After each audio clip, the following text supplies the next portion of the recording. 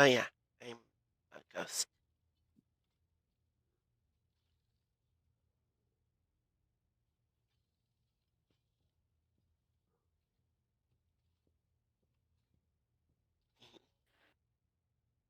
Were you gonna level her up, by the way? Yep. Okay.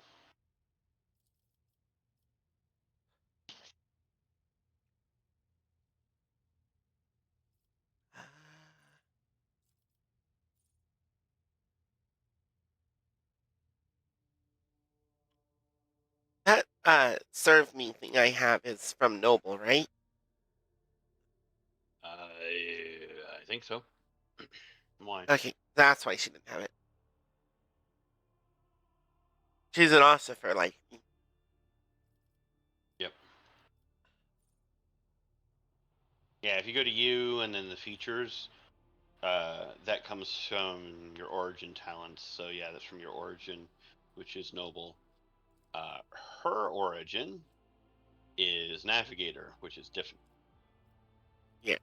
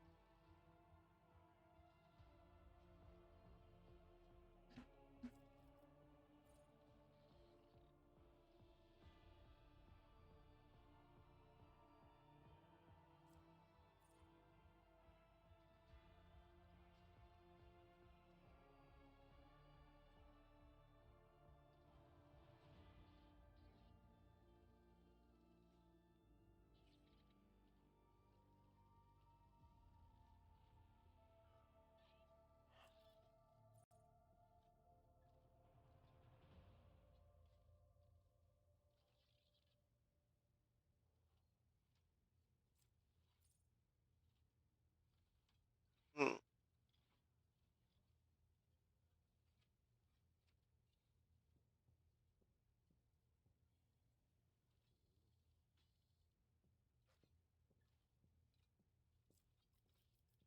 Mastery of time might be a good idea for her. What's it do? Whenever an ally in combat gains an extra turn, the navigator gains a stacking +5 bonus to willpower until the end of combat. Possibly. It stacks up to 5 times. Hmm.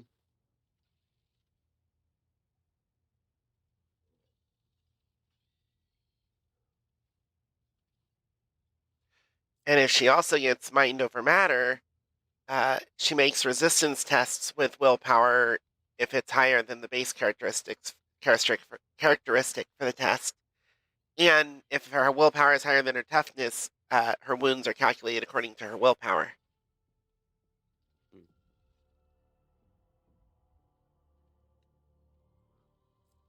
So with mastery of time and mind over matter, and two of us giving out extra turns,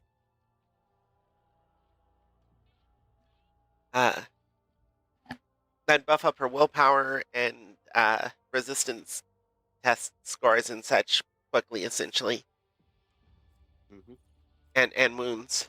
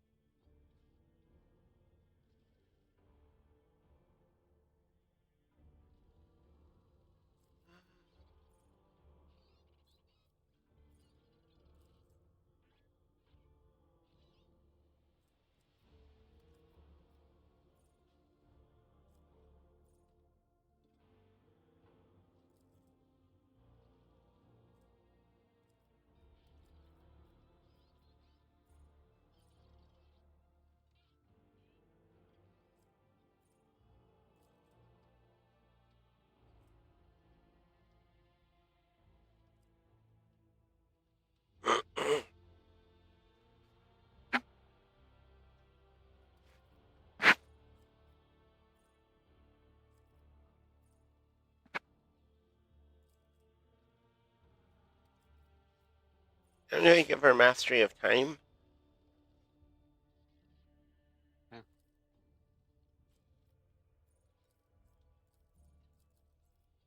Oh, I have to choose the characteristic first.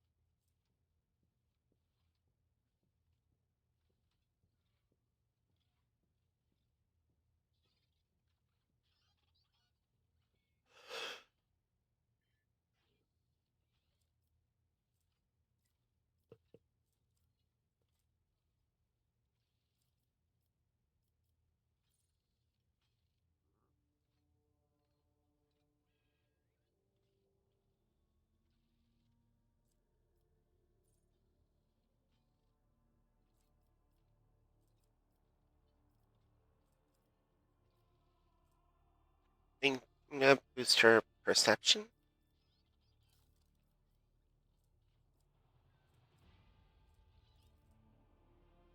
So she had those. That was perception based.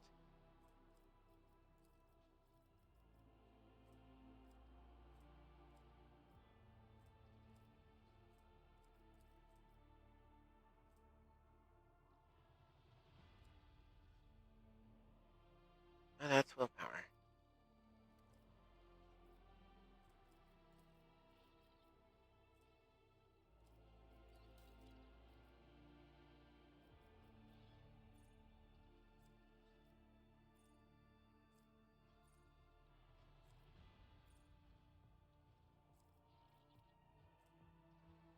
Okay, yeah, I'm gonna give her more willpower.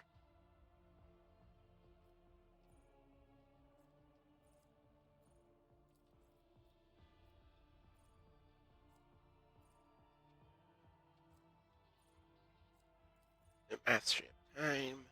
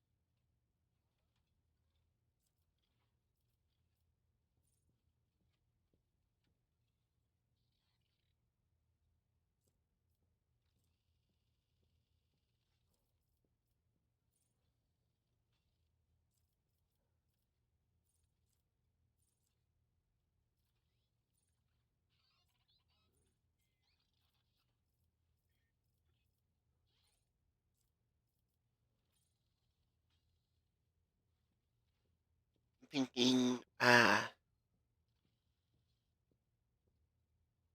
maybe iron discipline. Uh, that only lasts occur or applies while they're affected by the ability, so maybe not. Uh,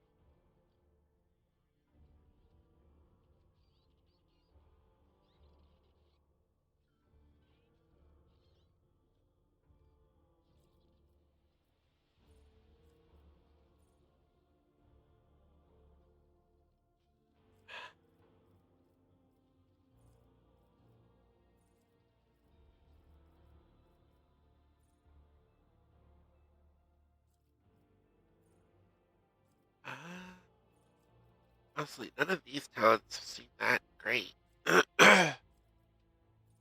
Any suggestion? Sorry, I've been in bed with my eyes closed. Let me take a look.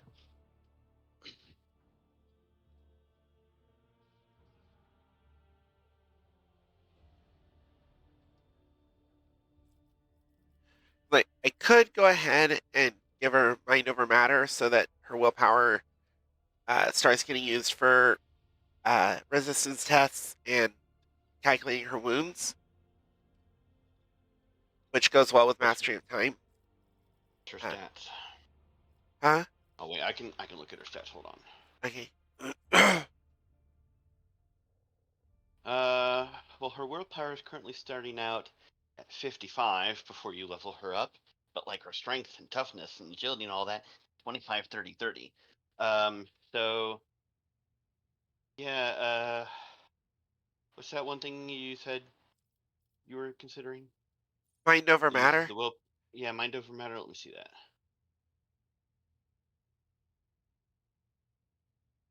Yeah, get that. That's a good starting point. All right.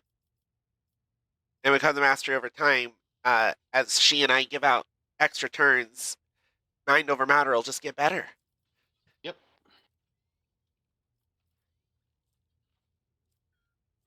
And of course, Which, never, never not pick willpower for her.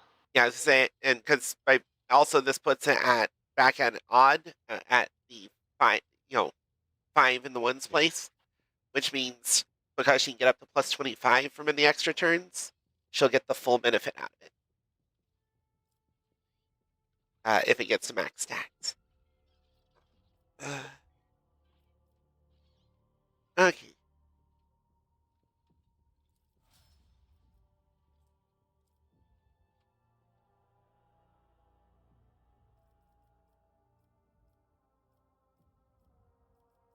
She now has as much wounds as Abelard. Abelard. Okay. So, can I control 3 characters? Yes. All right. Which 3? Um, I'm thinking of actually giving you control of Argenta Really? Okay. because you said you weren't particularly interested in Nadira. I will toss Adira the moment we get another character. Mm. I mean, I guess for now I could give you Adira, and then if we get someone and I decide to keep her instead of Argenta, or it's someone that you want, uh, and I decide I want Adira more than Argenta, or I don't know. Uh, if I remember what the next companion we get is, uh, there's 2 people I think that are coming up. One of them I'm not too crazy about. The other one I am tempted to drop whoever you give me for that person. Also, Mm, honestly, if we get that DLC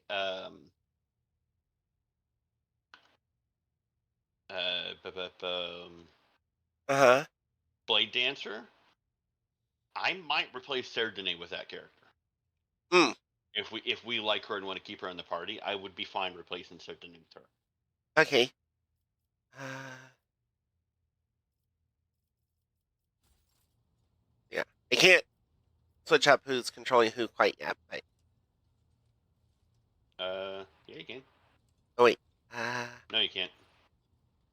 no. All right. Oh, what's her?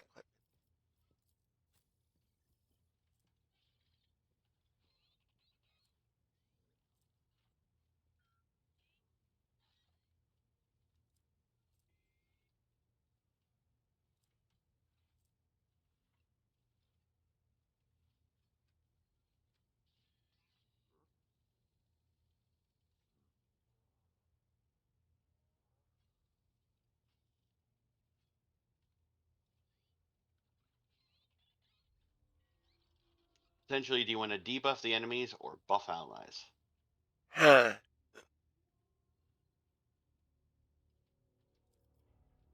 Well, currently, does she actually? What does she have that can? Uh, That can what? that can buff allies? Uh, mm, Would that apply to her officer abilities as well, or I stuff believe she so. Go gets from back and officer? take. Yeah, I believe so. Go back and take a look at the staff.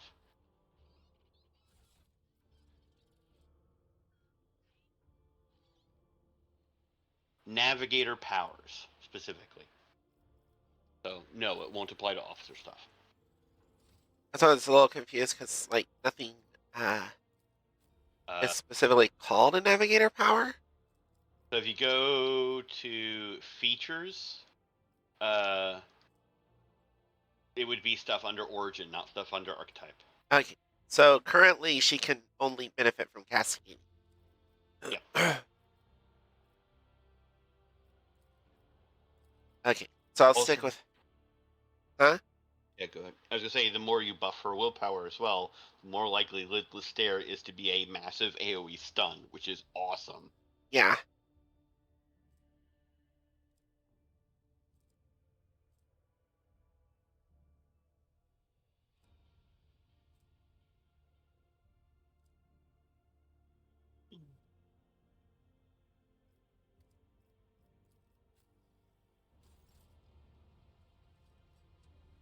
Okay.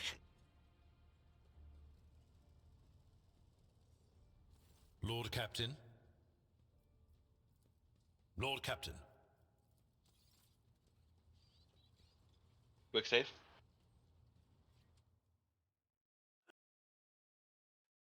Okay.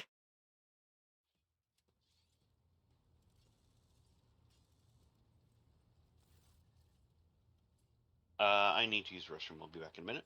Okay. The fox spirits, or ask the fox, or see if the fox words.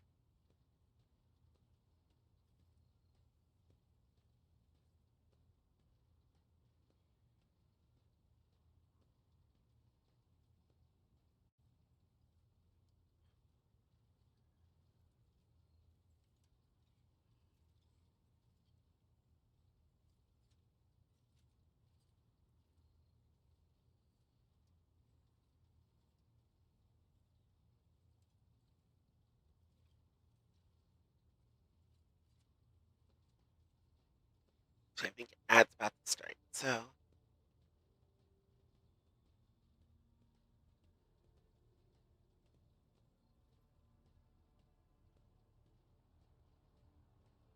Maybe.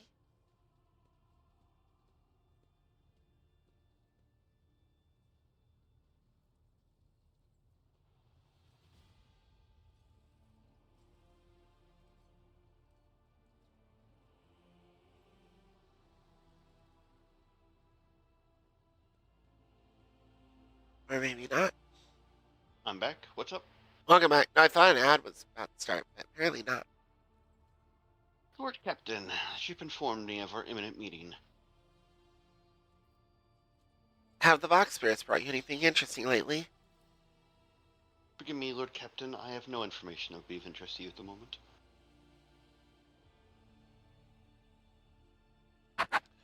Oh, there's the ad. Are we gonna wait a minute while the ad plays? Yeah. Okay. I'll walk around and see if I find someone who actually has some new, potentially.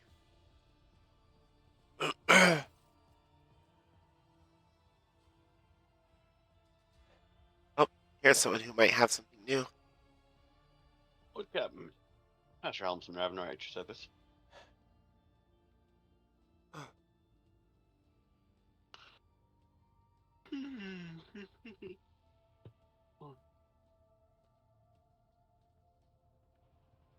Let me know when to continue. We can go ahead. They'll be in the VOD. Do you know anything about a ship named the Fiery Reckoning? He winces as if in pain. I've heard the name, that much I'm sure of, but I can't recall the details. I wonder if it was part of the operation that the late Mort was put in charge of. If it was, there's nothing I can tell you, Lord Captain. The whole thing was kept under wraps. Best chance would be to ask the High Factotum.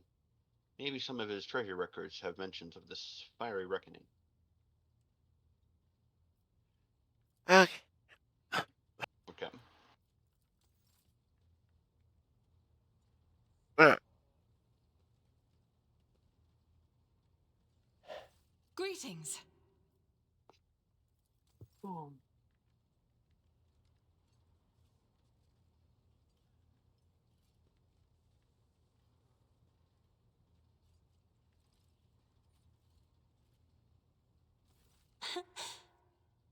Words cannot describe how boring the bridge is without our stimulating conversations.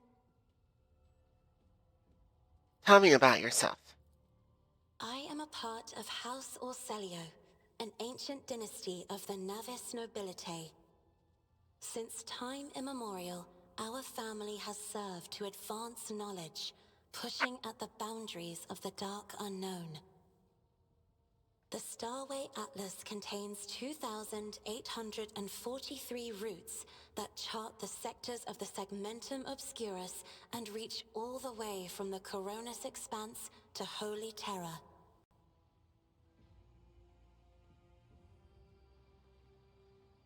Sorry that your elders are dicks. Navigators identify so strongly with their house. It must be difficult for you not to be able to lean on your elders, but you have my word that I will look after you. You will? That would be most appreciated, Lord Captain.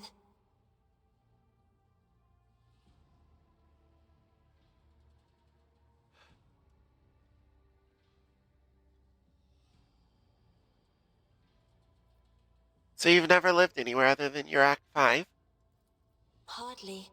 According to the chronicles of the house, I was born on one of the Orselio worlds. Vert... Vertvi... Oh, what was it? Please forgive me, Lord Captain. My childhood memories are too vague. Sometimes I dream about the colorful birds that built their nests in the garden, or the servants dressed in purple livery, or the blue fog that rolled over the lowlands behind the palace. But everything is covered in a rosy haze. Perhaps it is my imagination, not my memory, that is painting these pictures.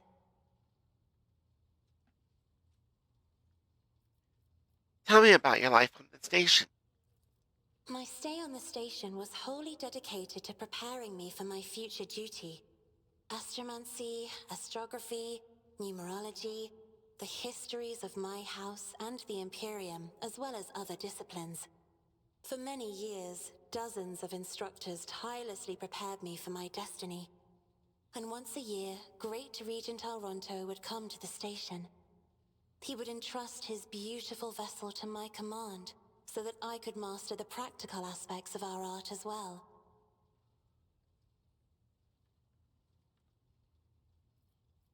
Did you have friends?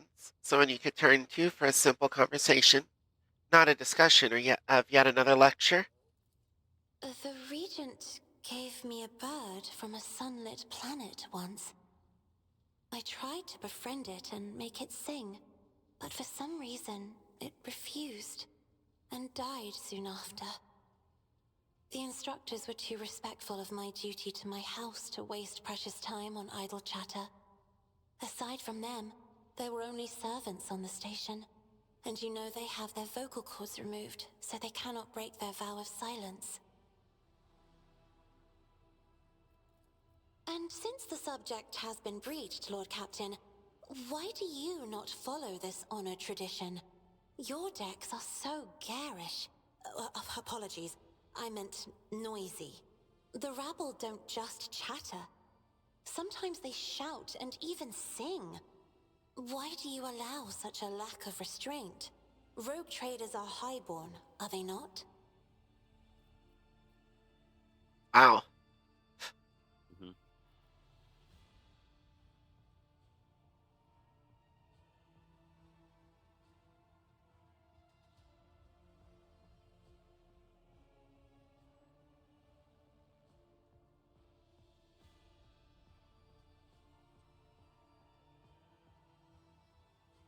Actually, number 4 kind of suits her because of where she's from, even though she's a noble.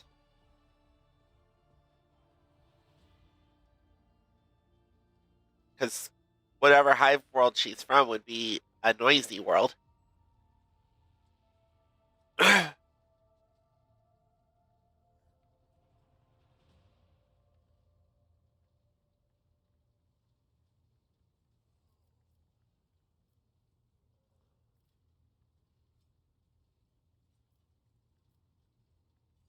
I like the noise people make here.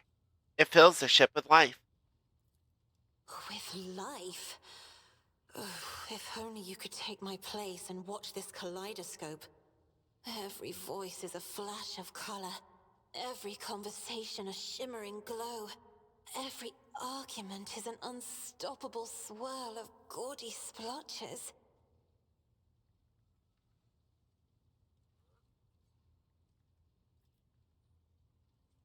I noticed that your love of painting is reflected in your speech as well. You associate so many images with hues and colors. The Emperor graced me with a gift.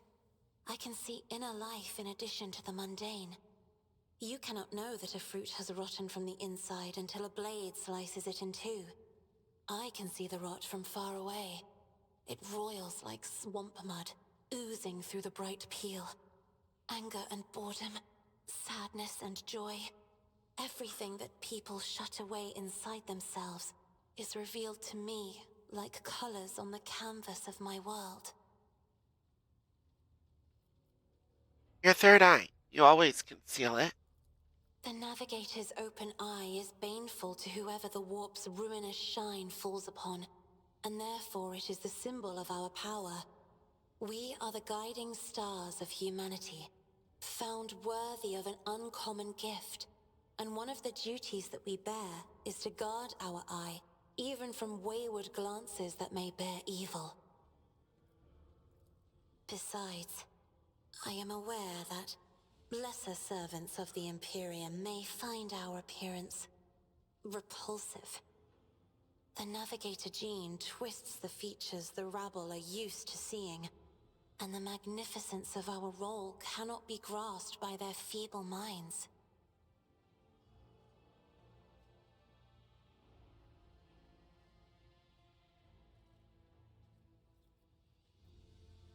You are beautiful, Cassia. Not let anyone or anything convince you otherwise. You are much too kind to me, Lord Captain.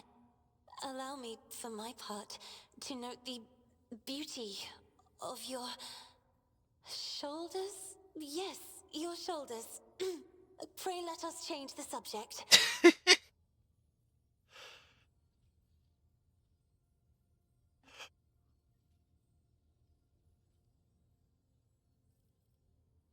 What does it feel like to guide a vessel through the warp?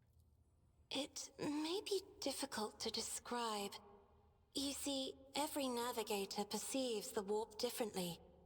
My mentor, Great Regent Elronto, always described his travels through the Immaterium as a journey through a vast wood with countless paths. And I, assisting him in the first voyages, futilely tried to follow his example. But the wood would not reveal itself to me. But everything changed when I found my own key to this mystery. You see, I've always brightened up my rare moments of leisure time by painting. You may recall there was a workshop in my chambers. As soon as I imagined the warp as a blank canvas, an indescribable feeling came over me. I moved the brush, going deeper and deeper into my own painting. Visions were hidden within the vibrant colors of my palette, and something inside me knew which should be brought out and which should be left behind. I woke up several days later, after the voyage was safely complete. Why don't we talk about something else? You will hear no objection from me, Lord Captain. Tell me about House Urselio. As the only voice of our family on this vessel, it is an honor. As long as your questions are courteous, I will answer every one of them. Our Imperium succeeded. Is the Urselio prophecy system named after your ancestor? You are shrewd indeed. My ancestor charted that route while fleeing the enemies of humanity. They say the Emperor himself was his guide, because the warp expelled their vessel without a single loss. Unfortunately, the lips of those who relate this tale seep with disgusting green hubris. I think Kalain Orselio was simply a skilled navigator.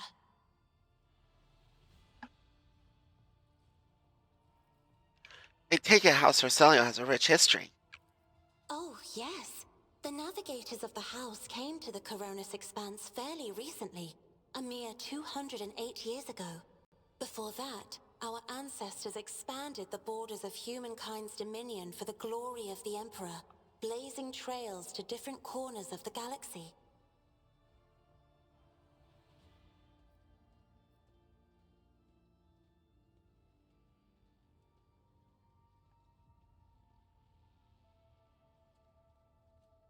Who rules the house?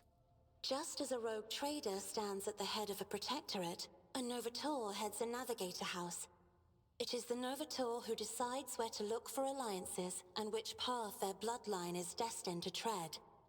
As for our house, the transfer of power to a successor is currently underway. In the meantime, Great Regent Auronto Orselio is ensuring the stability of the house.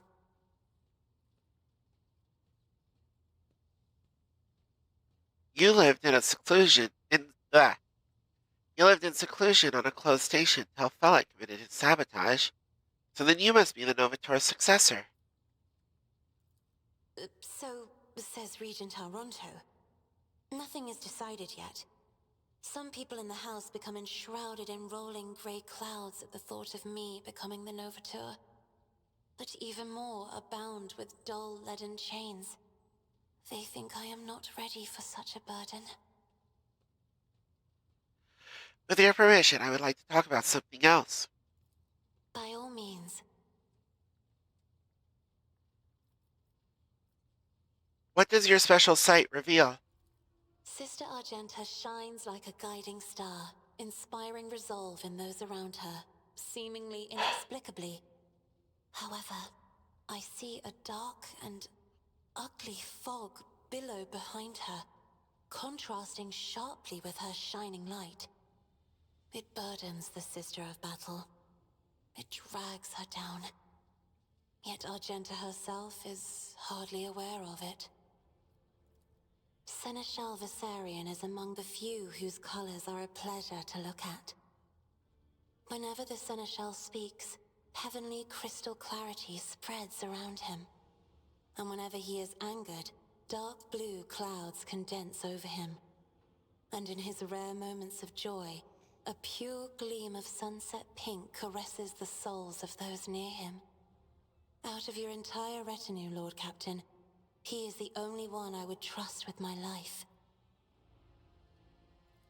Idira's emotions are like a maelstrom, bright, unbridled, enveloping her form like a wondrous kaleidoscope of colors. And as dangerous as a twisting warp storm. The riot of colors hides the truth from my eyes. What exactly is driving this woman? Is it her own will, or is it the Immaterium, Lord Captain? This is where I must beg my leave. I have enjoyed your company. Thank you for the conversation. He's an interesting one. Uh-huh. They're really trying to entice me to the Emperor's side.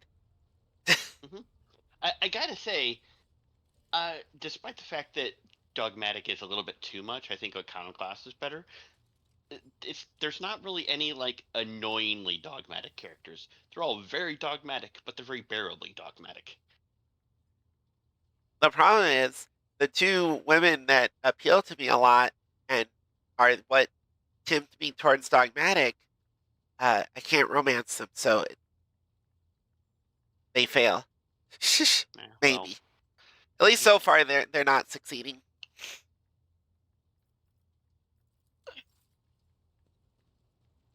I'll cast you to your bath. I'm only mostly kidding.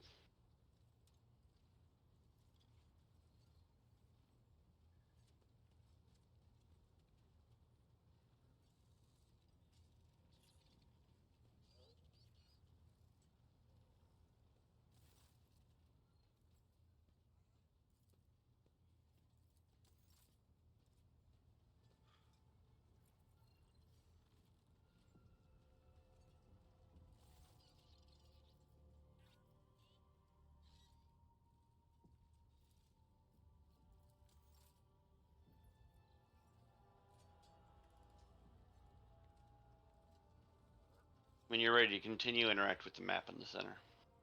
Okay.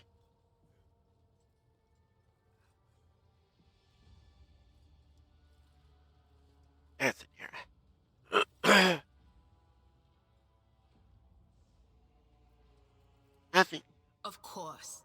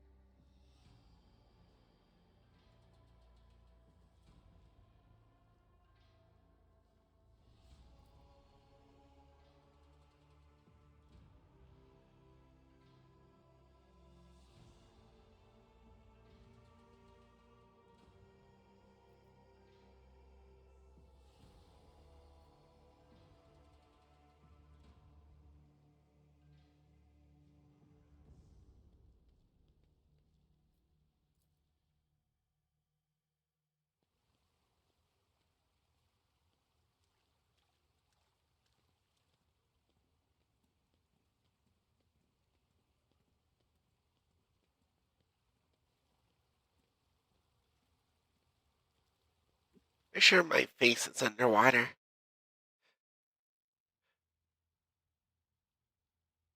Well, not here, but it was in that other angle.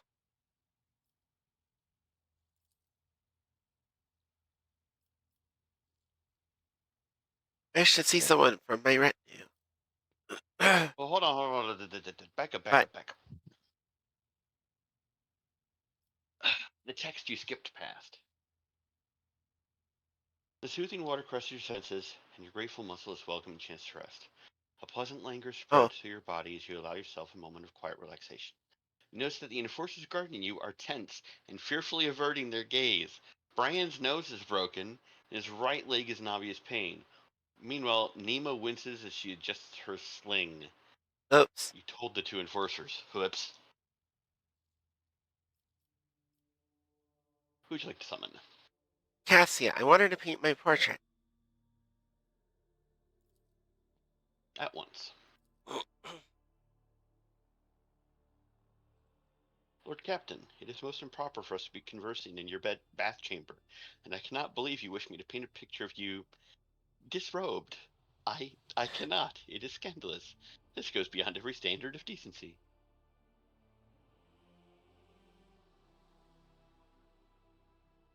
Persuasion's guaranteed.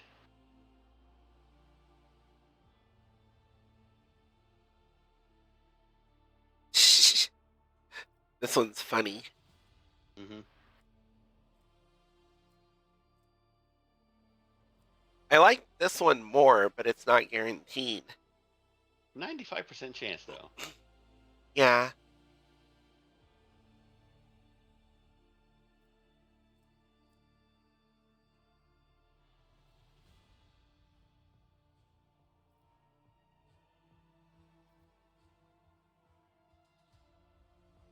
Uh,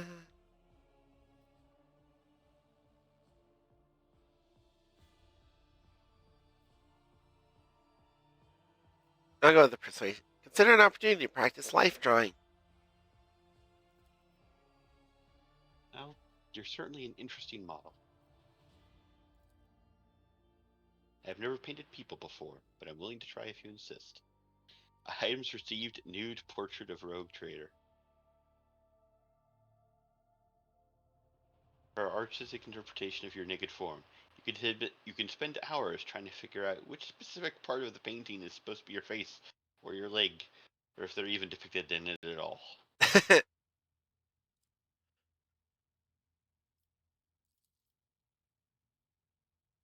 Cassia picks up her brush. The two of you spend the next half hour engaged in small talk, and her awkwardness soon gives way to intense focus as she becomes immersed in her art. This painting, it may not be what you had in mind. Still, this is how I see you in your colors. The canvas is a whirlwind of brightly colored paints. The outline of a human figure is suggested through broad, colorful strokes and fluid shapes. You'd be hard-pressed to call it a portrait, but a series of abstract images and impressions do vaguely resemble your form.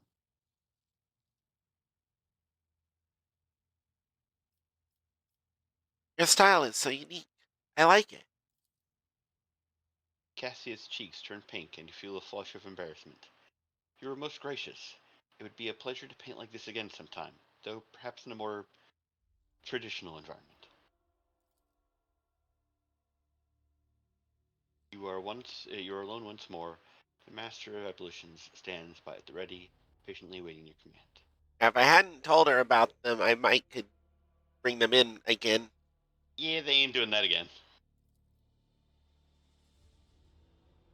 Tension slowly retreats as you bring yourself to complete stillness, joint by joint, muscle by muscle, pore by pore. Before long, you have surrendered the bastion of your body to the bliss of oblivion. You are dead. Troubles and worries and loss, such things do not belong in this newly established medium tranquility. I've seen this before. They're only the infinite waters of weightlessness, in which, stripped of all things superficial, the mind of Lespore de von Valencias drifts in silent bliss. This moment of serenity soon fades. The body reclaims the mind, binding it once more to the familiar shell of flesh, sinew, and bone. You feel revitalized. You no longer smell.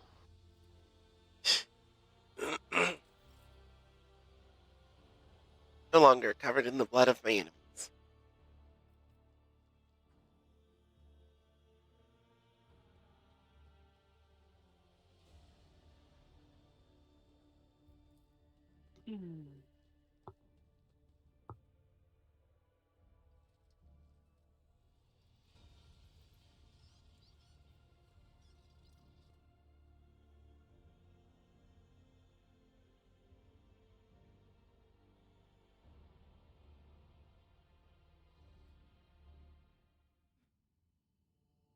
Okay.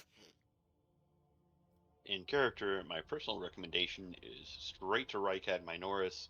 It seems like the most pressing concern. Add a character, go wherever you want.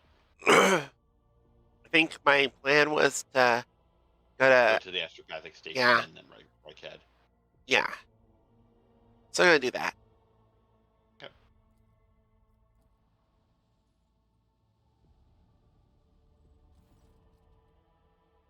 Lord Captain, there's some commotion on the officer's deck.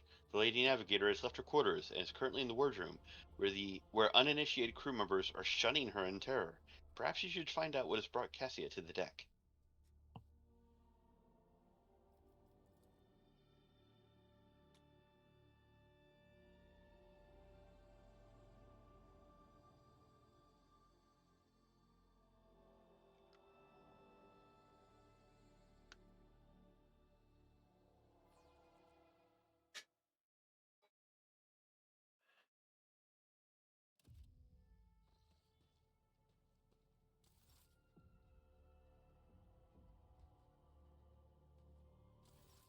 Lord Captain, my apologies. I did not notice your entrance.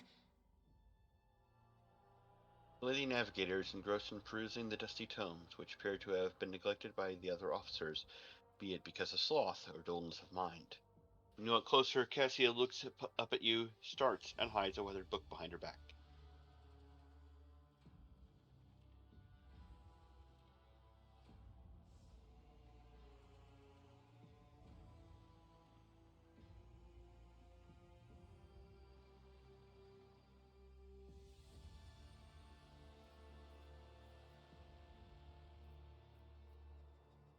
It pleases me to see you adjusting to life aboard the ship. Compared to Urak 5, your ship is a boundless world of unfamiliar hues. And yet, the abundance of bright colors can at times be wearisome on the eyes. The bridge and the decks are so clamorous. In my search for a place of quiet, I was fortunate to come upon this islet of serenity filled with rare tomes and practically devoid of color.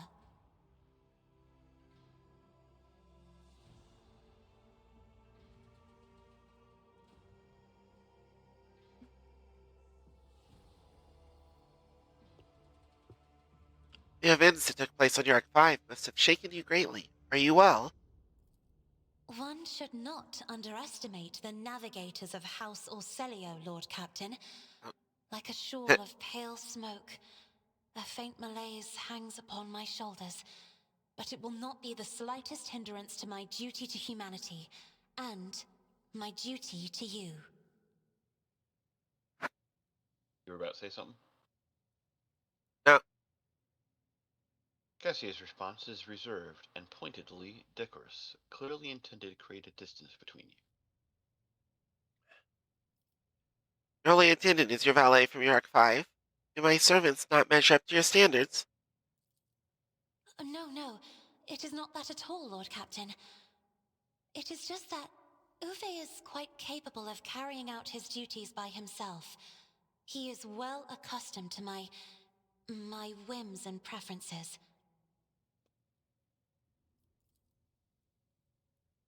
Perception test succeeded. Cassia cringes ever so slightly, adjusts the adornment on her forehead, then awkwardly hides her clawed fingers in the folds of her clothes. The unnatural appearance of navigators often becomes a topic of gossip among lowly servants and officers alike. It is unsurprising then that Cassia prefers the company of one who is used to how she looks.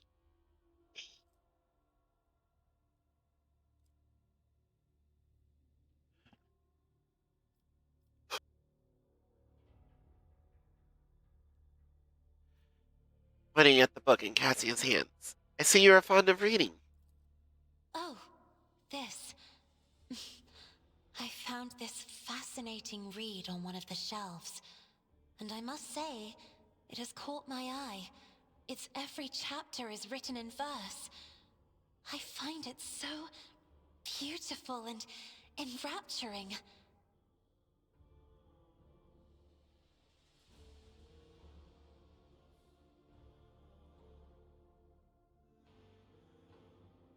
Er,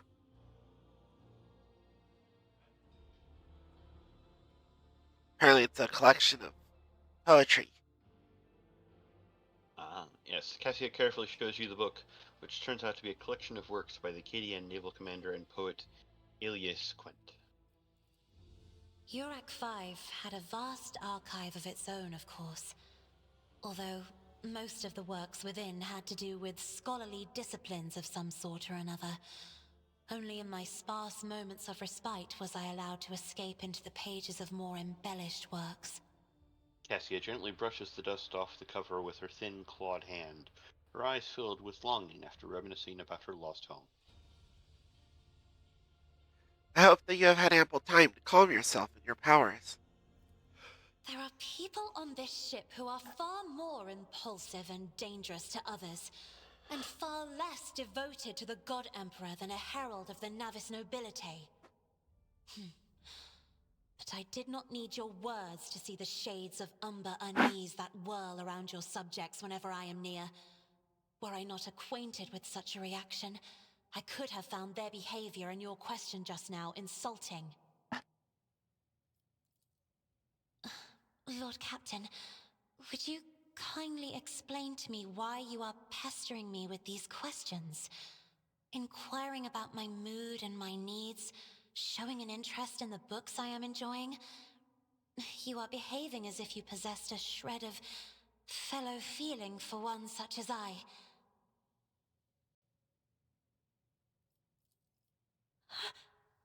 I beg your pardon, Lord Captain. That was no way for a navigator to conduct herself. Frightened by her own words, Cassia covers her mouth, pales, blushes, then pales again, and hides her face behind the cascade of her snow-white hair.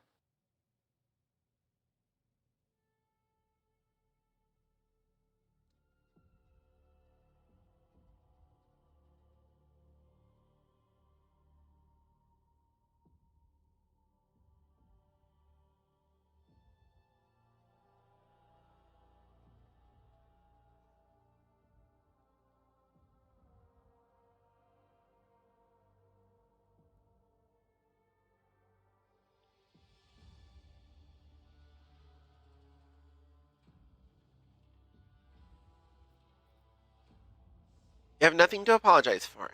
Human emotions are natural, be they good or bad, and it is just as natural to share them with others. Please forgive me. I cannot even understand myself right now. Your words and attention have reminded me of life on the station, of Theobald and Felek. I do not understand. They were merely the keepers of Urak 5. So, why do memories of those two make me feel a strange heaviness here?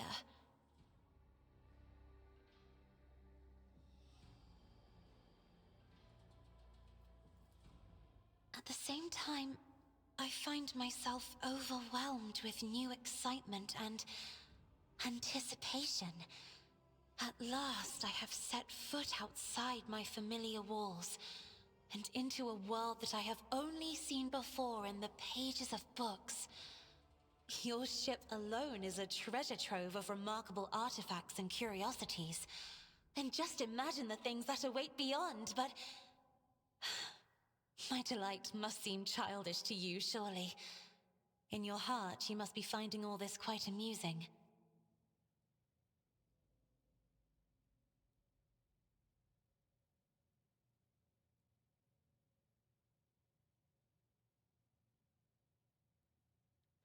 I understand what you are going through. My own life was turned upside down not too long ago. Indeed. I did not know. That is to say, I could not have known, as it is the first time we are speaking in a circumstance so private. My word, when I found this place, it was so full of officers. Why did they all leave?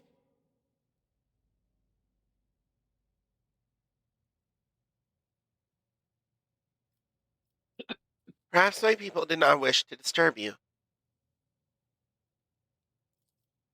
Or because my presence offends them? Then I must take my leave as well. I am due to inspect the Sanctum Navis after the communion ritual and prepare the chamber for the upcoming warp jump. Thank you for your company.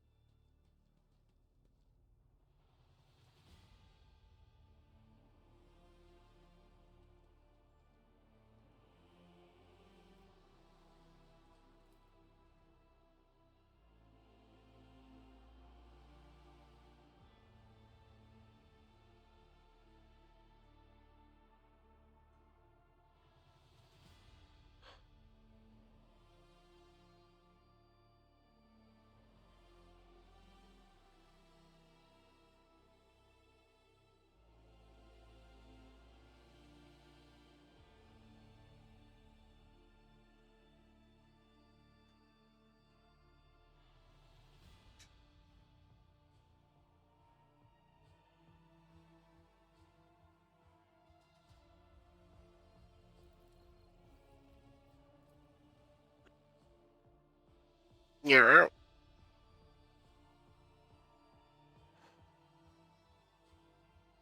Back we go. Master Pack Station VX02537.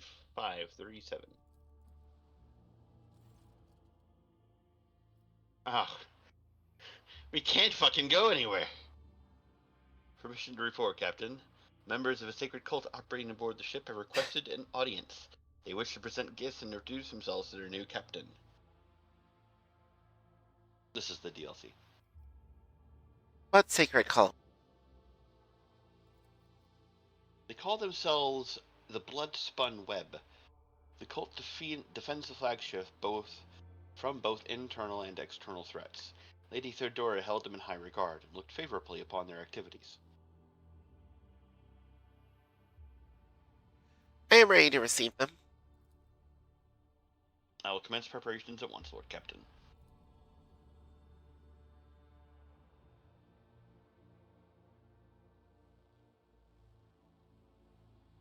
These people desperately need our help.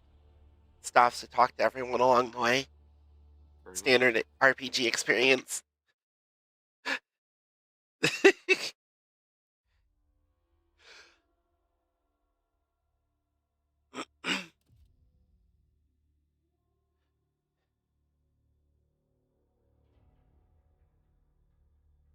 There we go.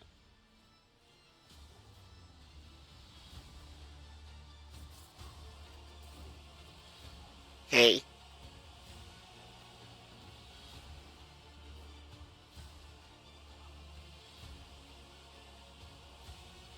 Blood for the rogue trader?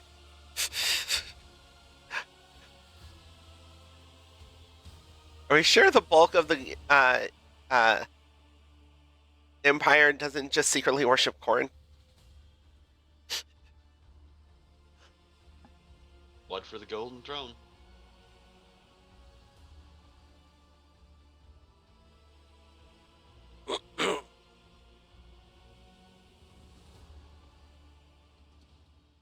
Those on the deck watch in awe as the final figure moves gracefully into a ceremonial pose. Some of the officers whisper in excitement, while others murmur prayers to the God Emperor.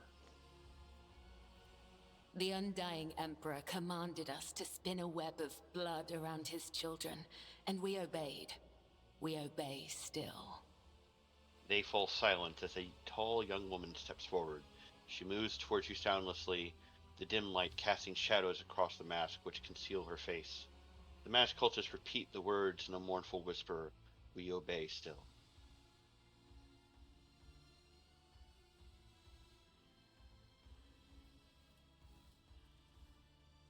Domin von Valancius, death has whispered your name. We disown Domin Theodora. We renounce our oath to her. The woman's slender figure has been fitted with a metal claw. She points it in your direction and gazes at you from behind her bone mask with the cold, grim eyes of an assassin. She pulls out a sinister curved blade, and similar weapons suddenly appear in the hands of her motionless companion.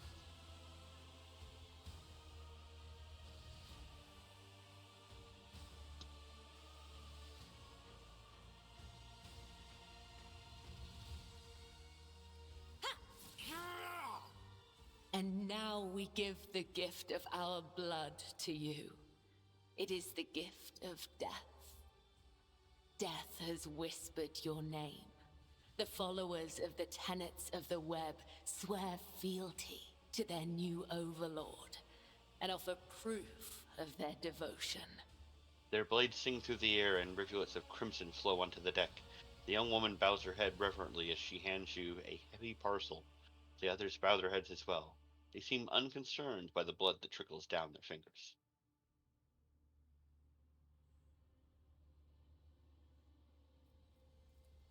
We give you a blade, the silent verdict. The Damn. Undying One has chosen you to wield this instrument of death. We give you one of our own, Kibella. She will be your shield and shadow. And we give you the blood of these traitors. The tenets of the web will purify their souls. Silent Verdict is a two-handed sword. But it's light. Yeah, I don't know what that means in this context. Neither. Let me see. Hold on a second.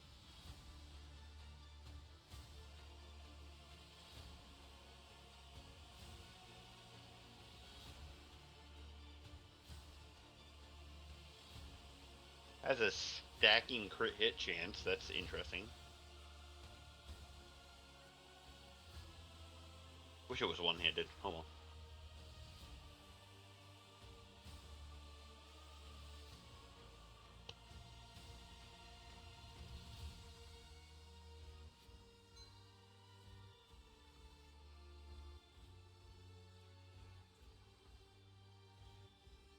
Has two different brutal strikes. One is 2 squares in front of them. The other is AoE around, sort of around them, but in front of them. Yeah, the benefit is the second brutal strike is still like hits multiple targets, but you might have allies nearby that you don't want to hit with the first one's AoE pattern. Uh-huh.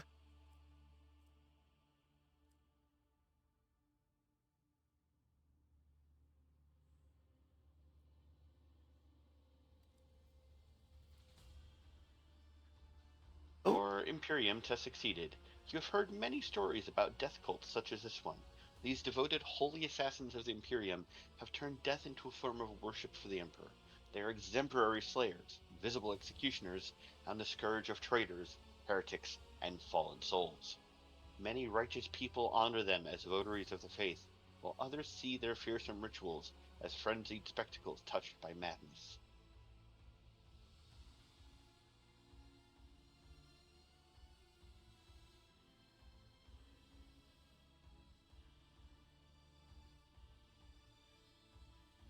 Huh.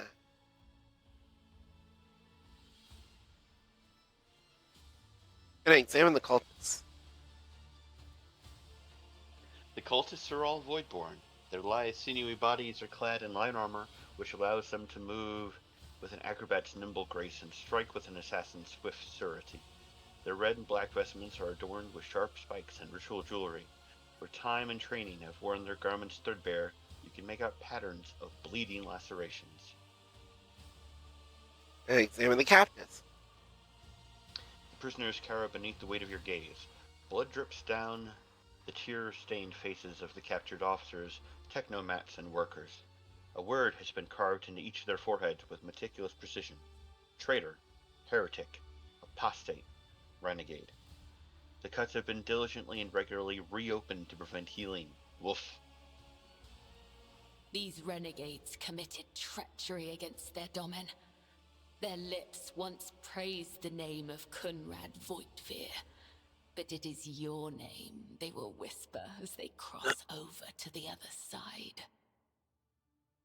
Interesting. So a death cult watches over my crew. They who honor the Emperor through killing, who devote their every deed to serving him. Sacred executioners. The Domin has discerned our essence. This is a great honor for the blood-spun web. We have woven the bays of this ship together with the threads of our faith for many years. We keep the greatest relic, his tarot, through which he sends us his blessed revelations. We obey the whispers of the Undying One. This is our service to him. This is our service to you.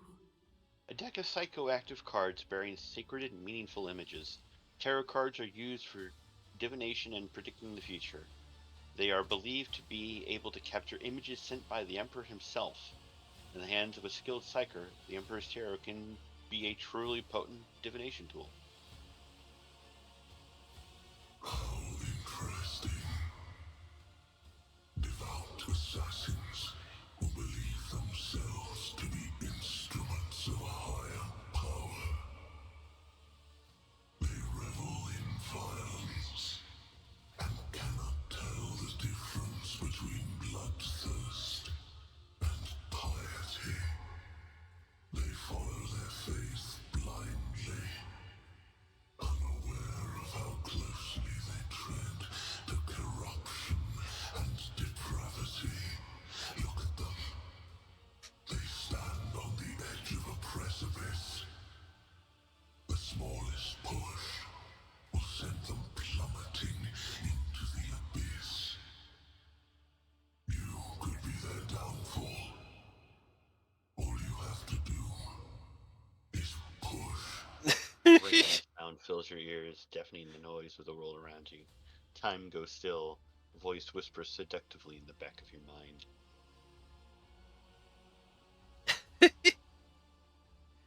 Yeah, the demons are thinking the same thing you're thinking. Like, who are these guys worshipping again?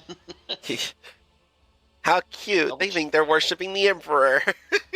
Double check the address on that outbound mail. Hold on. Tell me about yourself, Cabela. Are you the leader of the Bloodspun Web, or its herald, or its servant? I am the second spinner of the blood-spun web. The honor of this title is bestowed only upon those who have ushered more souls than... It is shameful to speak of one's own deeds. I'm here to become your shadow, not to make boasts.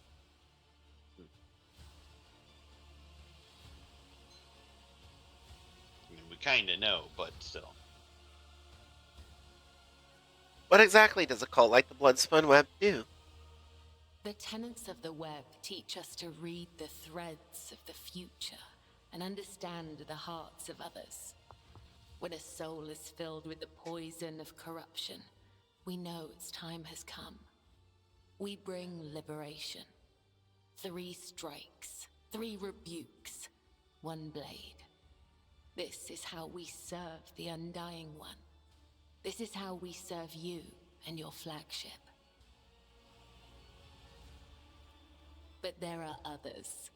The virtuous martyrs who contravene his design without realizing it.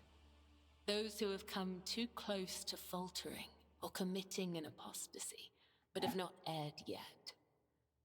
We present such souls to the Undying One.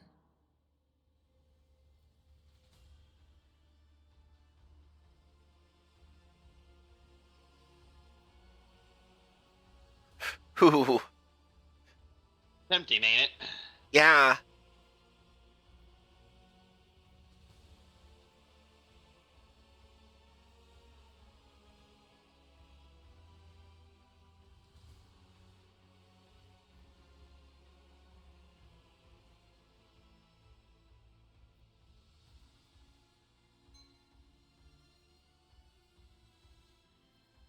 I'm not concerned with that on this character.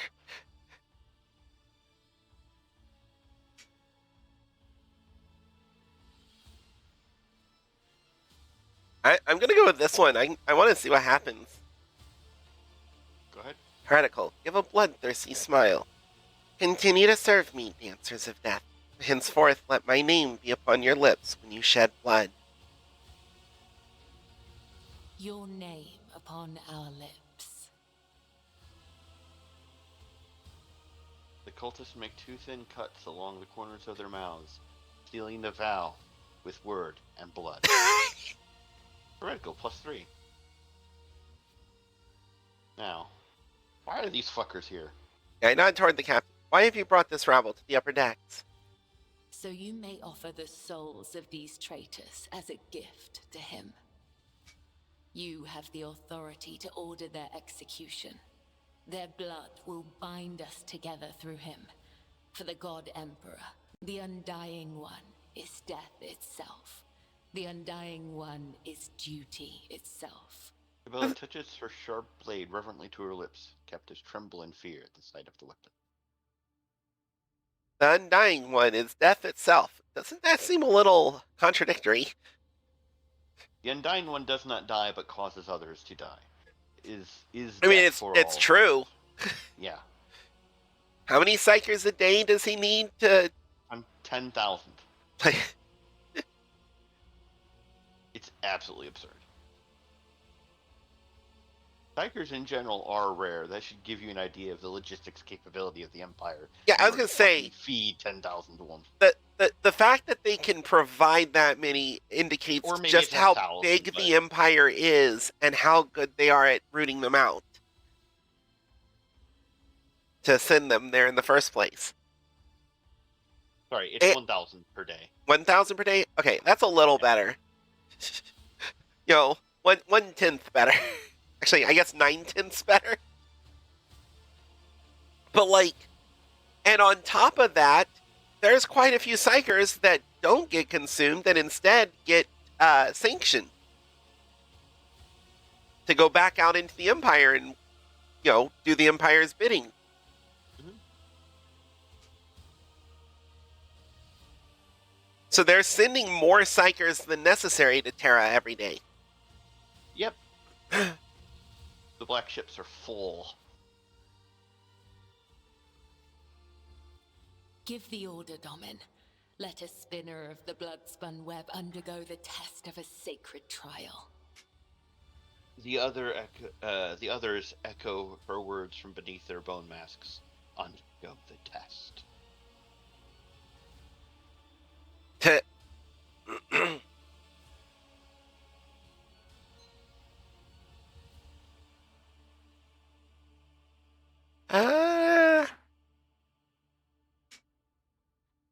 Whoops. Do it. Shit. Hold on.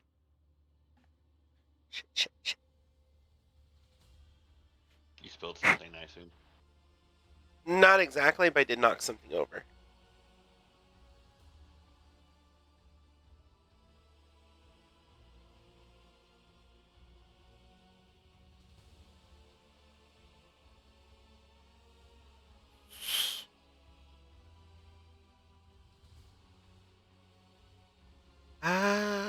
Tempted to judge them myself.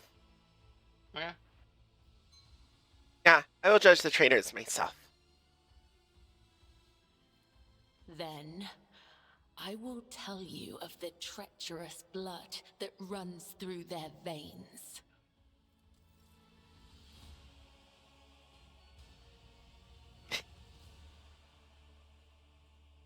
See, this is just a cozy trading and empire management sim.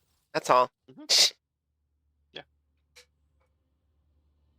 These wretched apostates were caught trying to sabotage the reactor. They are guilty of treason. I swear we're not sabot. A woman in a tattered protective suit pushed forward in a protest, but her movement is halted by the thin cord wrapped around her neck. You notice that all the captives have been similarly restrained. The woman clutches her throat as a thin line of scarlet appears between her fingers. Theft of weapons, sabotage, and the deaths of the crew in Bay AL-82.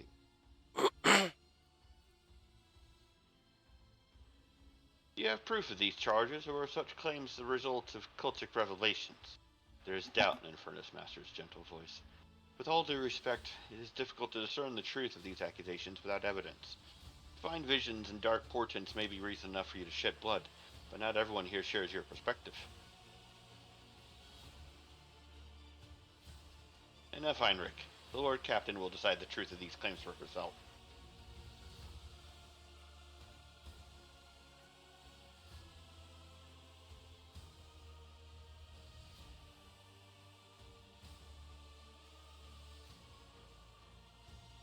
Two, three, then four. That's what I'm thinking. Cabela, is it true that these things were revealed to you through visions? The practice of sacred divination using the bones and sinews of a martyr led us to the reactor room. This is true. But it is also true that I beheld the act of treachery with my own eyes. What did the accused have to say in their defense? The cords around the prisoner's necks are loosened just enough to let them speak. Have mercy. We're just technical tunnel workers. We were told to block the ventilation shaft leading to reactor room. Fume leakage, supposedly. We didn't know we were doing anything wrong. We were just following orders. As for why we're holding weapons, I was but you know. The woman scratches her cheek nervously. She's lying, an injured officer scowls angrily. They smeared blood on themselves and crawled out of the tunnel wailing, "Oh no, the ship's been attacked! There's enemies everywhere! Defend the bay!"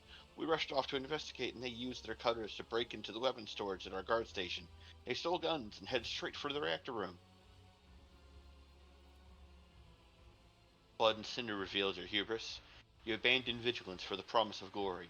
You did not give weapons to the traitors, but you left your post to seek a hero's path. Though you did not act with treasonous intent, you are complicit nonetheless.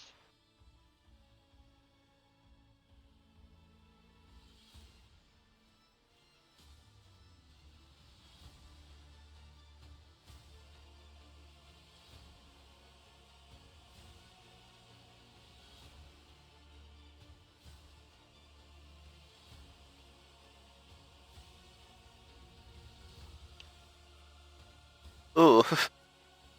Yeah, it's a little oof.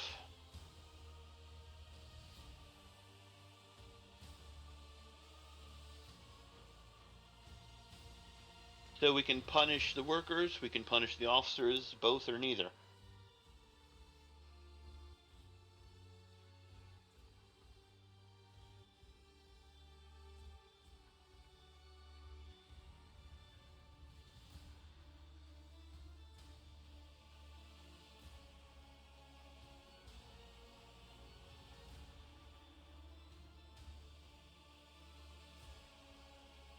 Huh.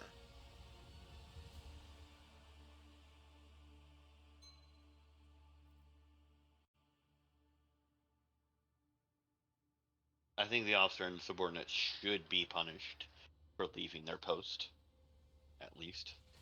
Mm-hmm.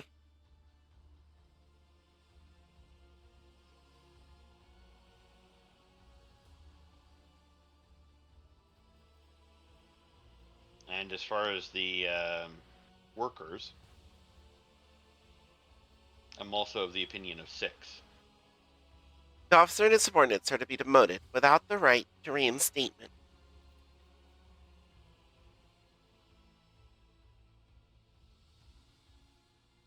Actually, hold on. Huh?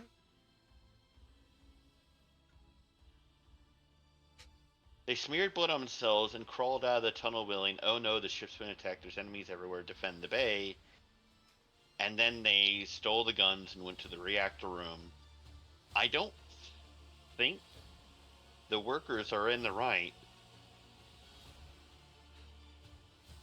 No, I don't. One or two, not 3. Considering what was going on, they were either acting suspiciously, too suspiciously to be left alive in this setting, or they were pretty much under orders from heretics.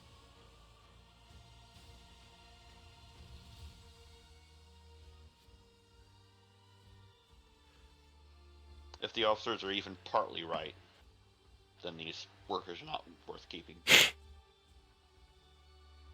Just depends on how violent you want to be about it.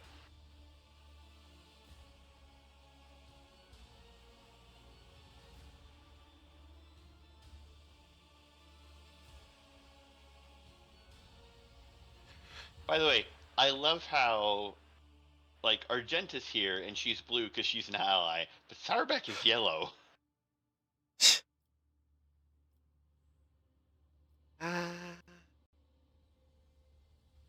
Because my character is a noble and everything, it's tempting to go with 2. But she just doesn't care enough. Yeah. Get this treacherous rabble out of my sight and shoot them. Mercy is not putting you in the reactor. I would say, they're getting mercy. Lord Captain has spoken. Take him away. I could not honor you by ushering the souls of those traitors to the other side. This troubles me. Huh? Go ahead. This troubles me, for I wish to serve you as the sword serves its master. Will you make me your shield and shadow, Dominus Porde? Your ladyship, the spinners of the bloodspun web are watching, tracking, and killing von Valencia's enemies long before the warrant of trade passed to Lady Theodora. However, their blade has also been known to cut short the lives of highly upstanding persons. The factotum swallows nervously, casting a fleeting glance at Cabela. But I certainly do not in any way condemn the deeds of the deeply esteemed cult. I am sure they must have had good reason.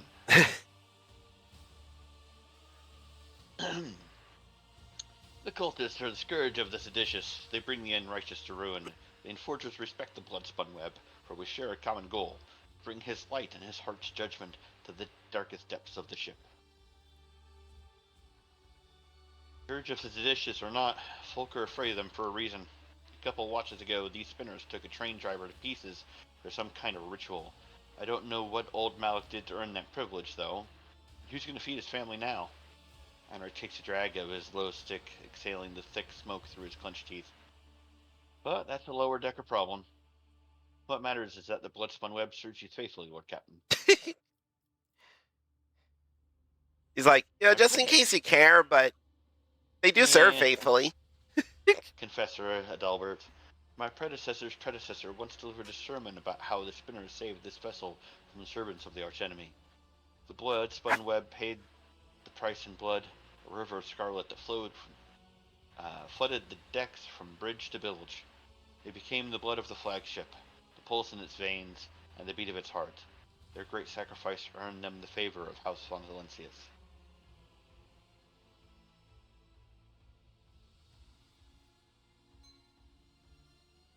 One, two, or three. Confessor, tell me about the spinner's great sacrifice. The vessel was beset by famine and pestilence during a long warp jump. Flabricate wandered uncharted paths in the Immaterium for 20 cycles straight. Servants of the archenemy used the despairing hearts of the crew to infiltrate the ship, and death followed. The hungry became the hunted, the famished became a feast.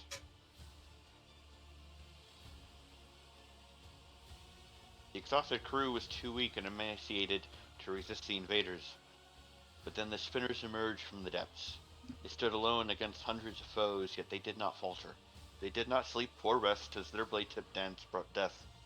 Though many spinners fell, the blood-spun web held strong until the flagship left the turmoil of the warp.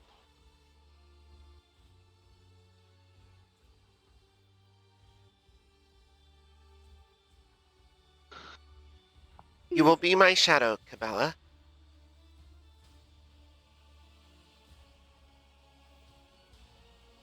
Cabela's movements are slow, almost rhythmic, as she as she removes her ceremonial mask.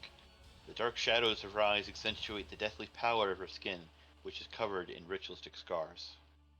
Henceforth I am your shadow, Damen Lesporte von Valencius, an instrument of death placed in your hand by the Undying One. For it is so ordained, and so his tarot forspoke. The young woman bows her head once more. I also come bearing an invitation from Vizier of the Bloodspun Web. He wishes you to know that the doors to the Undying One's temple are open to you. Are you suggesting that the Lord Captain should go down into the depths of her flagship to search for this temple?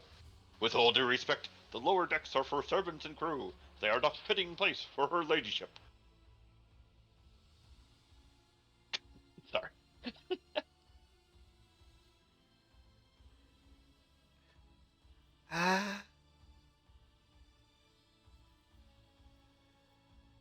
Forspoke? What do you mean? What tarot? The greatest, most sacred relic of the Bloodspun Web, the Emperor's Tarot. Only his chosen servants may earn the permission to rain blood upon the card and perform a reading to see portents of the future, shadows of the past, or tangles of the present. However, the secrets of his tarot are not for the ears of laypeople to hear. Cannot tell you more. Not here. Not now. Who is the Vizier? He is the first among us. The Vizier has spun the web of faith for fivefold longer than I have lived.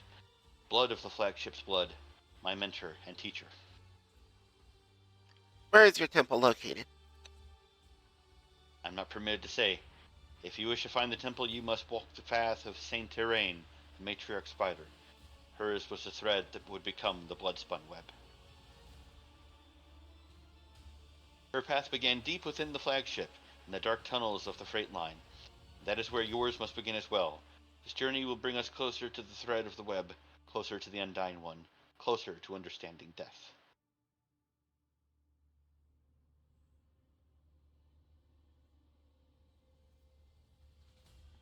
I will walk in the Huh? I'm not positive. Okay, so Blade Dancers, the Death Cults, these are common amongst the Imperium at large. Mm-hmm. I think the Bloodspun Web is specifically unique to your ship. The Saint and Temple appeared on your ship God knows how many fucking centuries or thousands of years ago. I will walk in the footsteps of the matriarch spider. Your journey will begin in the darkness of the deepest tunnels. The Vizier awaits you. The cultists retreat into the shadows as Cabela sheathes her ceremonial dagger. Your blade awaits direction, Domine Lesverde. We will speak again when the time is right.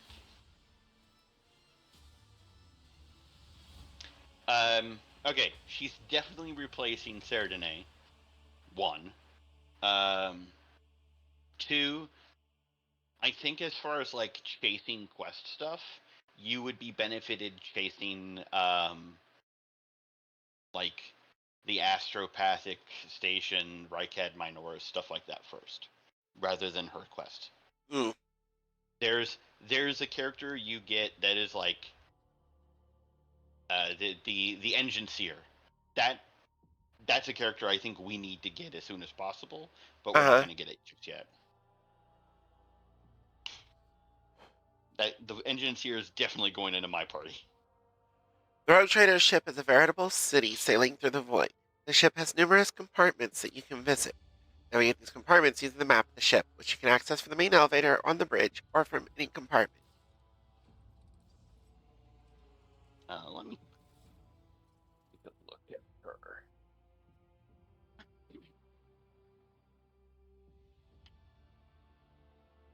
If the wearer has 10 or more stacks of Blood Blessed, they gain 10 resolve. What the hell? Blood Blessed.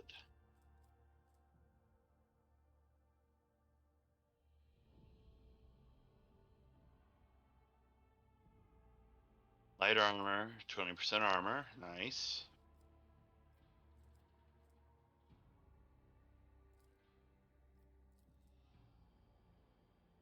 +5 agility and an agility bonus to dodge and parry.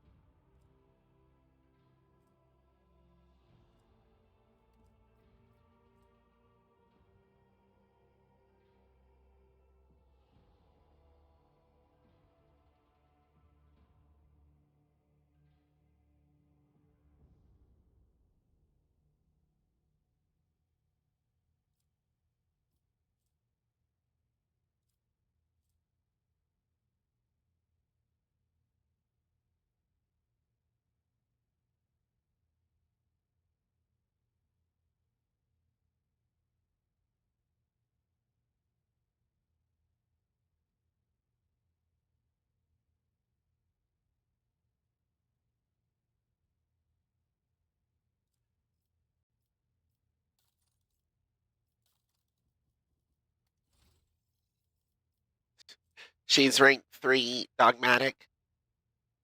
Yeah.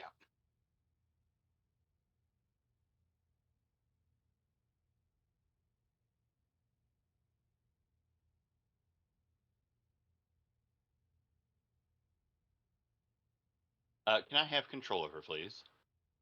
Well, I do can't that pass for it you. over at the moment.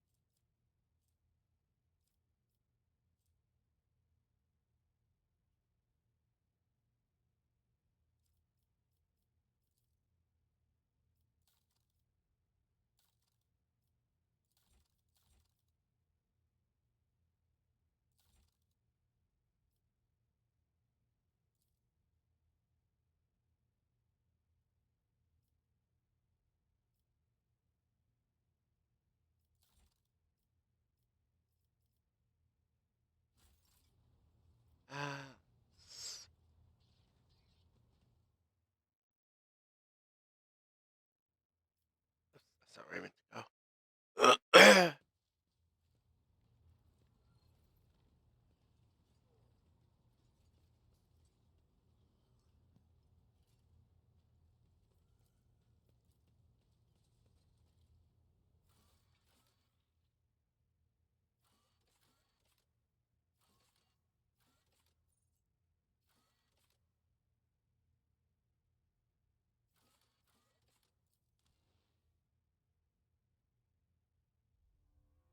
Okay. Uh, so, Back up. huh? Back up out of this. I'm Okay. going to strip Sardine of her equipment.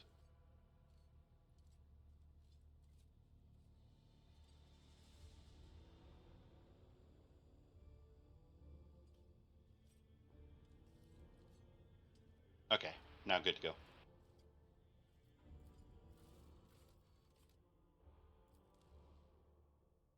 And pop out Sardine, toss in Cabela.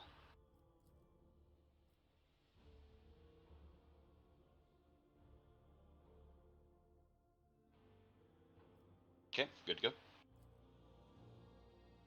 A part of me kind of wants to use her myself, but you're dropping out your Blade Dancer for her, so it makes sense for One her to Blade Dancer replace. for another. Yeah.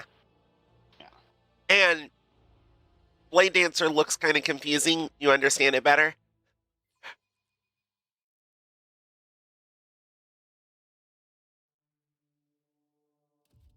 I think I'd have an easier time figuring it out, like at Okay. some point when I'm more experienced with the game. Now you can give me Argenta and Cabela if you want.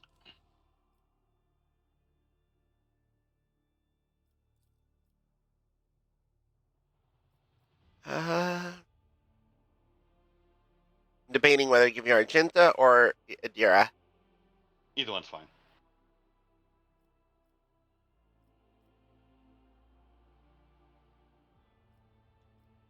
Uh, give you Adira. Okay.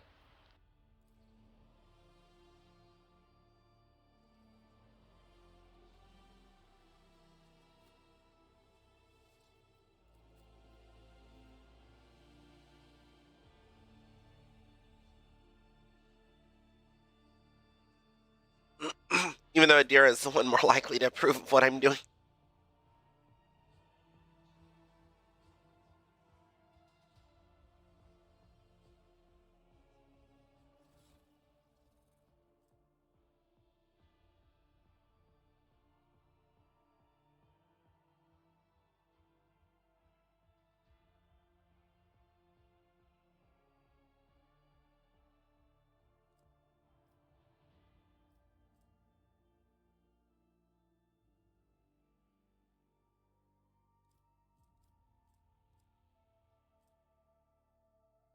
Technically, I could use Silent Verdict, but I don't see any point in it. What's Silent Verdict? The two-handed weapon that I got Oh. from that. Yeah, I've yet to actually take a look here. I wonder.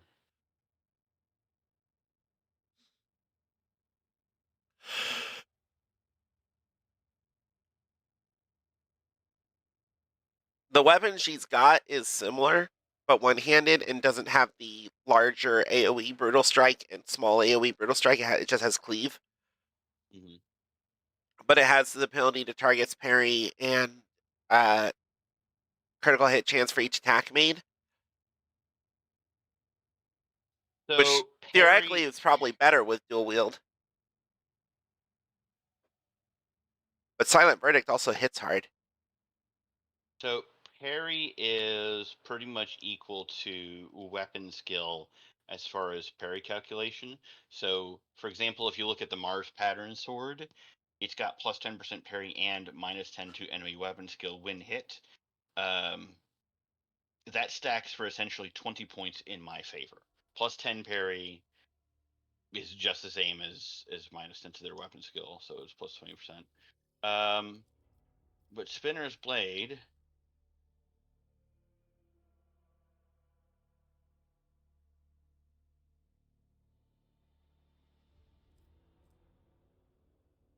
Trying to understand if I need to.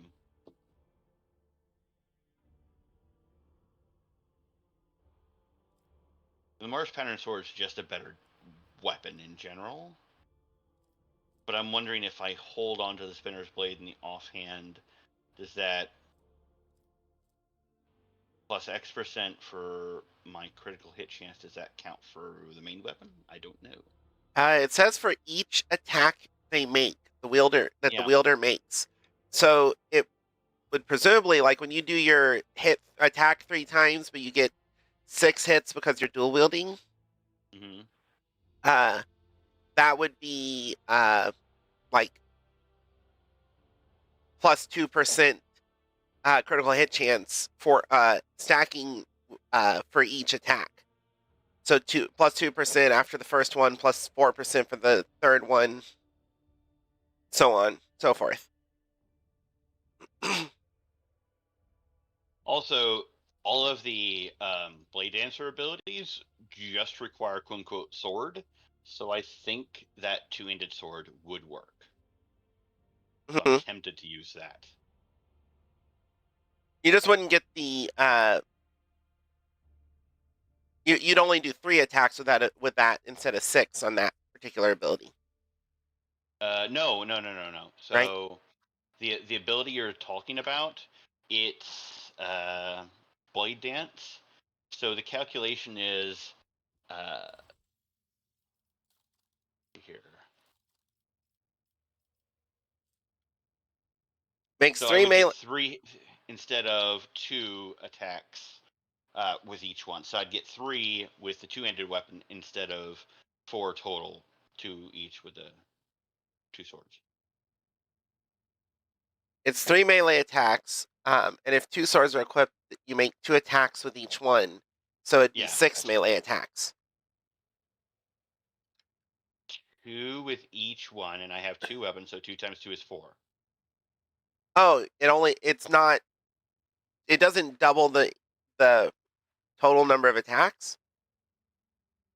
It's less attacks, but each weapon makes that lesser number of attacks. Okay. So if I'm wielding one weapon, it's going to be So you 3 do melee get attacks. you would get more stacks of crit chance bonus out of it with dual If I wielding, use but those 2 weapons. Yeah. only the plus 2%, not plus 6% more. Also, I think the 3 attacks with the two-hander is going to be better than 4 attacks with the one-handed. Yeah. Or damage, rather. Well, it's basically 150% damage for the 3 attacks and 200% damage for the 4 attacks.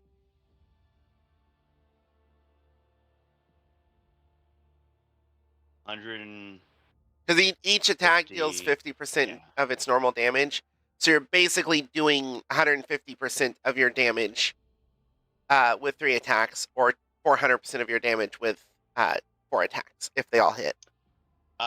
Do me a favor. 20 times 1.5, like pull up a calculator or something. That's 30.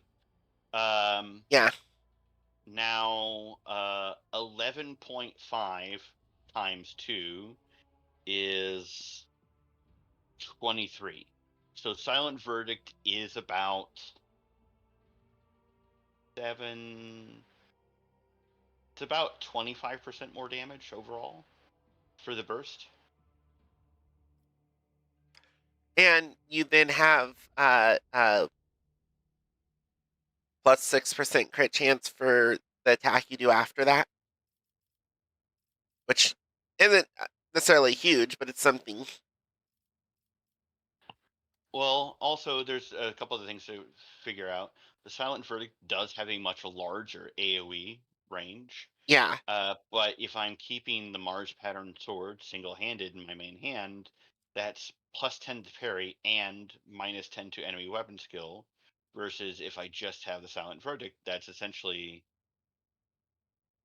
Oh, no, that makes it easier for me to hit them. Whereas the Mars pattern sword makes it harder for them to hit me. Yeah. Okay. So it's easier to hit with the Silent Verdict. And it's easier to. Well, the answer is I just carry both. And I use the Silent Verdict when attacking, and I swap to the Mars pattern sword and Spinner's blade. Well, no, hear this. So Mars pattern sword and a sidearm for when I'm not attacking, and the spinner's silent verdict for when I'm attacking, and the Mars pattern sword and stub revolver for when I'm not attacking. And then the star revolver if you need to hit something at a distance. Yeah, if I like, and you can't if just there's- jump on it.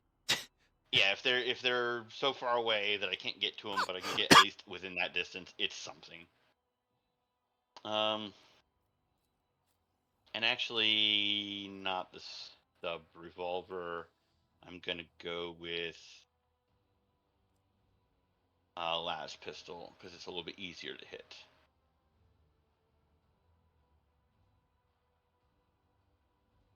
Okay, let me level her up a little bit.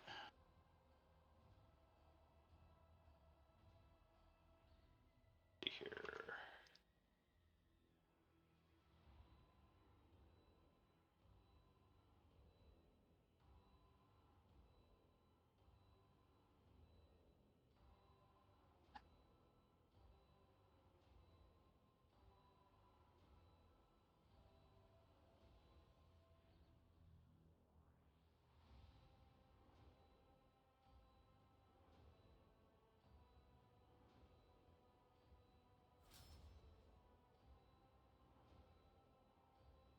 Also, the bonus crit chance is stacks for the whole round. Yep. So I might want to try and throw as many of my extra turns on you as I can. I wouldn't mind that at all.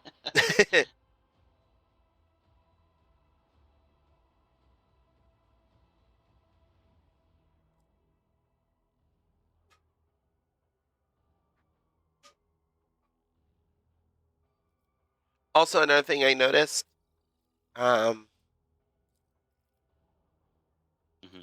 able to use. Is Cabela able to use the Wrath of Saint Drusus?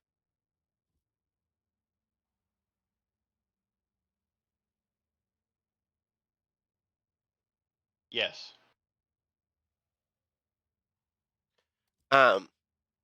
Because that would possibly in the offhand with the silent verdict. So instead of the Mars pattern sword, it's technically, or not silent verdict, but with the spinner's blade, it's technically slightly less max damage, 12 instead of 13. But the first hit from it would increase damage from all sources against any hit targets by 15%. And the increasing crit chance, it does plus 25% increased critical damage.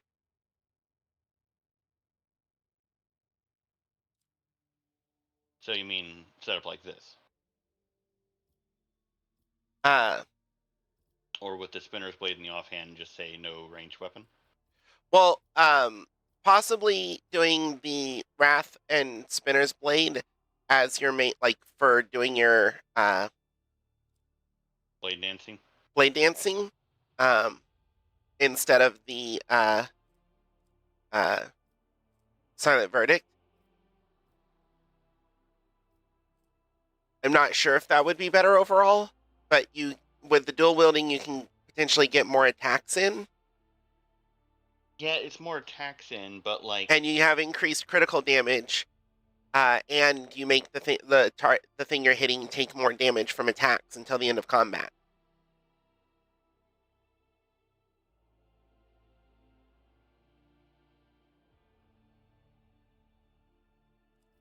And the spinner's blade still provides you with a cleave, and here's the thing. Verdict though. obviously can still give you the big. I was gonna say, here's the thing though: the Wrath of Saint Drusus increases damage from all sources against any hit, until end of combat. I mean, I guess I could tap them with the Wrath and then just go all out with Silent Verdict. But Silent Verdict is like twice the damage of the one-handed weapons. So the main reason I was saying to consider it is the fact it does more crit damage, and you're doing stuff that gives you stacking more crit chance. Well, yeah, but like the Wrath of Saint Drusus, let's say I roll 12 damage, which is max damage, and I'm plus 25%. Let's say that's 3 damage. That's 15. Okay, whereas the Silent Verdict Yeah. normally, that's 20 max damage. Okay. So Then maybe stick with what you're doing, but we just keep an eye on chain weapons for you in the future. Because yeah, so they might swing. be worth it in the future with better chain weapons. Yeah. But it's still not necessarily a bad idea for someone to have Wrath of St. Drusus. Yeah, I mean, what's Abelard got? Regular chain sword. Uh, then again, I really like him having cleave, and Wrath of Saint Drusus does not have cleave. I can, however, then just simply do this with him, because he's got a ranged weapon in the las gun.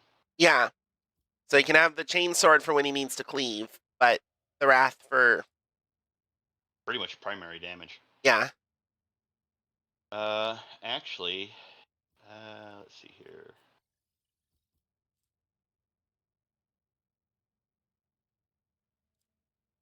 Let me check something.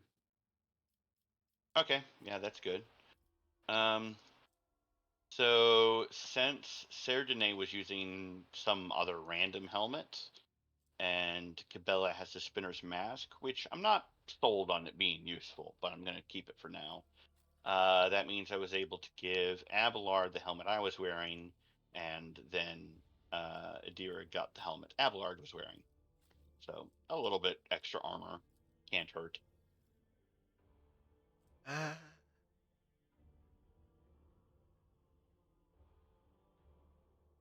What is everyone's tech use?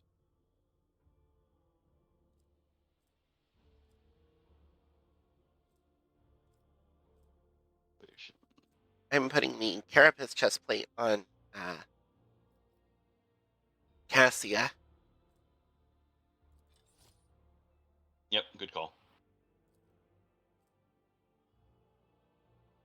She has an auto pistol in her offhand stuff.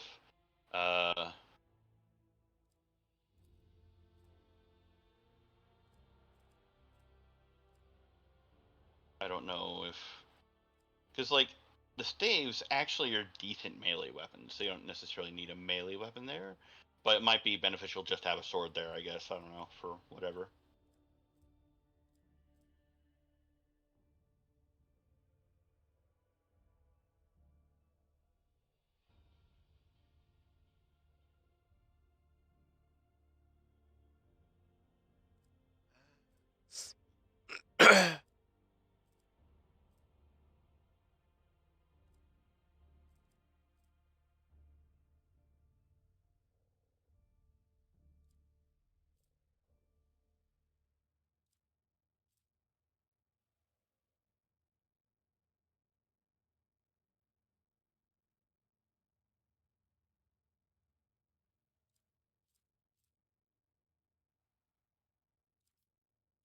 Ripper auto pistol or Scrappy auto gun?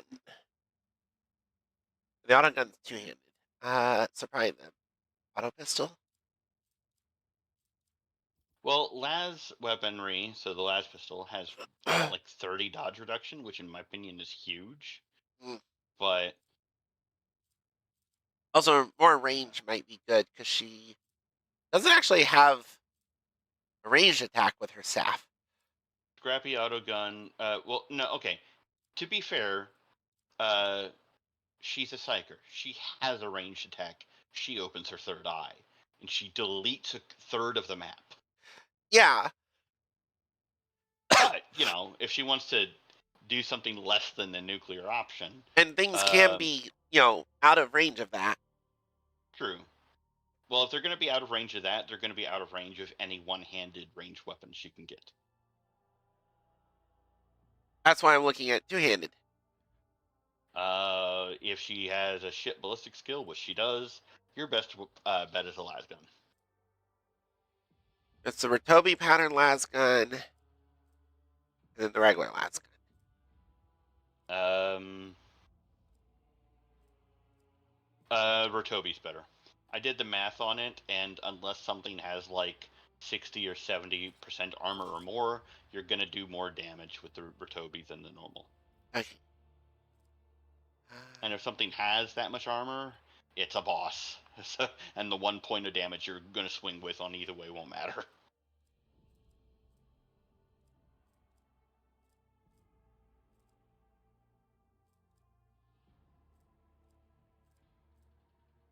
Okay.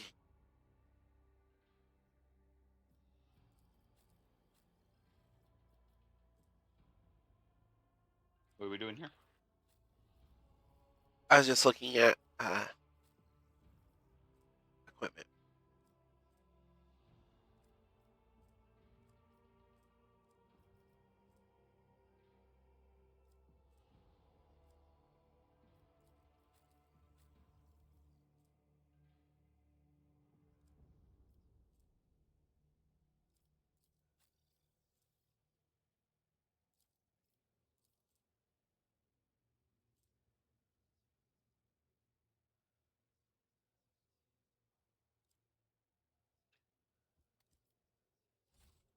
Okay. We're only here just to be able to Let us not dawdle. do that stuff. Oh, okay. Save? There we go. Yep. Yeah, I just had to go somewhere on the ship that let me choose party members. Mhm.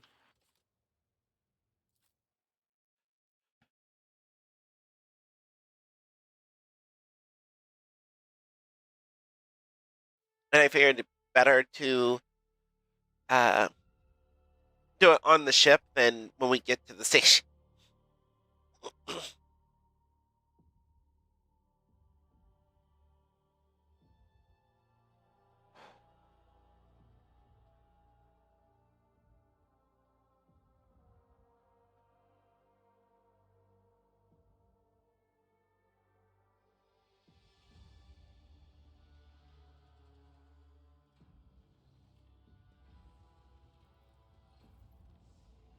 Another nice thing, though, about the way the multiplayer is done in this, you controlling characters doesn't really seem to impact their ability to participate in things that are going on, like conversation stuff, and like, It's and literally presumably just also whether or not I can romance them.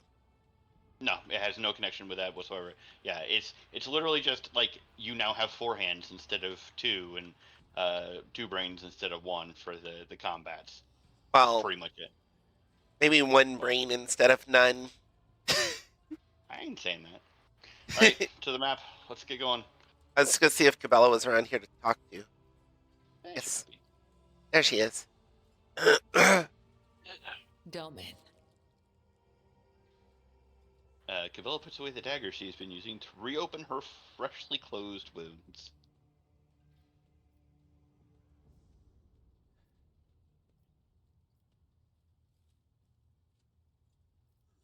Tell me about yourself. I am the second spinner of the blood-spun web. A spear in the hand of the undying Emperor. I am your shield and shadow. Your blade.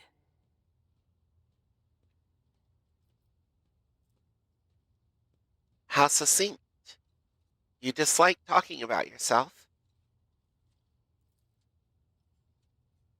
A look of curiosity flashes across Cabella's face, for it is masked by her usual stoic indifference.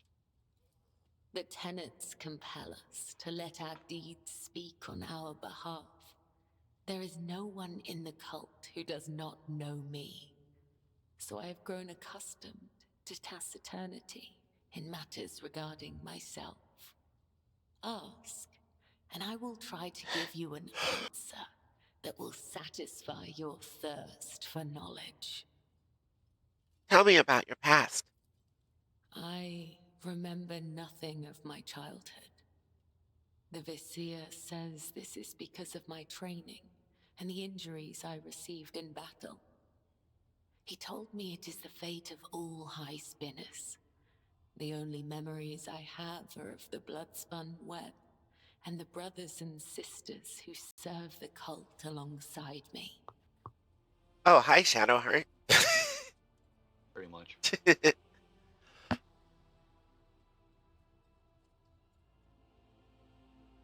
What was it like growing up in the cult? What do you remember? When we were young, we would sew our eyes shut and wander through the bays for months at a time, starving, surviving, dying. This trial of darkness honed the senses of those who passed it. We were elated, for we knew we were blessed by him. When we grew older, we learned to wield our weapons, and our mentors tested us with pain, poison, and the weight of deceitful words. In time, our bodies no longer felt pain. Our blood became resistant to toxins, and our focus could not be shaken.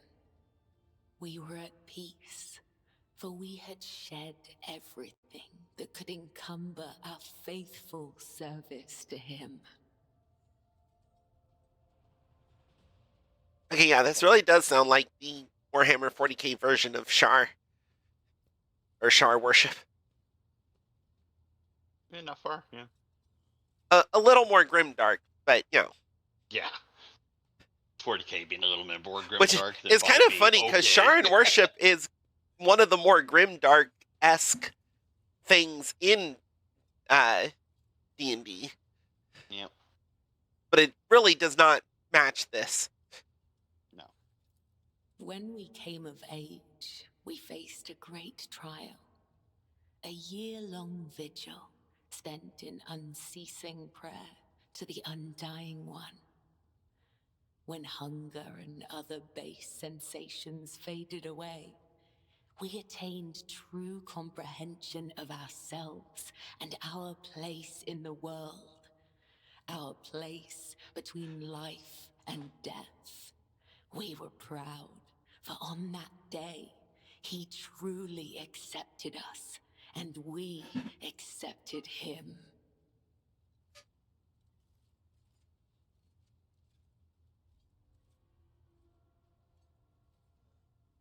AFK minute, but I am still listening.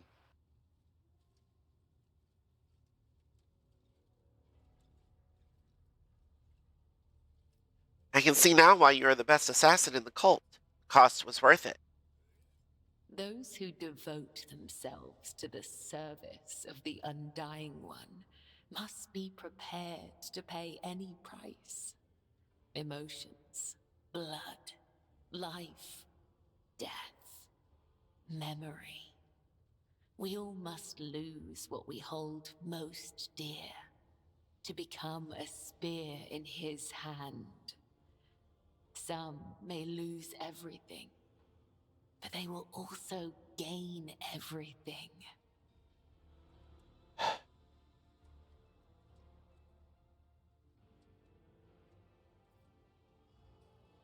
Your parents, your family. You never mentioned them.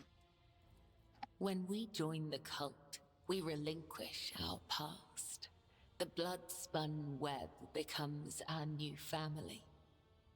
I have seen the pain, terror, and doubt in the eyes of those who hear the Undying One whisper the names of their kin. For some, the blessing of oblivion is a gift not unlike death.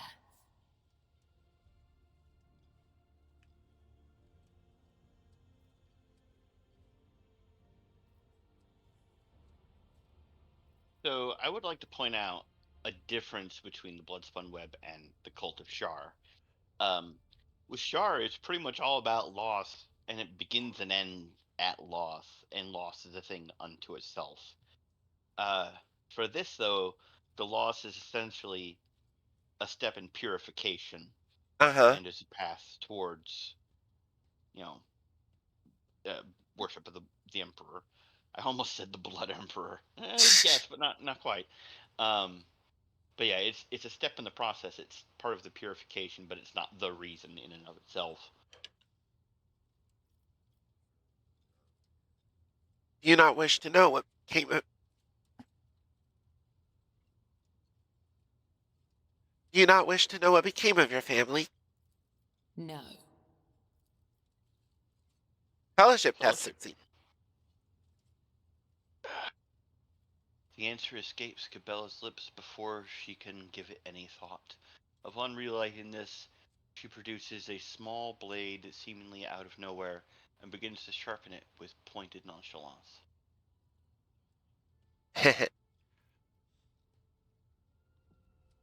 You may not remember your real family, but are you truly so unconcerned by the deaths of your fellow cultists? It brings me comfort when my brothers and sisters cross to the other side. The Undying One has called them to his side, so they can serve him in ways we cannot. Considering 40k, she might not be fully wrong. Uh-huh. I understand you better now. Know your enemy and prevail in battle. Know your ally and prevail in war.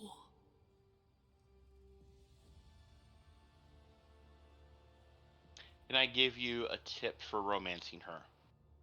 Yes.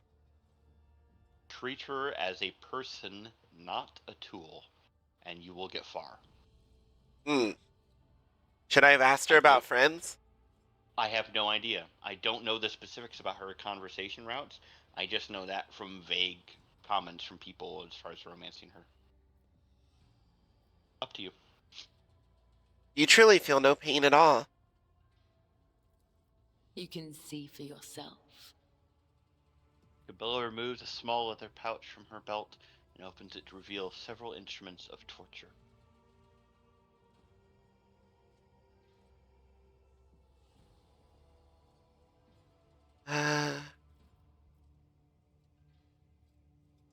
Tormenting yourself seems to give you pleasure. Is it possible to experience pleasure if one feels nothing? Hmm.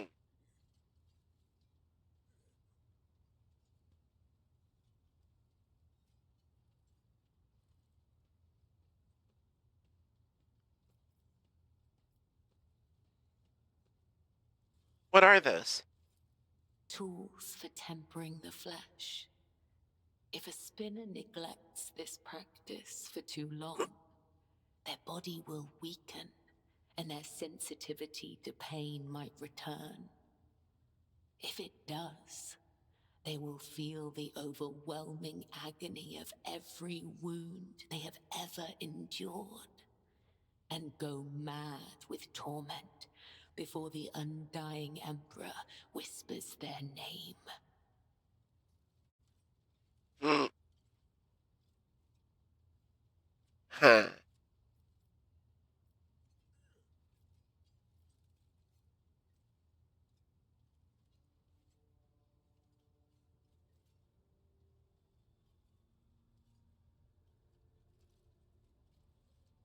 Her curiosity is getting the better of her. That's fine. Very well. Let's see just how impervious to pain you really are. An assortment of small but sophisticated torture tools are laid out before you.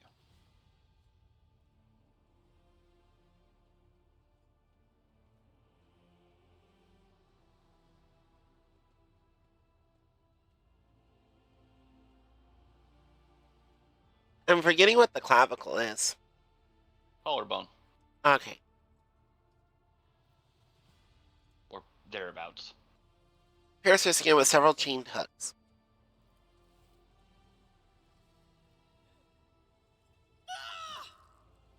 The flesh remains untorn. Good. The black chains dangle from Cabela's body. They look more like a macabre form of adornment than an implement of torture. Cabela gathers up the chains and pulls them until her skin goes taut. Don't stab her in the eye. Nah. That is enough. Do you have other questions? Your fighting style is unique. You think it is something I can learn? Your body will fail you, Domin.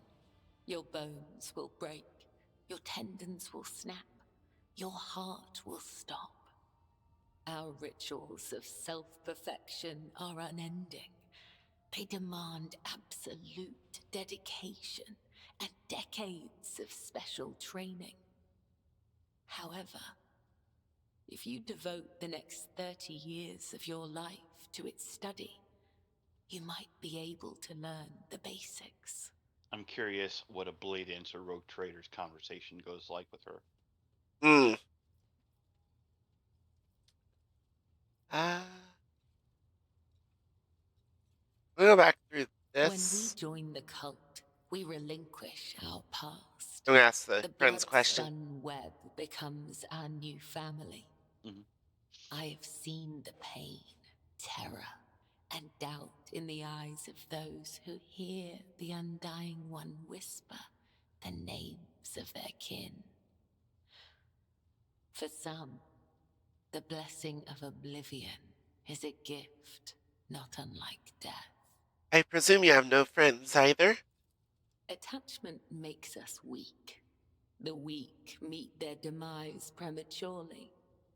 But such death does not please the Undying One, for a soul must not be claimed before their time has come. It is true that spinners occasionally cross paths with those outside the cult, but such paths always diverge in the end. We may walk the same road together, but we are nothing more than temporary traveling companions. It is similar for those of your retinue. Our threads may intertwine for a time, but all will go their separate ways, as is inevitable. But not you and I, Domin. Our threads cannot be unwoven, and only the Undying One will end my service to you. In other words, when one of us dies. Yep. I understand you better now. Know your end. Thank you for sharing with me. It is not difficult to speak the truth. I would like to know more about the sacred mysteries of the death cult. The Vizier taught us that there are many like us throughout the Imperium who spill blood in his name. Death cultists, as they call us. He said that no two death cults are the same, just as there are no two identical stars in the void. I will tell you about the blood-spun web, but I cannot speak on behalf of all death cults. So yeah, the Bloodspun Web is the death cult specifically that came to be on my ship. I just love how these ships are so massive, so populated, so old that they are their own cultures, their own fucking like void colonies. Yeah, like the comparison to like the Belters and Mars and Earth in the Expanse. Yep. Is just a tiny little example of what this all started as. Mm-hmm. But this is well beyond any of that.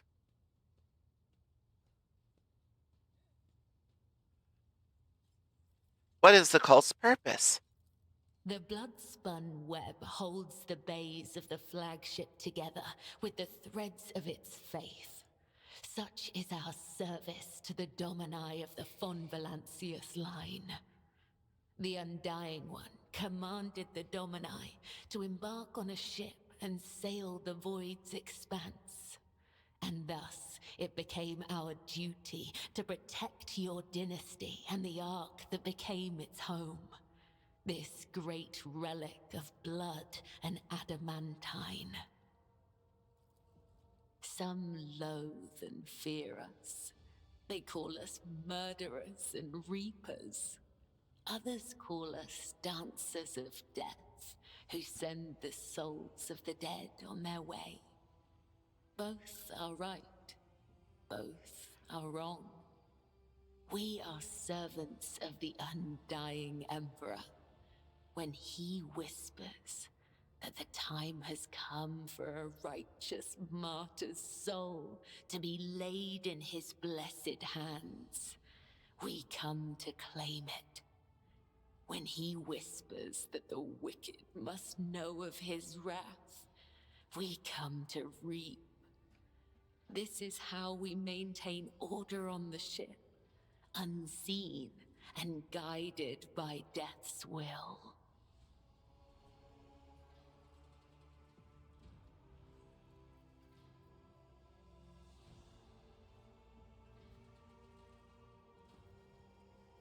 One's a little on point here, so maybe not.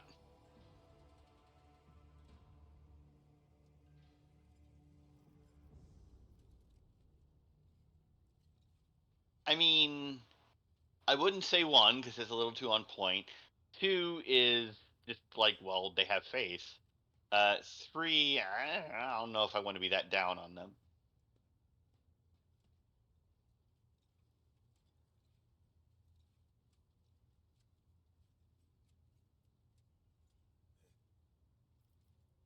How do you know you've never made a mistake? How can you be sure you've never wrongly robbed one of your victims of their life? We are carried along by a current of blood in the great river of fate. Life is not given or taken away by chance. If I see an enemy of humanity, my blade will sever the thread of their existence. I will not wait for a sign of his divine bidding. I am his will, and I do what must be done. He's a tad dogmatic. Let us speak about something else.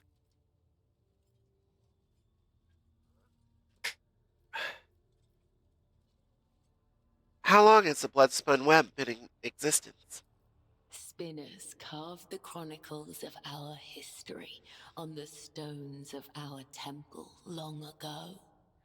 But fate and time have erased our past, just as an exploding star erases a part of the galaxy from existence.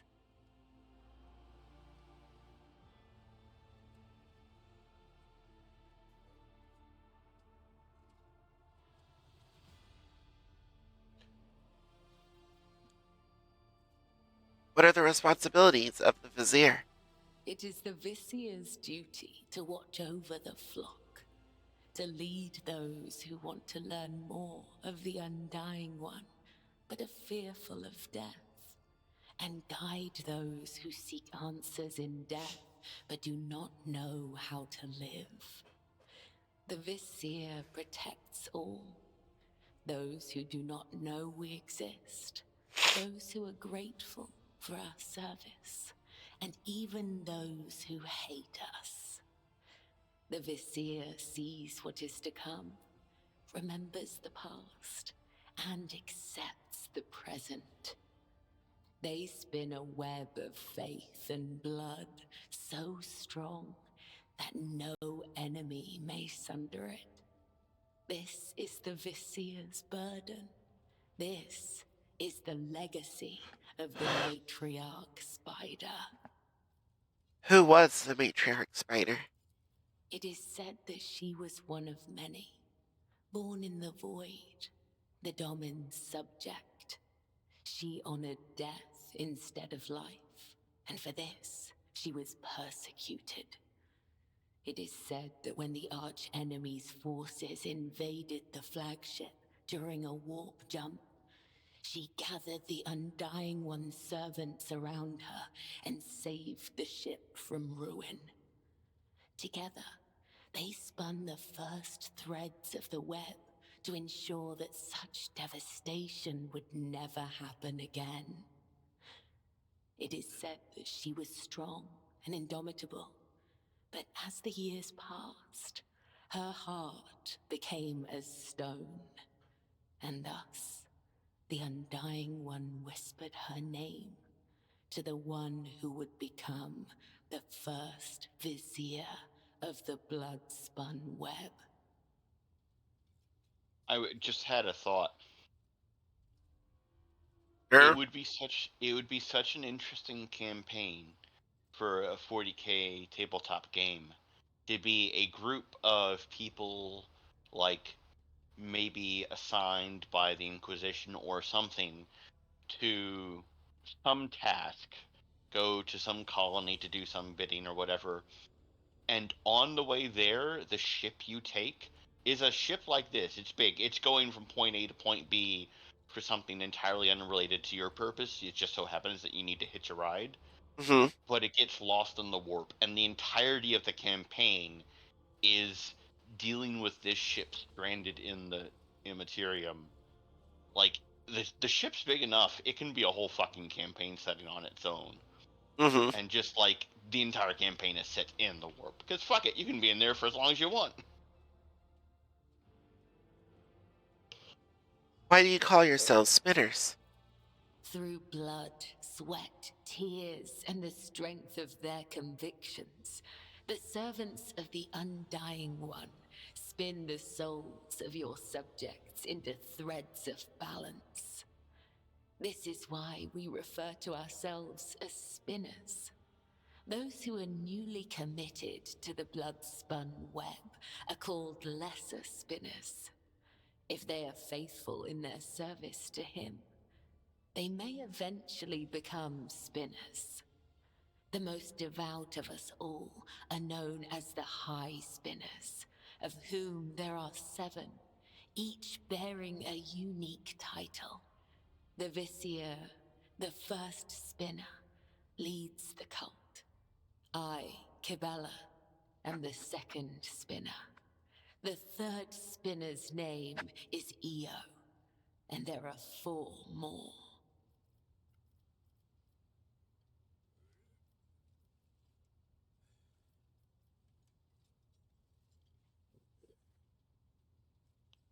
You say the God Emperor is death. There are some who might find the comparison blasphemous. The Undying One is death itself. We serve him, and thus we serve death. This is not a comparison, attribution, or preference. It is the truth, and nothing can change it. Can you teach me to follow the tenets of the blood-spun web? The tenets are knowledge, an art that is passed down from one generation of the blood-spun web to the next. Even so, there are spinners who will never fully comprehend this knowledge in the time allotted to them by the Undying One. The tenets dictate how one follows the thread of life, but they are also the thread itself, from first breath to last. The tenets cannot be taught, they must be lived. Only then will you understand. It satisfied my curiosity. For now.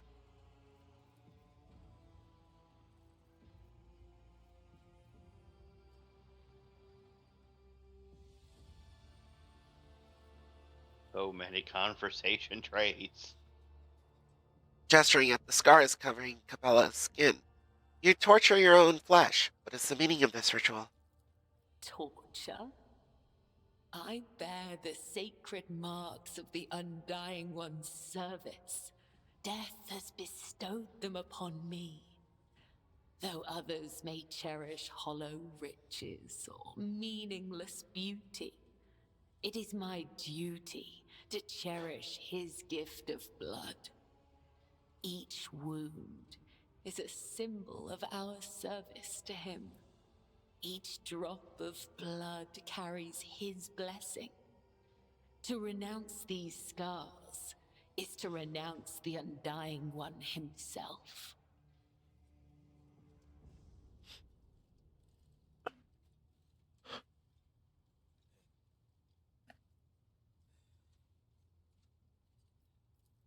Death whispers to me, "You are worthy of bearing his marks." Tell me, Domin, do you wish to honor your flesh with his gifts?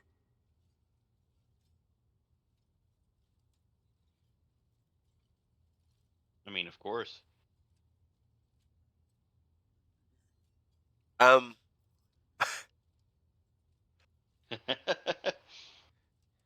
I know the symbol of the Emperor, sure. It's the 7-pointed star. Wait a minute. I think I'm going to do that. Radical. Carve a nefarious symbol into your skin. I will do it myself. Enough. You have made a mockery of the Oh. sacred Whoops! ritual. So be it. The tenets teach us to hold no ill will. But I will have no part Whoops. in this. She's dogmatic. uh, Oh well.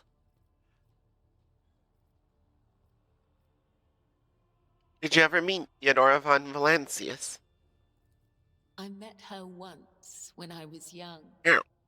The Vizier saw a serpent hiding among those close to Domin Theodora, ready to sink its fangs into her throat. I was ordered to find the serpent and sever the soul from its body. I watched and waited for weeks. I hid among the shadows, the air ducts, and the faceless masses. Once I found the serpent, I sliced off its head and returned to the temple.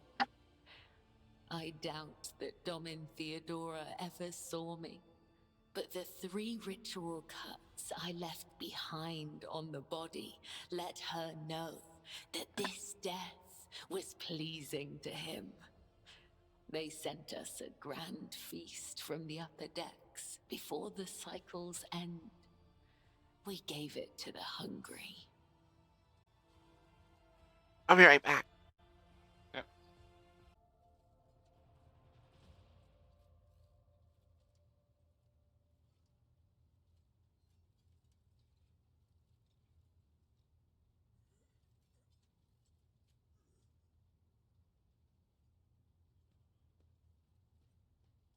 I'm Mac.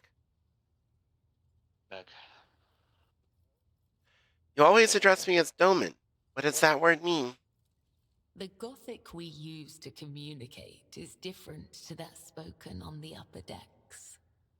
Domin has many meanings. Giver of life, Lord or Lady of the Ark, and Shadowless Sun. The matriarch Spider gave this title to the rogue trader who allowed her to form the blood-spun web. We use other titles as well. For example, Venai means Master of the Immaterium, or Watcher of the Veil. Vil means one who must go to the other side. Amig means one you can trust in battle.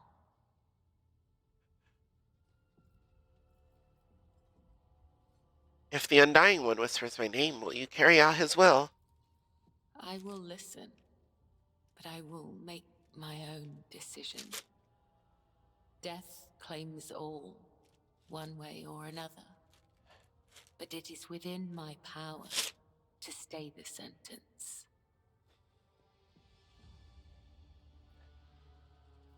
Tell me about the Emperor's Tarot. I use blood to read his sacred cards and hear the whisper of the Undying One. His tarot is not an answer, but a question I ask of the universe. And the universe answers with questions of its own. In this sacred communion, I perceive hundreds of possible outcomes. They are all true, and yet they are only visions. I know what will come to pass, and yet I do not. So, fun fact, the Emperor's Tarot is usually read by sanctioned psychers because they can actually make it work as a psychic divination tool. She is just fucking vaguing, like, Mm. oh, I have a good feeling about this her way through the fucking magical divination tool. Lore Imperium. The Emperor's Tarot is usually read by sanctioned psychers. I am the spear of his retribution, not a witch or a sorcerer or a soothsayer. I have no strange powers, but I do bear his blessing. I do not command the veil. I am guided by his whisper and led by my faith, by the tenets. Please, do not mistake me for something There's nothing I am magical about not. me. I just hear whispers of my god, Emperor. Reminds me of my zealot in Dark Tide. Hmm.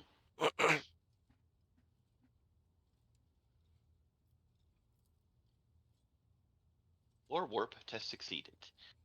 You occasionally feel a shiver run down your spine or detect faint sparks in the air when you are standing next to Cabela.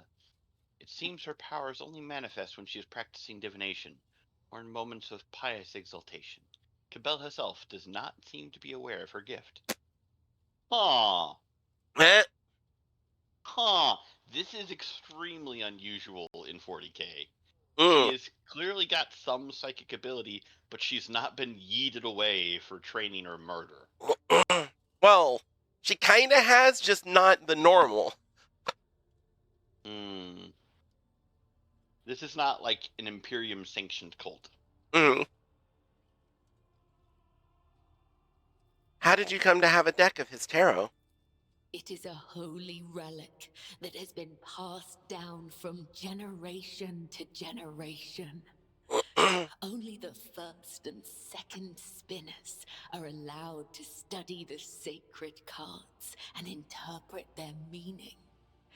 We use his tarot to guide the cult and discern the tangled threads of fate. How many cards are in your deck? Just one. 34. There used to be more, but some have perished in the darkness of time. Their loss is a great tragedy for the blood-spun web. Can you give me a reading? Ask the cards, Domin, and I will listen. Gabella carefully takes out her Imperial Tarot deck. A black blade flashes before your eyes, and blood drips from her palm onto the cards. She closes her eyes and listens. What does the future hold for me? Cabela draws 4 cards from the deck and lays them face down before you. The first card is the young warrior. It suggests inexperience, a path of becoming. The second card is the shattered world inverted. The path will have twists, turns, and thorns, but you will gather allies along the way and find what was lost. The tarot cards are currently telling us that I'm playing an RPG. Pretty much. The third, the hound inverted. Someone has marked you as their prey and is chasing you through a field of traps. The lost child. You will leap into one of those traps of your own free will and place your trust in someone truly desperate. You know, this does make sense. Yeah? I have no questions at this time. Let us speak of something else. I must take my leave. May the Undying One shroud your footsteps from the faithless.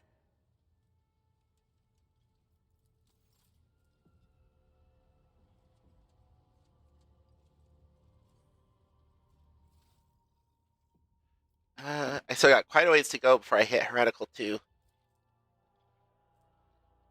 And yeah, in hindsight, maybe carving heretical symbols in front of the super dogmatic lady, not the best call.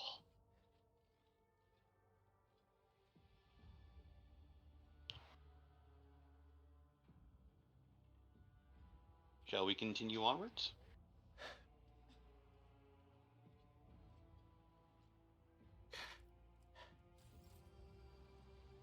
Yes.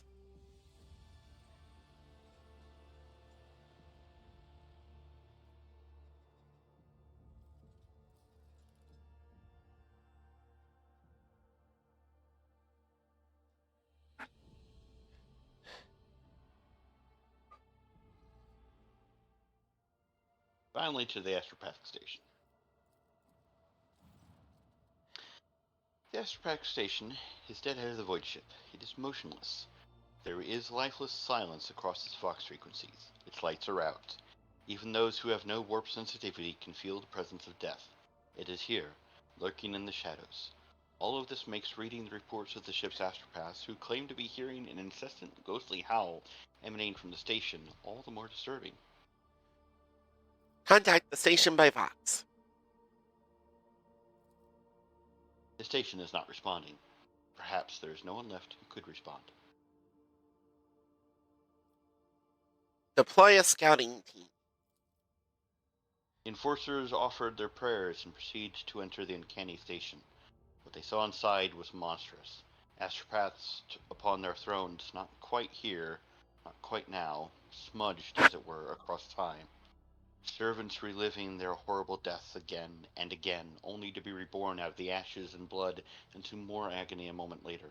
The warp manifested itself here, twisting the very nature of existence. The main hall was covered in a crust of psychic ice. A green-robed blind old man sat motionless upon a tall throne. He was quite literally embedded in the ice, yet he was still alive and screaming.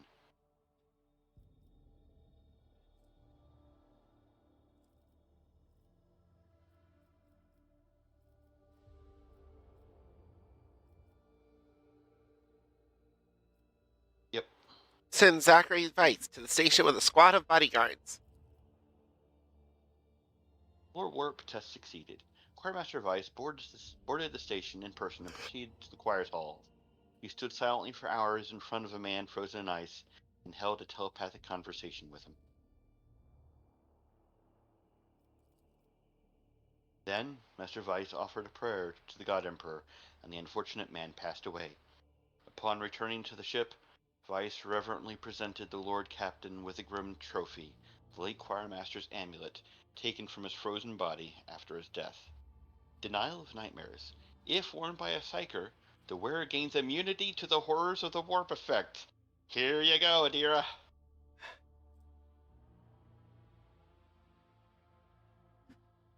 Ah.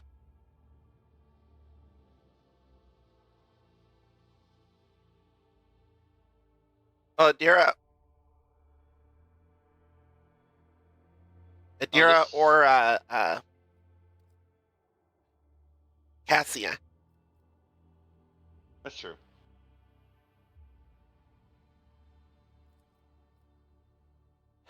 Psychic shriek carrying across the Immaterium has been silenced, but this has brought the crew no relief. A chilling realization came to the astropaths when they discovered that the cry was masking a different sound, one even more terrifying and surreal. It was the melody of a cataclysm born from a warp storm of titanic power, so intense that the entire expanse must be able to hear it.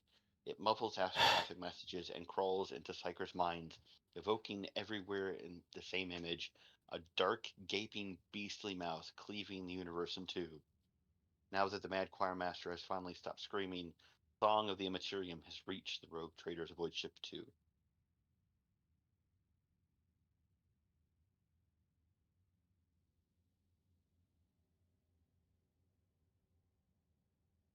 Search the station, then burn it. Order the station to be explored. A brief and chilling chronicle of the station's doom was found in the scribe's records. A warp disturbance of monstrous proportions wiped out half the choir at once, turning the astropaths into living portals through which torrents of the Immaterium's energies poured out. Those who lasted longer bellowed and howled about the black rift that had split the universe into before and after, and a darkness that would devour the Astronomicon's light. Burn it. Yeah. Burn everything. Void torpedoes shattered the fragile station. One can only hope that the unfortunate souls captured by the warp have perished along with their home. Considering this universe, probably not. Yeah, there's a non-zero chance they're still alive and suffering on the other side of the other side of the veil. Okay, to right, Adminoris. Yep. Ah! Lord Captain, sorry to disturb you. Fictus pauses as if listening to something. It's pandemonium outside the bridge gate. One of the officers seems to be demanding an audience with you in person. I hear Master Voicerian's voice. In any case, I want to warn you in advance. Row? Random encounters. Not quite. Close.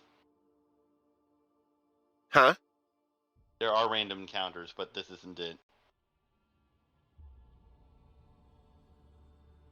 I assume that some of these are basically scripted events, but These have all been scripted as far as I'm aware. yeah.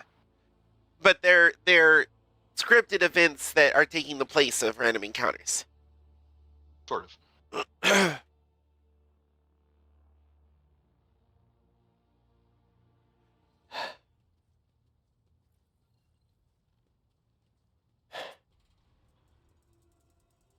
The hell of the throne. The everyday sounds of the bridge are disrupted by voices raised in anger. Abelard's voice the loudest of all. This is not the conduct of an officer. These are the antics of a highborn brat out on a lark. Explain yourself, Lieutenant. The young woman standing before Abelard strives with all her might not to quail under the onslaught of her superior's anger. She falters, but then manages to look him in the eye and say, I apologize, sir, but I must speak to the Lord Captain.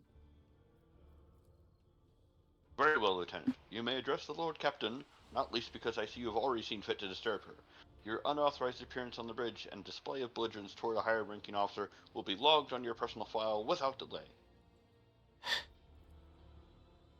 Lord Captain, Lieutenant Avril Event, requesting permission to speak.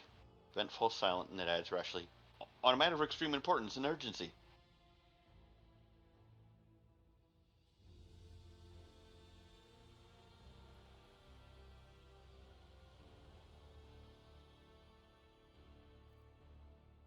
Either 2 or 3, not 1.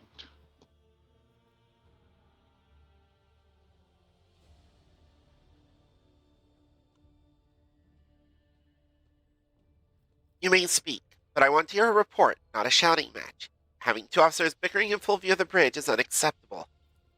I'm sorry, Lord Captain. I thought that drastic times call for drastic measures, Flint exclaims hotly.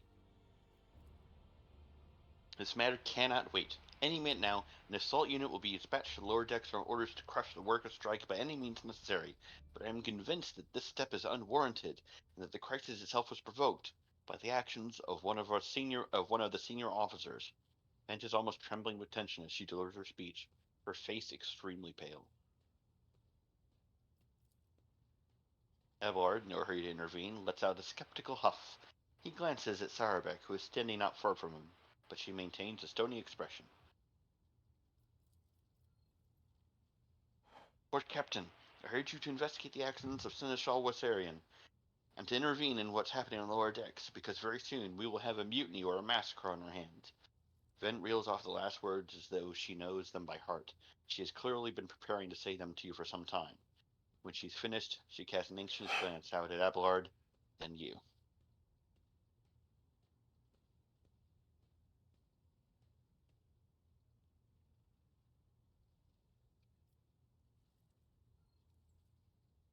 Where does Seneschal Wassarian come into all of this? I shall explain, Abelard intones grimly. I beg you to hurry. Time is running out. I will not hurry, since my competence is under scrutiny. I shall speak for as long as I see fit. There is an established order of the way things are done on the ship, and one of the pillars of that system is that the rogue trader's attention is not distracted by trivial matters. It is the Seneschal's role to ensure that. I have always handled internal problems myself, so of course, when I received information about cultists hiding on the lower decks, I took the matters in hand. So long as I live, not one of the vermin who murdered Theodora von Valentius will find refuge on her ship. You were far too heavy-handed, Seneschal Wersarian. Arrests, interrogations, mass punishment for entire sectors, it has driven the people to the brink, Vince says bitterly. Now there is a strike on the lower decks, in Depot 4 to be precise. 3 worker clans are involved, but many more are passively supporting them. The situation could degenerate into an all-out insurrection. But when I reported my concerns, the only response I received was in order to dispatch an assault unit and crush the strike with maximum force.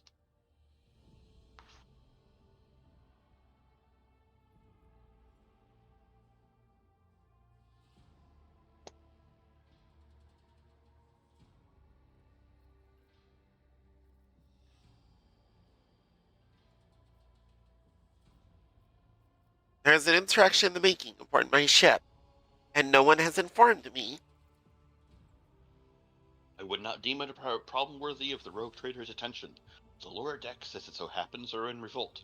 30-some years ago, we even had a revolutionary leader rise up who dared to establish workers' rule across the entire ship. It took a month to restore order, but even 8 years later, we were still battling rumors that the hero had survived his execution and was on the verge of gathering people to fight against tyranny once more, Abelard scoffs. Needless to say, the rumors were baseless. As for the current situation, we have sufficient enforcers to deal with it. But on this ship, the word of the Lord Captain carries more weight than a salvo from 100 bolters. I'm sure that if the rogue trader addresses the malcontents directly, she'll quell the unrest. I dread to think what problem you will disturb the rogue trader with next. Perhaps you will ask the Lord Captain to break up brawls in the mess room. I've already given you the means to resolve this problem. You simply need to use them. If I may, your ladyship, sending the hit squad to crush the rebellion is a means of ignoring the problem, not solving it.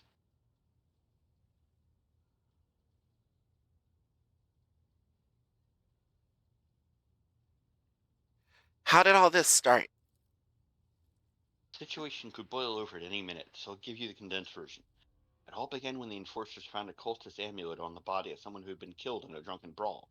We reported it up the chain immediately, arranged for a cleansing rite to be performed, and opened an investigation. No heretics had been found alive, but the searches brought tensions between enforcers and the workers to a head.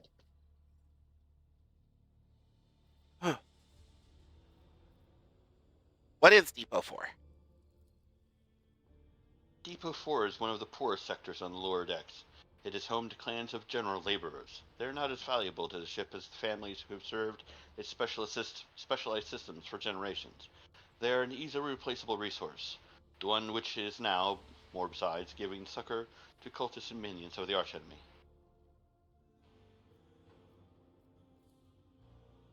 Depot 4 is poor and troubled, but at worst that means drunken fights and illegal rot gut brewing. We've handled the workers on Depot 4 in the past.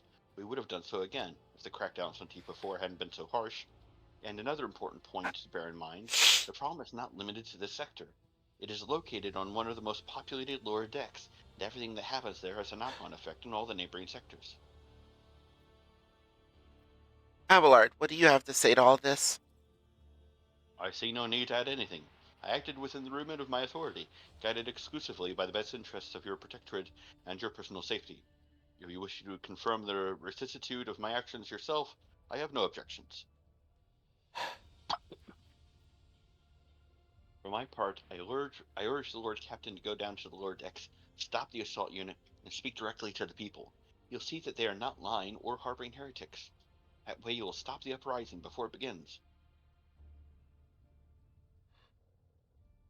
Master at Arms, the ship's enforcers report to you, and yet you seem hesitant to provide your own perspective. Lord Captain, unlike Lieutenant Vent, I realize that it is not within my right to challenge my superiors. Sarbek bows her head in Ablard's direction. However, a moment later, a serpentine smile appears on her lips.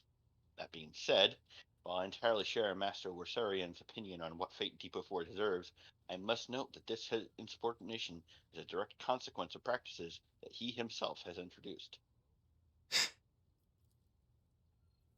Mr. Starbuck, I see you've decided to follow the Lieutenant's example after all. Such behavior does you no credit. 5.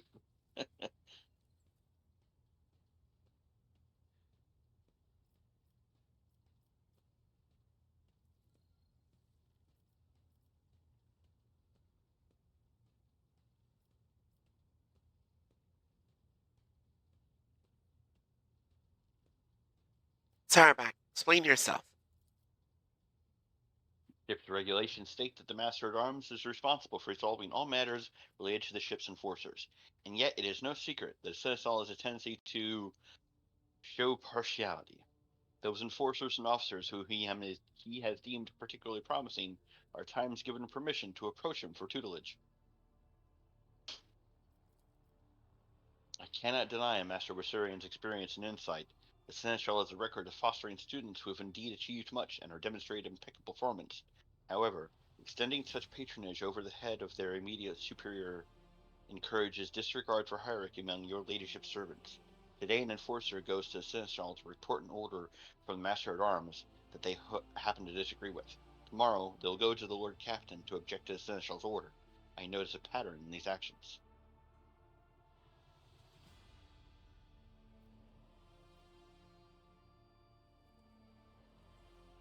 Lieutenant Vint, would you say the Seneschal has singled you out from your peers in any way? Lord Captain, I swear that Seneschal Wasurian has never granted me any privileges, never once advocated for me, or facilitated my promotions, although he is the man who convinced me to become an officer in the first place. He has offered me an extensive guidance for my service, for which I am grateful to him.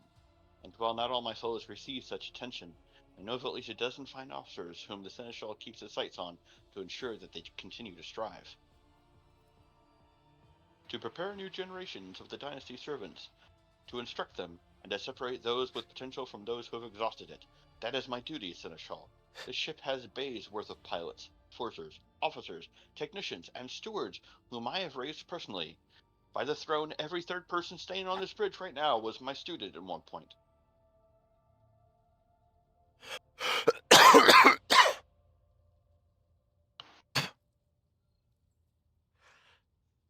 from from meow, meow, meow. God damn it.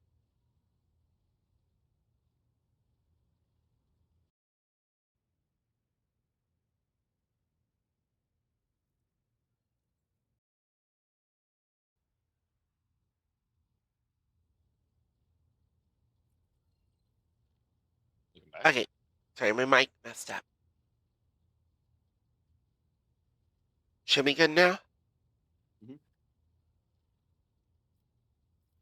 Abelard, do you wish to respond? No.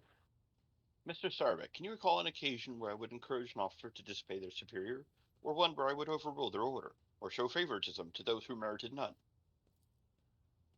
None, Seneschal, for there have been no such cases in the entire time I have served aboard the ship. If anyone were to claim otherwise, I'd have them pay for insulting your honor with blood. Your conduct in this regard has always been spotless.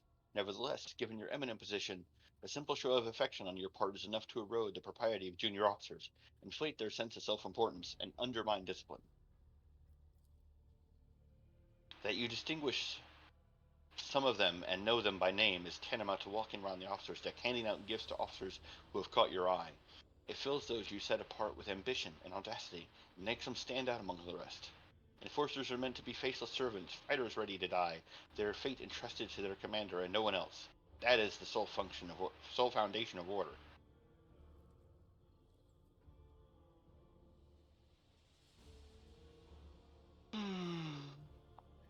I see. Evidently, my officers are anything but shining example of unity and adherence today. I have only myself to blame, I suppose.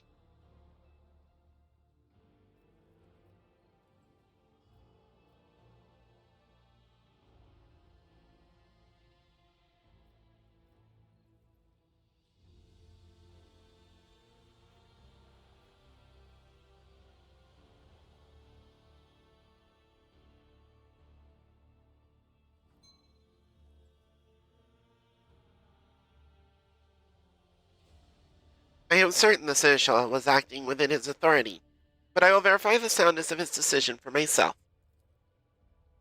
Burn preserve you, Lord Captain. I thank you for your support. Abelard grits his teeth slightly.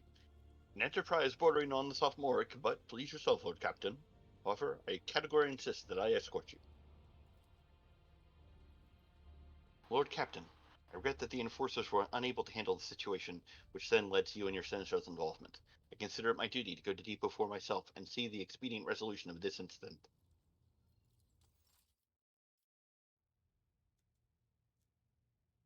Looks good. So it looks like we leveled up.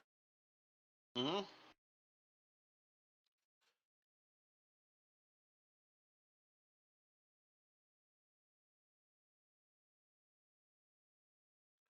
Ow. I'll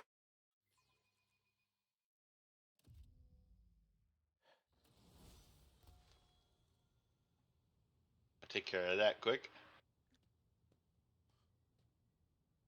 Wow, nobles from the upper decks, down here to see us.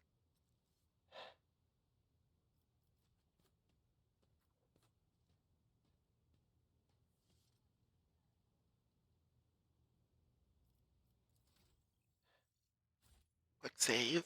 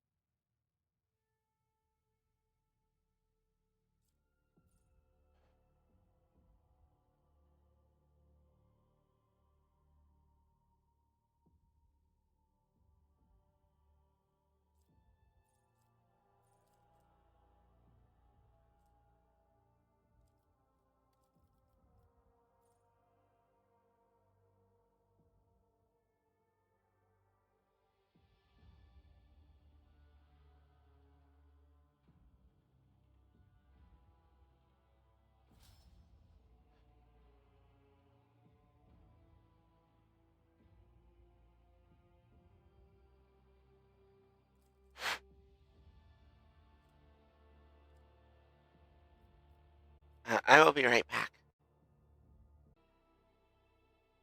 Okay, I'm back. Welcome back.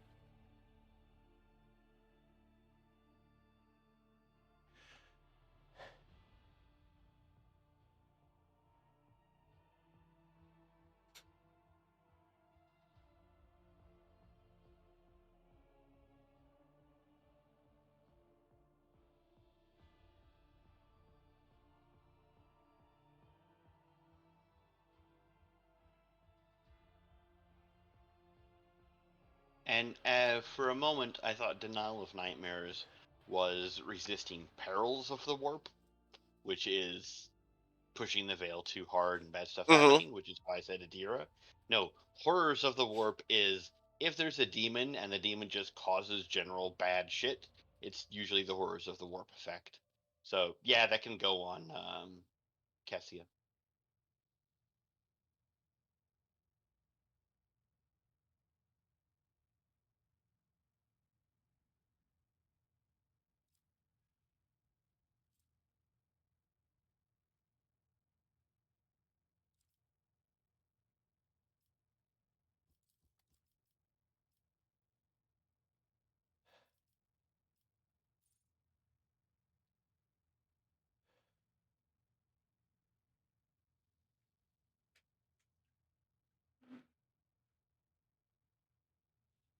I assume you're going to be leveling up at the moment?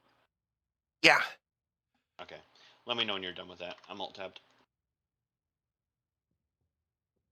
Okay.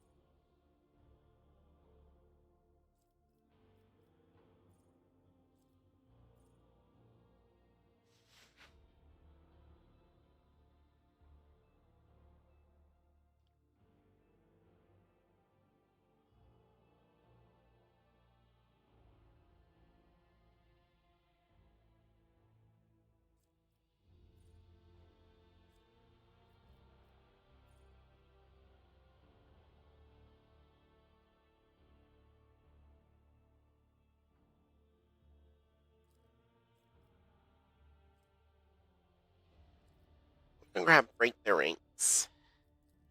And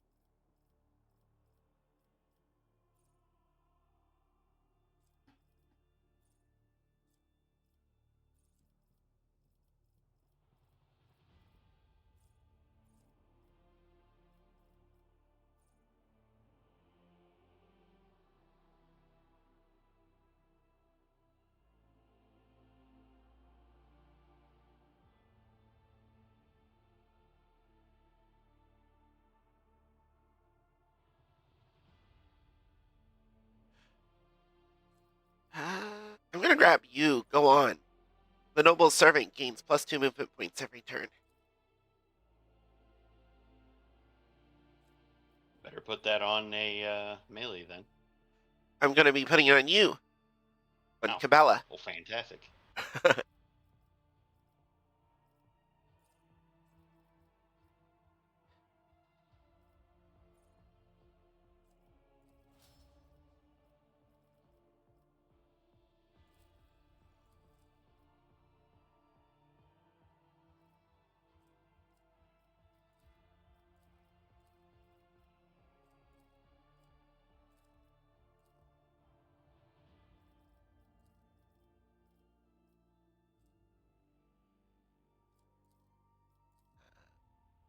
For some reason, I can't put in ballistic skill.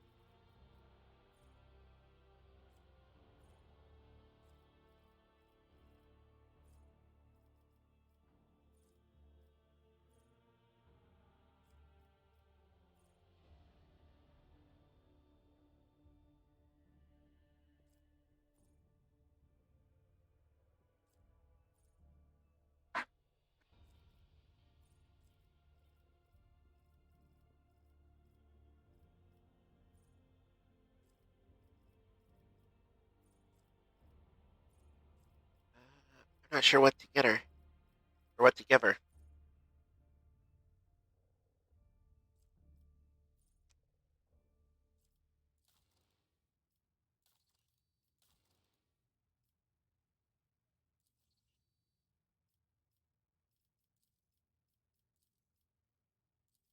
Argenta? Yeah. Let me take a look.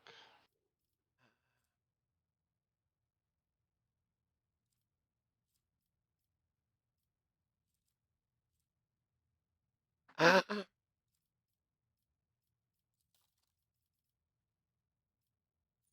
well, I could give her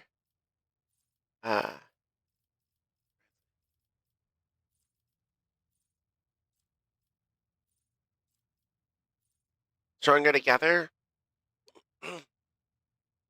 which would give everyone +5 agility.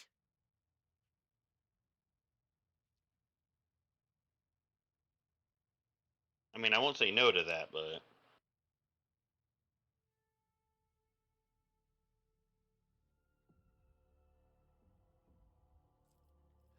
Otherwise, maybe Bolt Weapon Expert for 10% more armor penetration on bolt weapons. yeah, I was gonna say that. Okay. Or let's see here.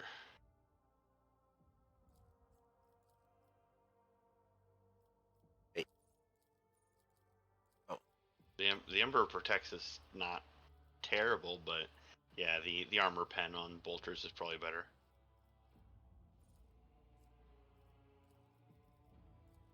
It won't let me take the ballistic skill. Skill ballistics. Base No, skill ballistics. no, in the available characteristics. Oh yeah. So I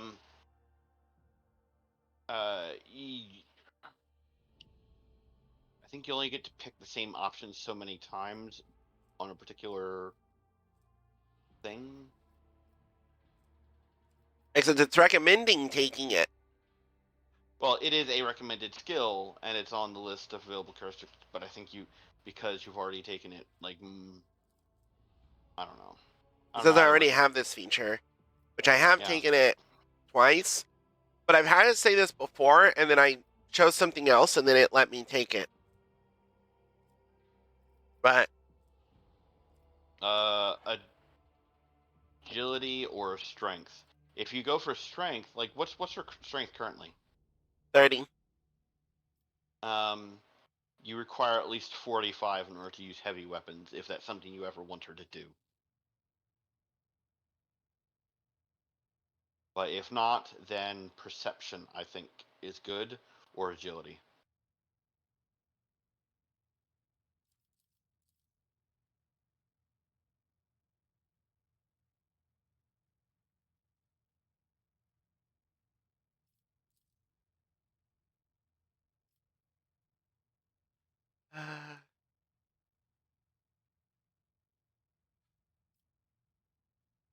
I think she's also our demolitions character, so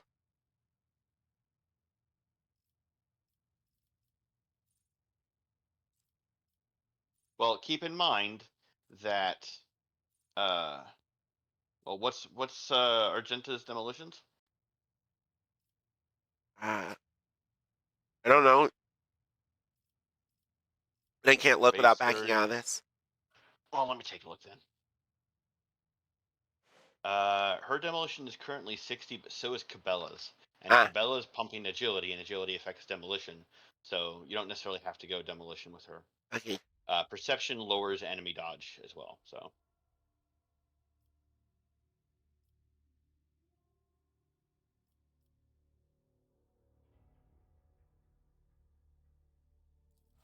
Okay.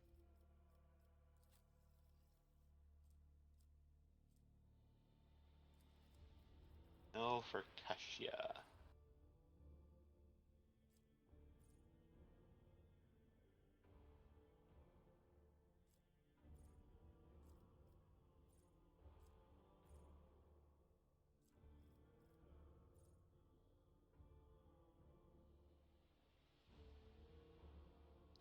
Get back into the fight is not bad, but it's fairly close range. Mhm.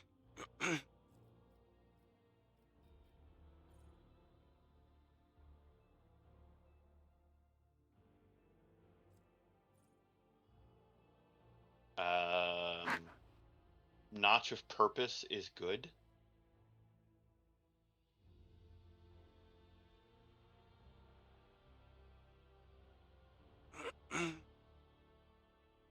Um, ooh, Paladin My Gaze gives her a 1 AP single target attack with a 16 cell radius.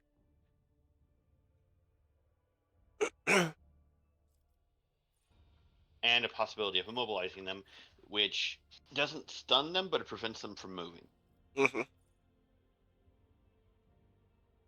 But Notch of Purpose will drag people out of cover.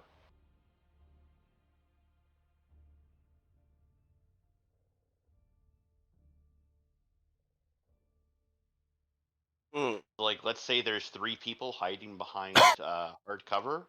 You drop Notch of Purpose in front of it, and all 3 of them will just run out of cover.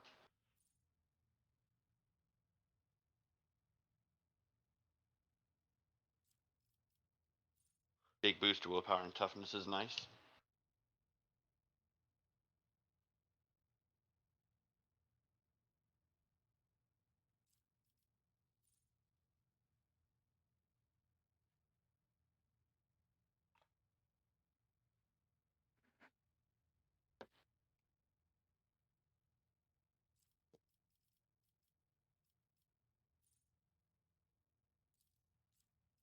I think for now, Notch of Purpose.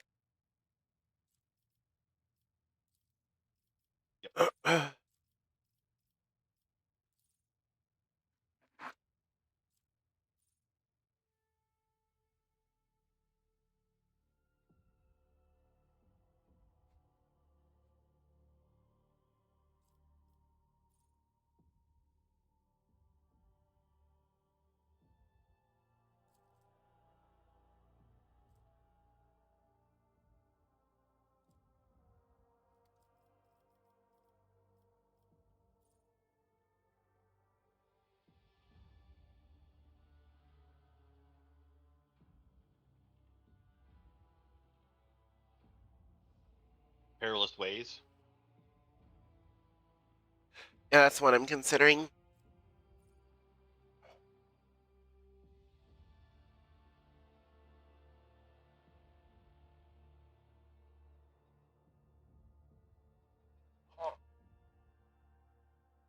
Also, this one.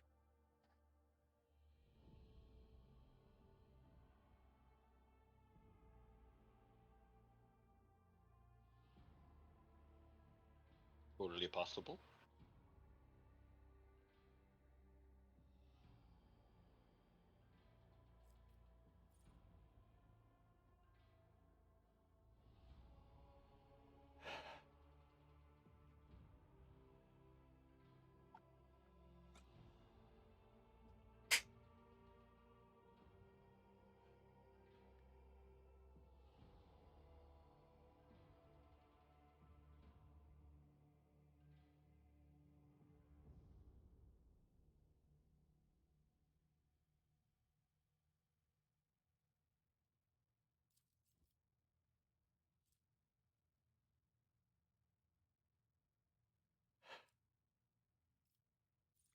Strange Vitality would contribute to her being tanky. I don't know if she needs to be tanky, but yeah.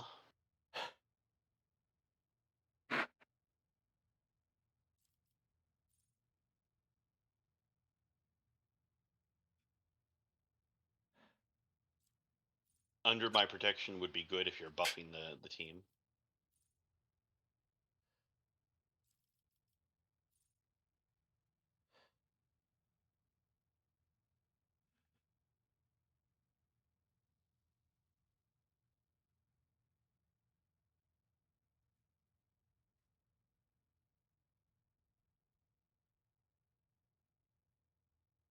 Threads and Faults, I think, is awesome if you're going to be AoEing the enemy side.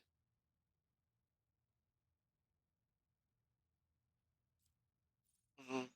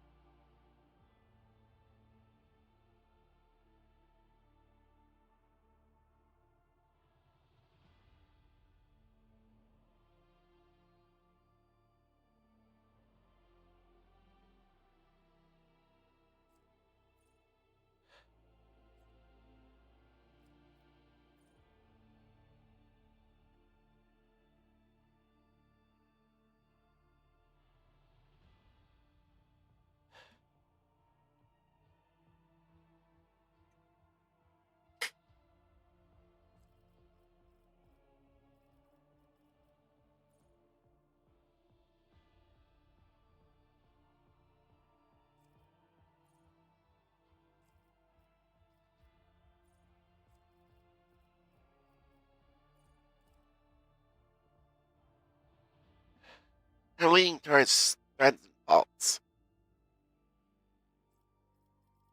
We're gonna go with that.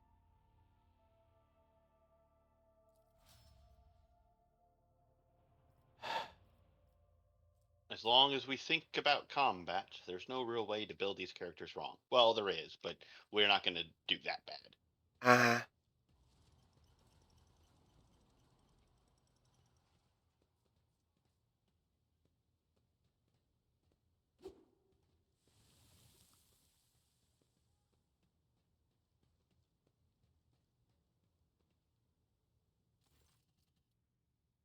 Epilar reflexively wipes the sweat from his brow in a startlingly human gesture and a telling one, a rare moment where he allows his age and weariness to show through his armor-like veneer of self-assurance.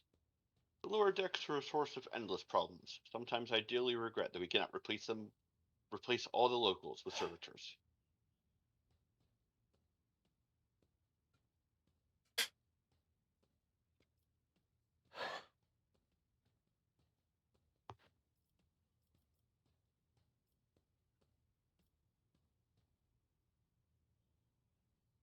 uh,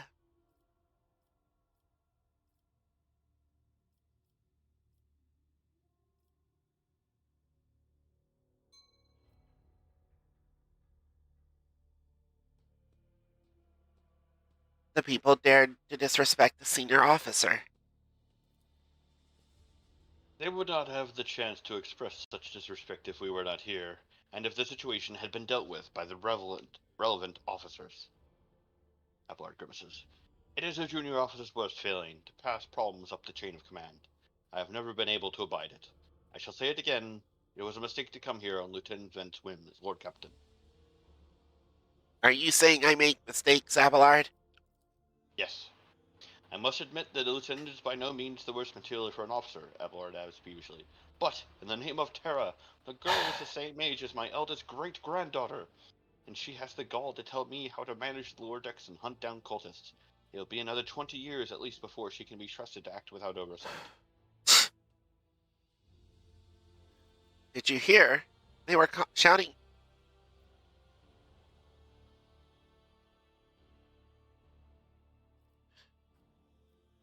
Did you hear? They were shouting your name. Of course they were. The organization of the daily routine life of the ship rests upon my shoulders. The mountain of challenges and problems from which I endeavor to insulate you, Lord Captain. The situation on the lower decks has been cause for concern, and I have intervened personally on more than one occasion. That must be why they remember me. They do not know your face. To them, you are akin to a creature of legend, one who has stood on the steps of the Golden Throne, no less. Whereas I am the man whose name is attached to every order docking rations or lowering a bay's heating. Let's keep moving. We need to get to the bottom of this. Also, I am standing in poo. Thank you for drawing the conversation out. Owls. Oh, this is over here.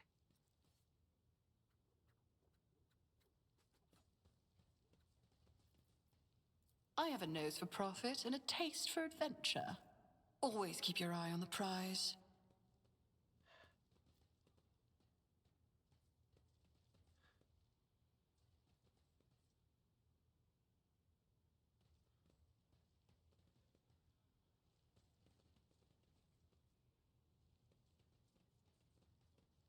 I still do not see our purpose in coming here. Relax, old man. Going for a stroll on the lower decks every once in a while is good for you. Lets you see how the simple folk live. Your plan.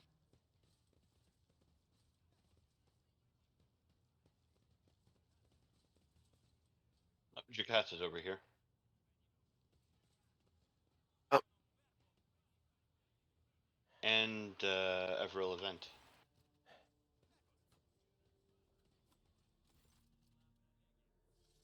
Sounds of a heated discussion reverberate through the ship's bays. The Lieutenant Everil event of the ship's enforcers is barring the path of her superior, Master at Arms Jocasta Sarabek, who has arrived clad in armor. Judging by the expressions and tone, the standoff has dragged on for some time already, and has now reached a boiling point. Vent, my patience is wearing thin. I have given you an order. Now get out of my way.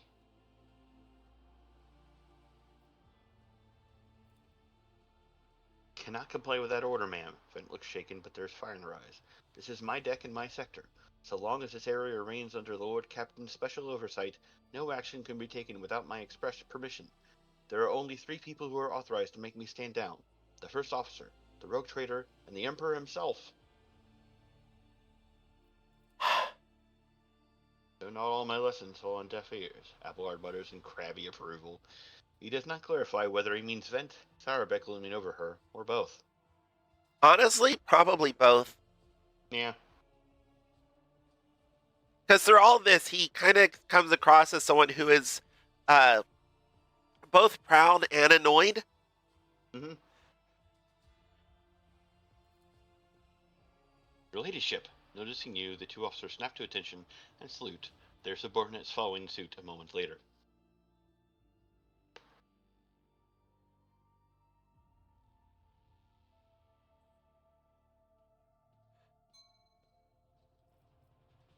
We encountered some locals on our way here. Their conduct was outrageous. They even tried to throw things at us. Vent's gaze is full of worry and regret. The people are getting desperate, clearly. They saw the assault unit and they decided they had nothing left to lose. I mean, I apologize, Lord Captain. It is outrageous. I'm sure the people simply didn't recognize you. It wouldn't have occurred otherwise. We will deal with them once the current situation is resolved.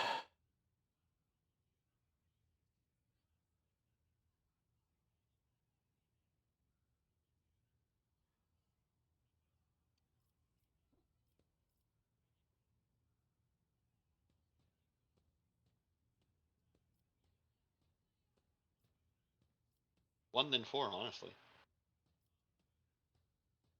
What's the situation? Your ladyship, my people have locked down the bay where the strikers are, including their leaders. We have the situation under control as far as resources allow. Under control, Lieutenant. I came here to lead an investigative unit, and what do I see?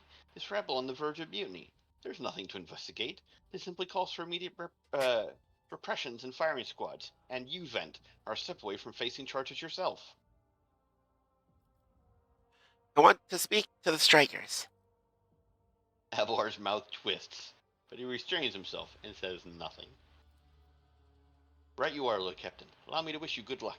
Hope gleams in Lieutenant Vent's eyes. Yeah, you want to go and murder them yourself. Alright. Keep your wits about They you. went this way. It's more since this has been brought to her attention, she wants to see how much she can squeeze out of it to benefit her.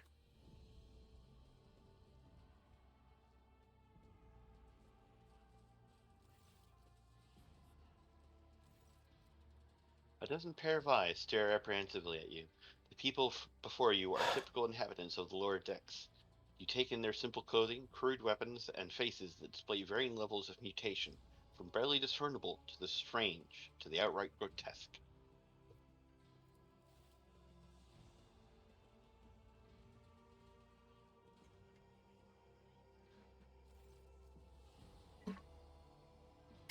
A whisper passes through the crowd, and you detect a mixture of fear, astonishment, and joy in their reaction.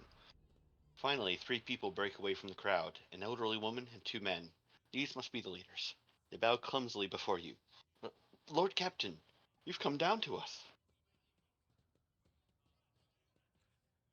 We were attacked on the way here. How do you explain that? Here's an explanation for you. The people have been pushed to their limit, and now they're lashing out, as if we don't know why these top tech units are being sent down here, like the one the lieutenant won't let past. Our clans are all inside the bay that's been sealed off, but the lower decks are big. I'm sure there are some people who've just about enough. We're getting it from all sides. The soldiers have encircled the ones who've risen up. A death squad's just arrived. No wonder the folks are lashing out. Awareness test succeeded. Their words seem sincere to you. Their body language and the glances traded between them reveal that the news of the attack has shocked them. Huh. Tell me what is troubling you. Why are you striking?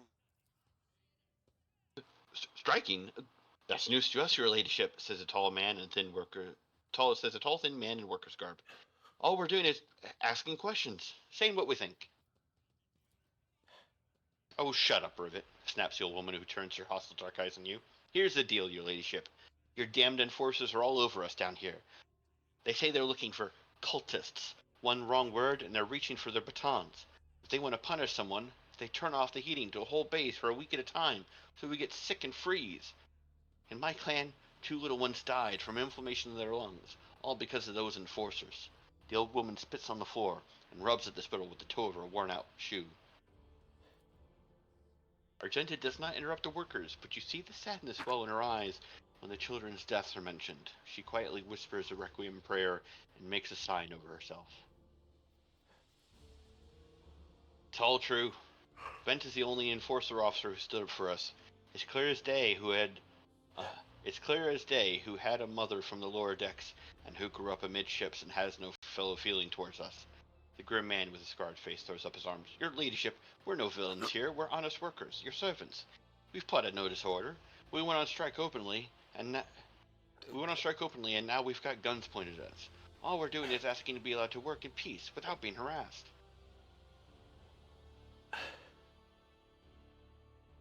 Hmm. 2 or 3. The persecution started apropos of nothing, you say. I was told that one of you was found in possession of a cultist amulet, and that there are heretics hiding here. Cultist amulet?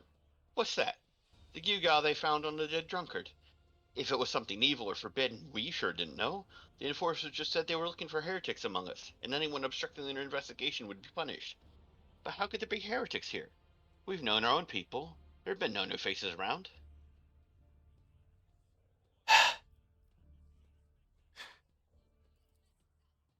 Definitely not. And if there were, we'd be the first to report them. As for this amulet, or whatever it was, they took it off a dead body. There are no cultists still breathing in our sector, that's for sure. But when that fight broke out, some enterprising folks looted the bodies. The boots they came back with. Nobody's ever tread these Jackson boots so fine, I can tell you that. Seems to me these cultists have better commanders than us. Oh yeah, those boots really were fine. And there was no harm in taking them, right? As for the amulet, it must have been pocketed by someone who didn't know any better.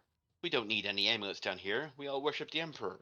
And when we're working, we bow down before the machine spirit of the large and small transformers and the servo motor. Same way my grandfather was taught 100 years ago by the tech priest who came calling. Believe us, your ladyship. We are people of faith. Naive children. Weren't you taught from an early age about the danger of the archenemy's creations? Weren't you warned that any unfamiliar object could be one of them? We were told, Holy Sister. But it was long ago. Last time we saw a confessor in our sector, it was just after I had my 3rd little one. That is regrettable, but you cannot lay the burden of leading a righteous life on the shoulders of the Holy Fathers. Who will you blame when the beasts crawl out of those amulets you stole from the heretics? The Holy Father who was not there, or the scavenger who brought evil down on himself and his neighbors? Abelard, do you have anything to add? I authorize the use of all necessary measures to locate Chaos Whispers hiding in the sector.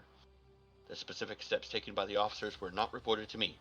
Abelard frowns, clearly disgruntled at having to explain himself in the worker's presence. Nevertheless, I'm certain that their actions were justified. Cultists are no drunken stevedoers. What? They are the enemy and a threat to the ship. Neutralizing them demands decisive action. Steve doers? What? That is. Hold on a second. Is it stevedores? Because it actually is a person employed or a contractor engaged at a dock to load and unload cargo from ships. Okay, so drunken cargo hand. Yeah, so like something like stevedores. Yeah. But it does look like a weird typo of evildoers. From Latin into Spanish, the Spanish word estevar, stower cargo, turned into estavador, which turned into stevedore. Okay. You know what this is reminding me of? Huh. Larbert. Yeah, I mean, left, larboard, L, you know. Christ, Koji. Who decided to give these people thesauruses? I mean, Sarbeck is, of course, going to say yes. And interrogating her is not going to help that much. What changes do you want? Would you look at this? The exalted Lord Captain herself is asking us bills for us what we want. Well, here's what. We want you to rein in your damned enforcers. Quit turning off the heat and stop battering everything that moves. No, that's not it. We want enforcers gone from here. We want to be armed. Give us arms, and we'll govern ourselves. We'll defend ourselves as these cultists do show their faces. I've been leader of my clan for 20 years now. Getting rid of these club-wielding thugs can only improve things around here.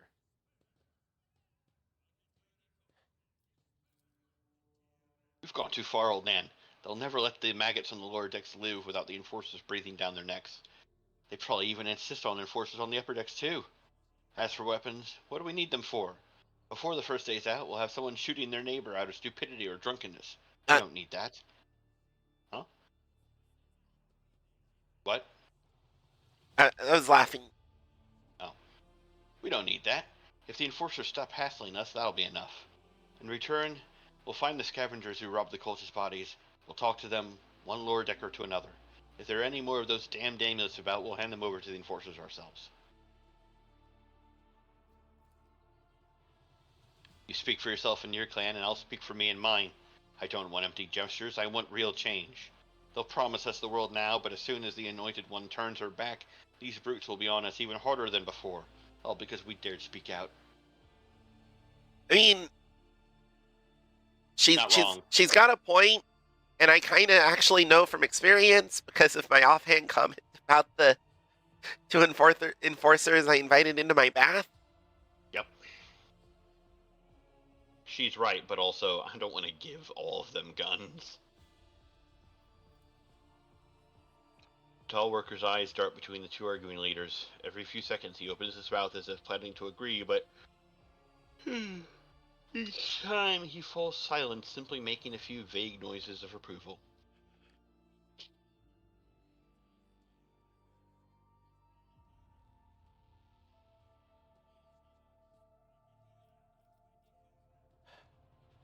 Four will cost you 1 profit factor.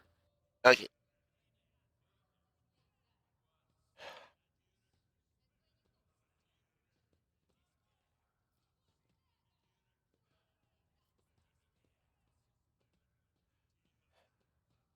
No weapons, the enforcers stay, but we'll consider the rest, is what 3 is saying. Yeah. I have a 100% chance of success on it.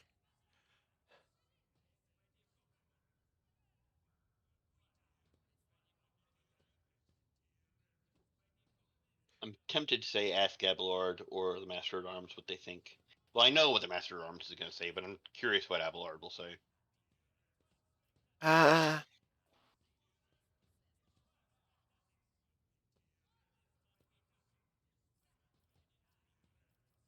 Honestly, me too. Thoughts, Abelard? The story about going scavenging for boots and accidentally picking up a red amulet doesn't convince me. These people were moments away from rebelling and, possibly, becoming minions of the archenemy. We must not give them what they want. Even if they did acquire something innocently, purely out of their own stupidity, that does not mean they are not tainted with corruption. What begins as petty thievery can turn into a far graver problem. I've seen it before. In my second war, there was a sergeant of the Imperial Guard regiment that was stationed nearby. The sergeant took an ordinary pocket knife from the body of a heretic, and his whole unit lost their lives for it. When they finally managed to break into the barracks, they found not a single survivor, only the pocket knife, which had grown through all the rows of beds like a metal-choking vine. So when it comes to scavengers, malcontents, strikers, or whatever they'll turn into next, my verdict is simple. Give them no quarter. In this world, he's right. Either 3 or 5. kinda curious to hear how Master of Arms words it. Sure. Master of Arms, where do you stand? Give the rabble a grox, and we'll take an aggro-world captain. They only understand brute force and will interpret any concession as a sign of weakness. Giving them weapons and recalling the enforcers would be folly. It would only be a matter of time before we had a full-scale mutiny on our hands. I agree. Yeah. 3 or 5. Spreading anarchy on the ship is the first step toward embracing chaos. Putting weapons into untrained hands would be even worse. What's more, the enforcers are needed to maintain oversight and order. Withdraw those demands and we will consider the rest. Besides, we're not ready to embrace chaos fully on this ship yet.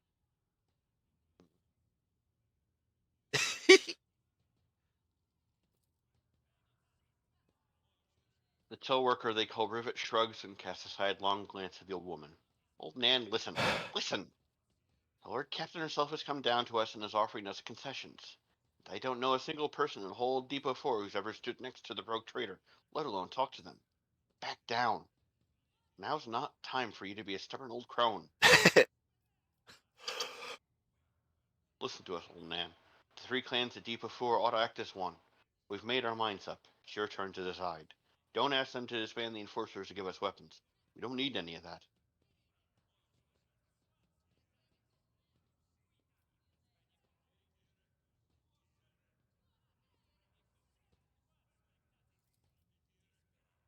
The old woman hisses in dissatisfaction. You 2 are ganging up on me, is that it? So brave are you against an old woman. But I'll shut up. I will indeed. I won't go against 2 clan leaders on my own. If you want to make peace with the enforcers, make your peace. That's just great. Just fantastic. Lord Captain, we're all agreed.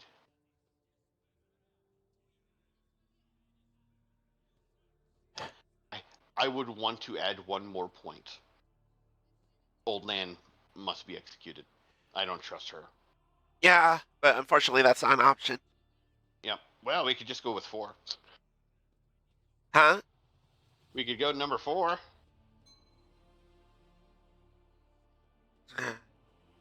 But no. Nah. 3.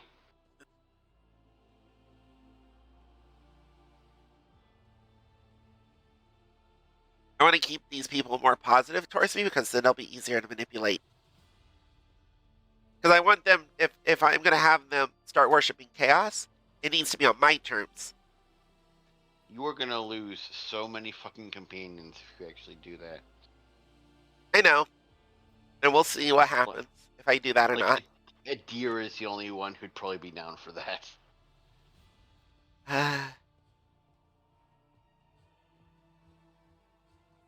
Then it's decided. The persecution will stop, and I will expect you to assist in locating any remaining amulets or weapons left by the cultists. Your ladyship, thank you. You have not abandoned us, Lord Deckers. You came yourself and settled everything. I'll tell my grandchildren about this. Ah, we lost some fuel and provisions. Oh well. Yeah, it's not a problem. It's just 2 pieces of cargo. Of course, your ladyship. We'll root out any nasty business faster than the enforcers, and we'll leave no stone unturned.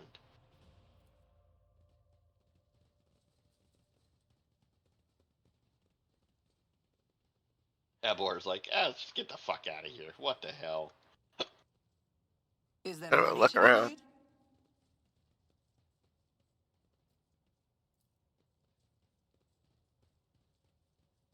Oh, there's some goods.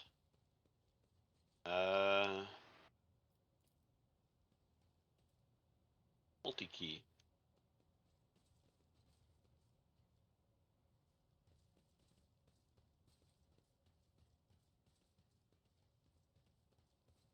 All these valves. Yeah, it's so tempting to turn one.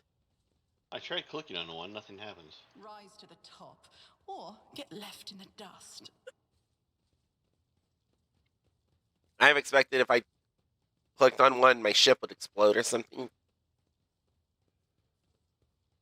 Do you see that? Wait. Oh, I have a feeling this might have to do with Cabela stuff.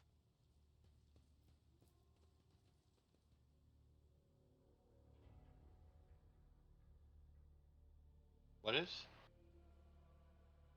I was wondering if Always keep your eye on the it might have anything to do prize. with Cabela's stuff down here, but maybe not. Actually, it shouldn't. Goods.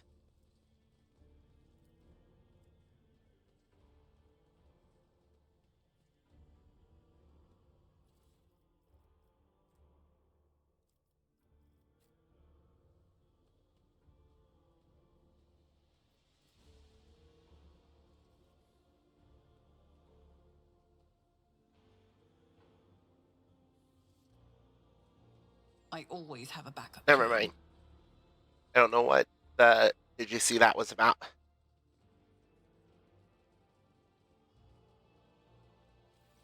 Oh,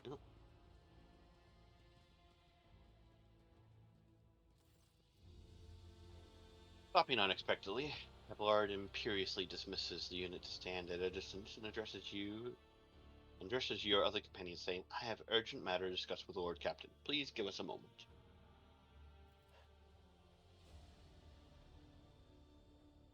Abelard looks at you, and his last breath is a restrained finish. "Well, are you pleased with your investigation, Lord Captain? You kowtowed to the disloyal rabble. You believed their lies and showed them leniency. Next time the ship is attacked by cultists, that rabble will welcome them in with open arms and allow them to wreak whatever havoc they like, because they see you as a weak leader. Is that how you see yourself see your future at the helm of the Von Valentia's Protectorate?"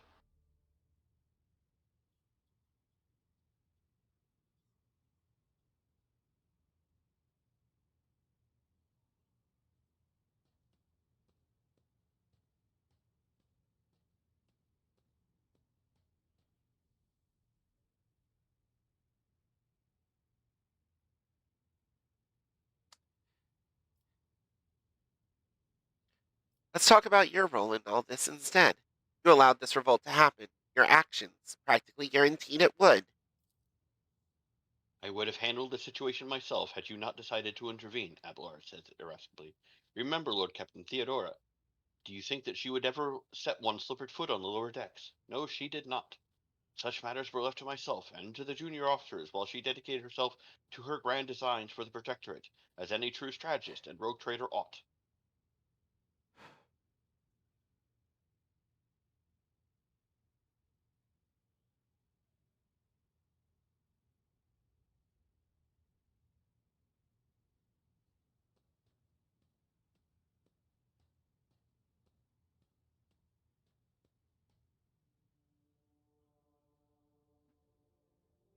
I'm looking at one or two. Yep, one or two.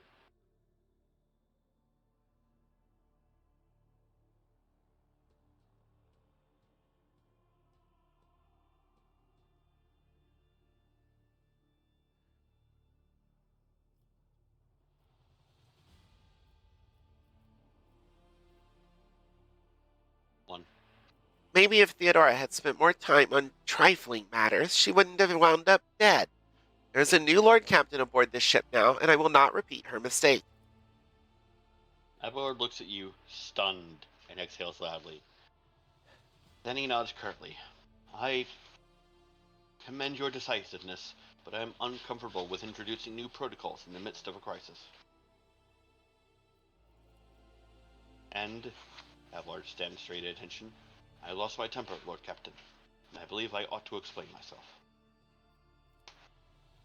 Abelard speaks slowly, the words not coming to him easily. "The prosperity of the Von Valentius Protectorate is not just an empty phrase to me. I left the Imperial Navy for a chance to see it flourish. It was the most momentous decision of my life. I did it because I saw in Lord Captain Theodora's deeds the sign of true greatness. Rogue traders do not simply forge new routes and capture worlds. They create order out of anarchy.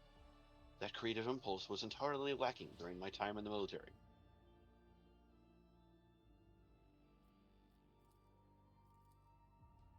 So I left behind everything I had known, everything my family had known. I come from a long line of officers, and I embarked upon this incredible reckless adventure. Lord Captain Theodora entrusted me with all the concerns she had no time for. She would go off on her flagship for long periods to distant frontiers on scouting voyages, and the advancement of the entire Protectorate rested on my shoulders. And then suddenly, Everything that had been built over the years and years began to quake, rattling like a flimsy hangar on a seismically active world.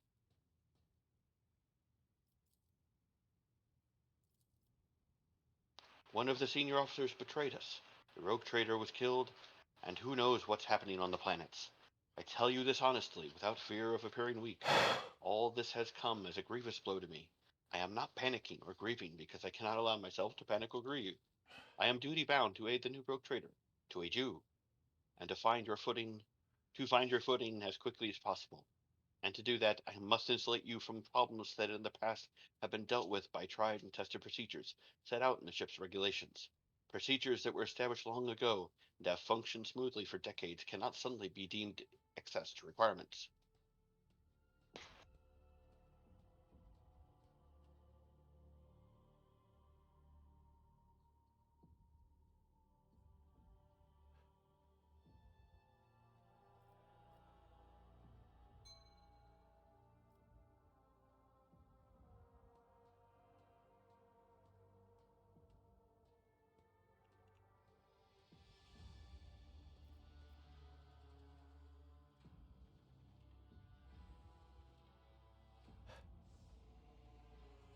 Three or four.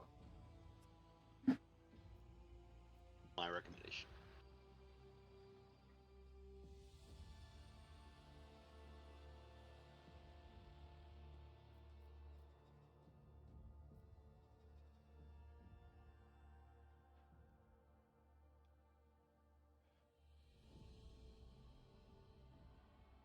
Three is more, I trust you, Abelard. Four is, I trust this was an isolated incident.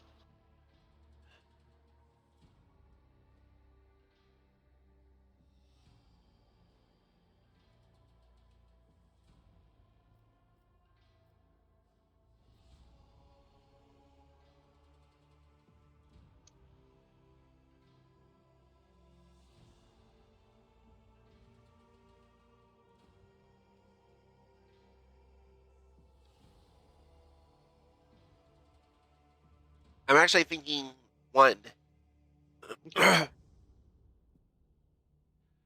Theodora trusted in established procedures, and she died. I won't make the same mistake. If you want to keep building the future of the Von Valancius Protectorate with me, stop living in the past. Going to be hard for him. Huh? That's going to be hard for him. That's fine though. Click the button. Abelard solemnly inclines his head. Yes, Lord Captain. After a moment's silence, he adds, looking at you with interest, your resolve is admirable and demonstrates strong leadership. I shall remember this moment, should my old habits ever begin to creep back in. He's loyal to you. Mm-hmm. Because his problem is he trusts the way he's always been doing it because that's how he's always been doing it. And I'm a new factor that he's not entirely sure of yet. And I do things differently. And he's struggling with that. So I have to convince him that I know what I'm doing, even though I really don't. You have not the fucking first clue. I just want to attain power while convincing everyone around me I know what I'm doing. And now, please, let us leave the lower decks. If the rogue trader desires to stretch her legs, there are far more suitable places. Totally cool. Go.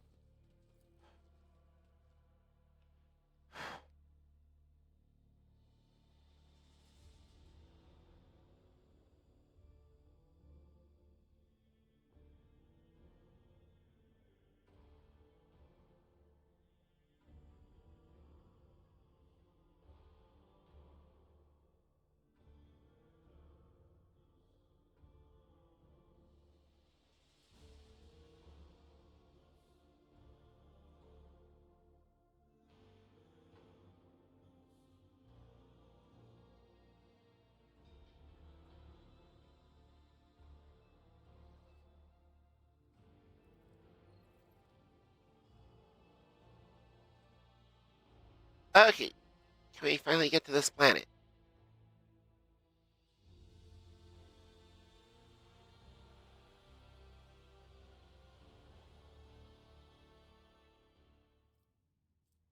Rekka and Minoris.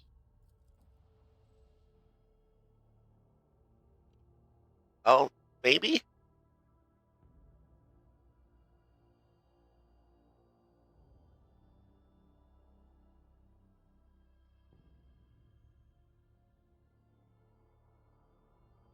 I went here first. I'm interested to see how it comes about when you're not here first.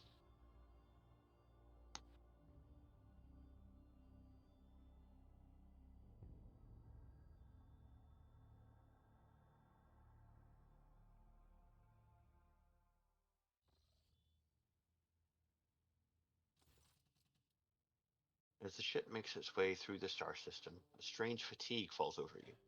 Your eyelids grow heavy, and the quill you've been using to draw up yet another order falls from your hand. So we're still not there. Now,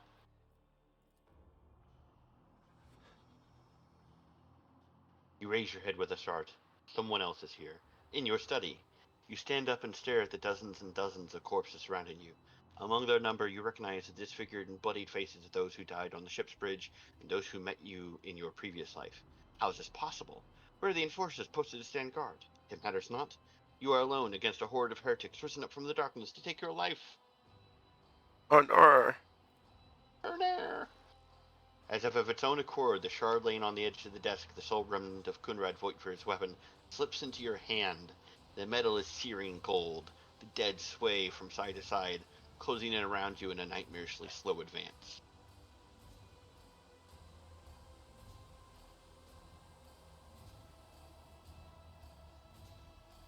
Kneel before the rogue traitor. Your lives belong to me. All you hear in response is unintelligible voices, whispers, moans, and derisive laughter. Anger ignites your chest, and you clutch the shard, which ravenously bites into your palm with its sharp edges. An unbearably bright light floods everything around, and you find yourself surrounded by groveling minions, their bodies shivering in your mere presence. Your hands no longer hold a pitiful shard, but a majestic and intricate weapon. A skillfully crafted sword with strange, unnerving proportions, a curved design, and an unusual hilt adorned with an image of closed eye. The eye opens wide, revealing a gaze so ancient and dark that it steals your breath away. You have felt this gaze before, there, on the bridge, and the voice that appears in your mind only confirms your guess. The tapestry is woven, the path is chosen. Accept your fate, champion.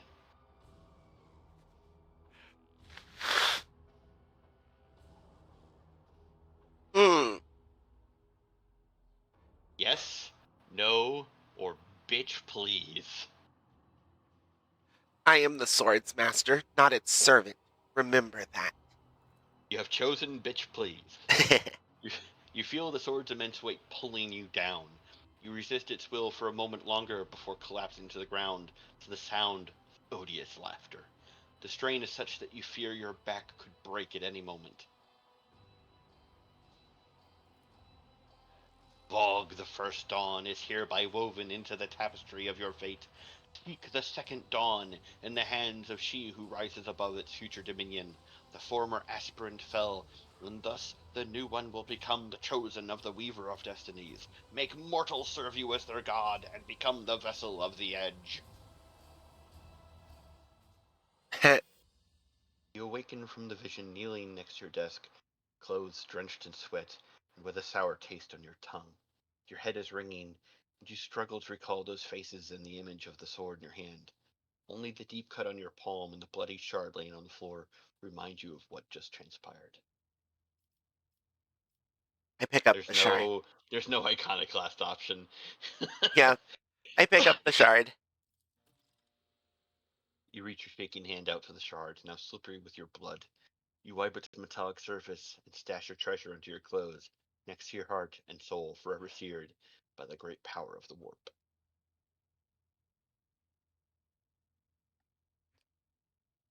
Yeah, stop touching strange metal objects. Oh, that thing I told the lower deckers to do? To stop doing? Uh-huh. Uh-huh. Yeah, because I want to touch them. Yeah. Uh-huh.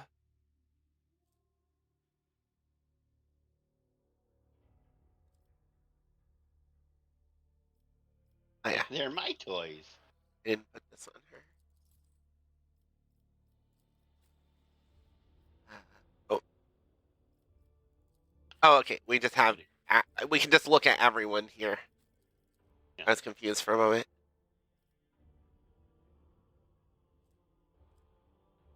All right, let's go. Was it something that got added to the blade shard? That's okay. It's right there. I own my precious. Let's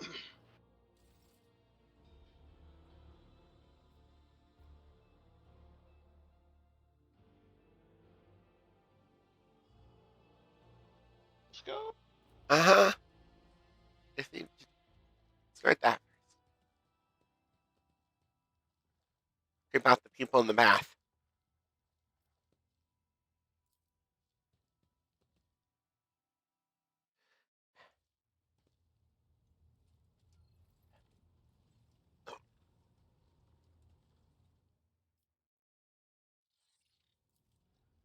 Lord Commander.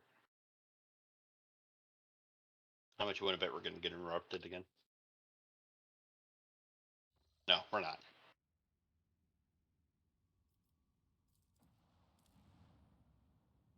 Begin scan.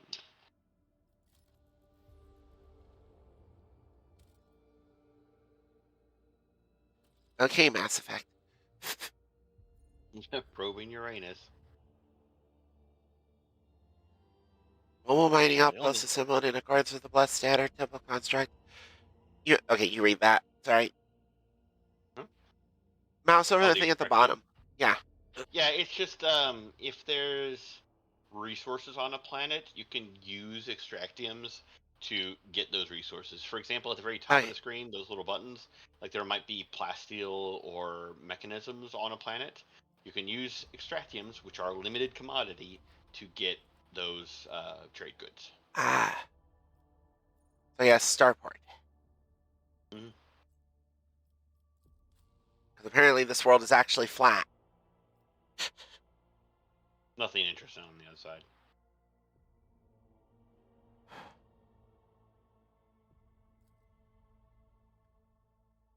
I like how we haven't been in combat since you last bathed, so you still have the bonus.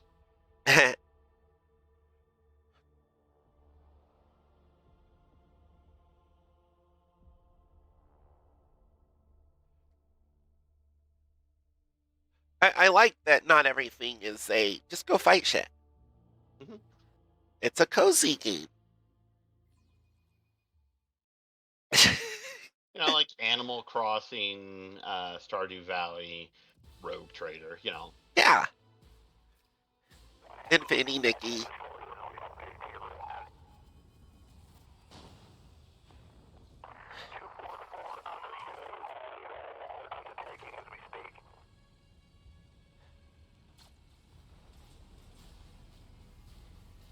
Did we find Darktide?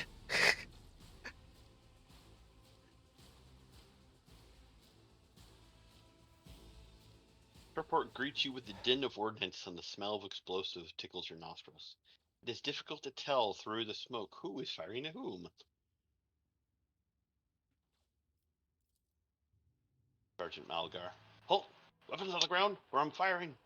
A man in a torn and dirty uniform hobbles towards you from behind the chunks of rockcrete and crumpled plasteel. His cracked helmet is adorned with a crooked label that reads, Sergeant Malgar.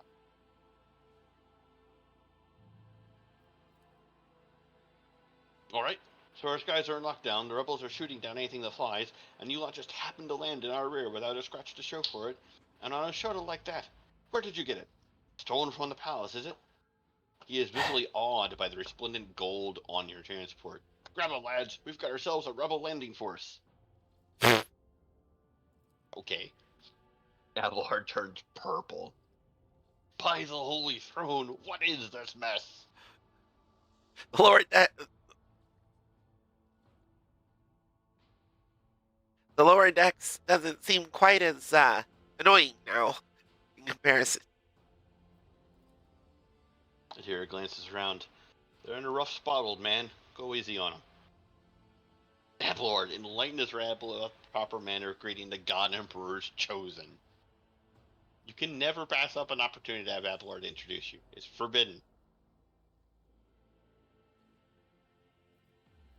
Yeah, as much as I like saying my own name, it's better if someone else says it. Yeah. What's the point of being a noble if you don't have people introducing you? Abelard, enlighten this rabble about the proper manner of greeting the God Emperor's chosen. You stand before rogue traitor Von Valentius, you ignorant worm! Snap to attention this instant, and give her ladyship a formal report. With a mixture of awe and terror, he snaps to attention, raises his freshly cut chin like an exemplary soldier, and barks, "My mistake, ma'am! At once! The starport is under control of the governor's wardens. Perimeter command is Sergeant..." Never mind. A frag grenade explosion cuts off the rest of the sergeant words. Shrapnel flies everywhere with a piercing screech. One of the soldiers falls to the ground, clutching the remnants of his forearm that is now adorned with crimson tatters. Blood is pouring out of the stump, and the soldier's agony is short-lived. The sergeant curses and hastily says an army prayer for the dead.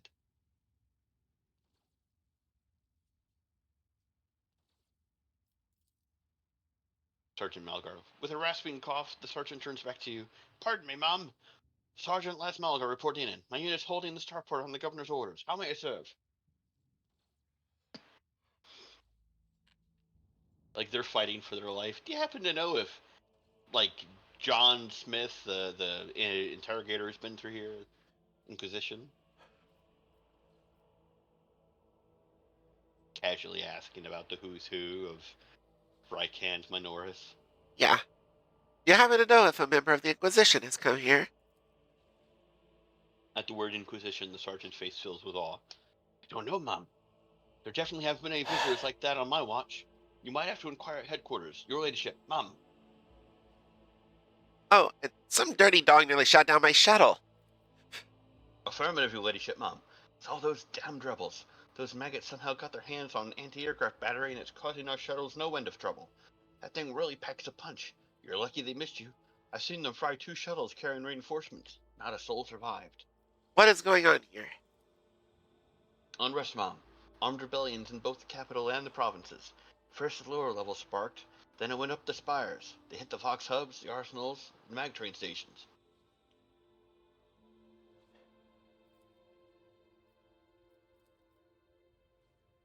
Then Felik tore off his mask, precisely because he knew about the trouble in Rykad Minoris.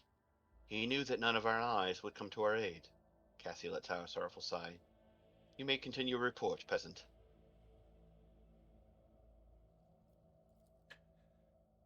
"My unit was here when it all went to the Groxes. The tech priests linked to satellites reported sightings of strange void ships in the system. They were orbiting the star until one of them set course for landing on Rykad Majoris. The governor took precautionary measures and ordered to increase security at the key facilities. Everyone knows that when something's not right, you better double the warden details. The alarm was raised, and we were sent to secure the starport. It's the only reason we're able to hold it." "They're crushing us, the scumbags. It's been a whole turn since the last reinforcements came in. We're running low on ammo. Every other fighter is wounded. I don't know how bad it is in the streets, but they'll drive us out of here any minute."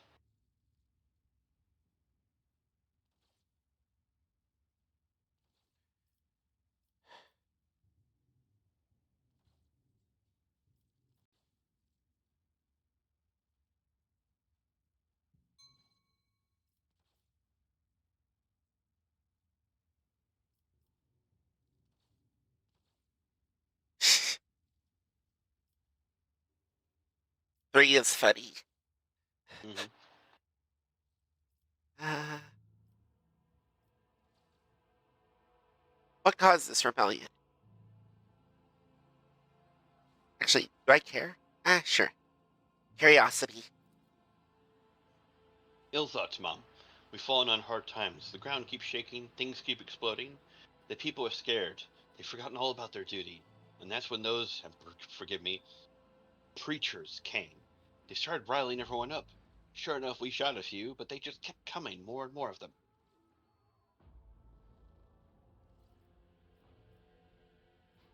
Give me a moment. Okay.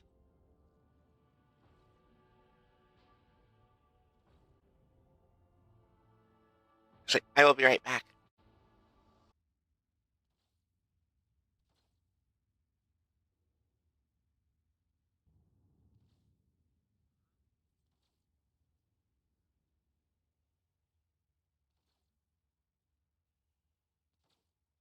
Okay, I'm back. Can you hear me? Yeah.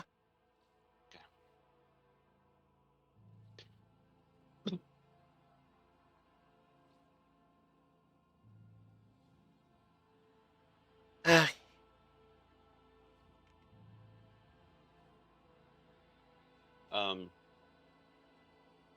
Some things that I'm noting that may encourage you to press 4. As far as I'm aware, the Rycad solar system is generally winter scale held territory, but the winter scales are either unable or unwilling to come to the help of the Rycad system.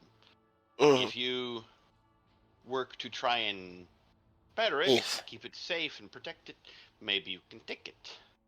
And we have enough people that helping these people out is not going to really disadvantage us. Yep.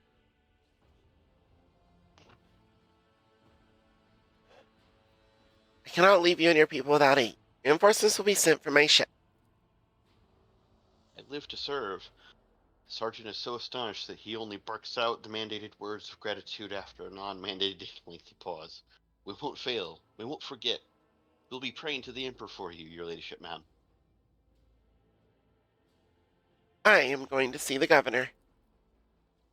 If I may report, ma'am, as long as the rebels keep shooting their damned anti-aircraft battery, there's absolutely no way to shuttle you to the governor. You'd have to be on foot, and the streets are dangerous.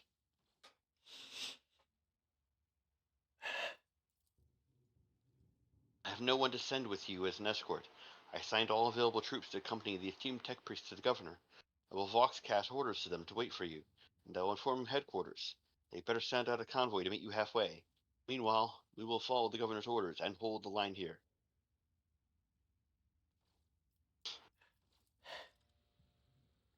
Dira frowns as her gaze grows distant and says she's looking through the sergeant. You're a good soldier, but you've got a lot of blood on your hands, both yours and others. You know, the same hand that salutes right now might falter in darkness. Rank and epaulets won't save you from the bitterness. Pardon me, milady, but I can't get my head around these fancy words you're saying. I've seen plenty of blood, but trust me, I'll fight to the last drop.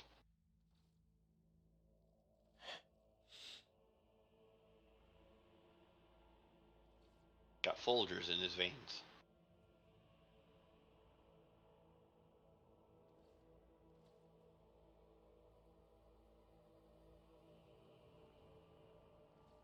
What tech priest? Very important person from the Adeptus Mechanicus arrived on the last shuttle before they locked down the sky. He kept on asking whether anyone by the name of Amarant or Amarnat or something like that had recently arrived. Barely answered any of our questions, though. Said he was under no obligation to tell us anything. He demanded to talk to the governor personally, so I had to send a quarter of my troops with him to keep trouble at bay.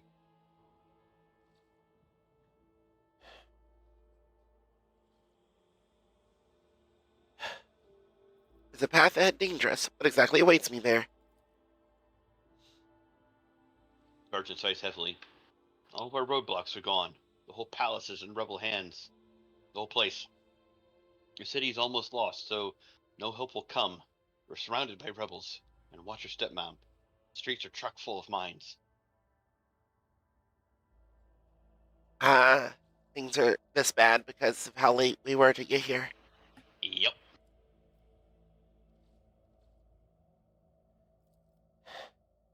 Logic test failed.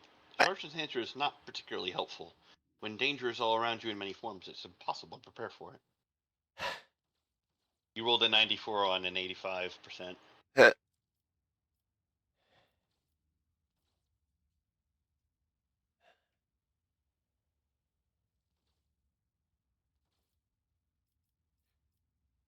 You are a good soldier, Malgar. I will see that your heroism is noted.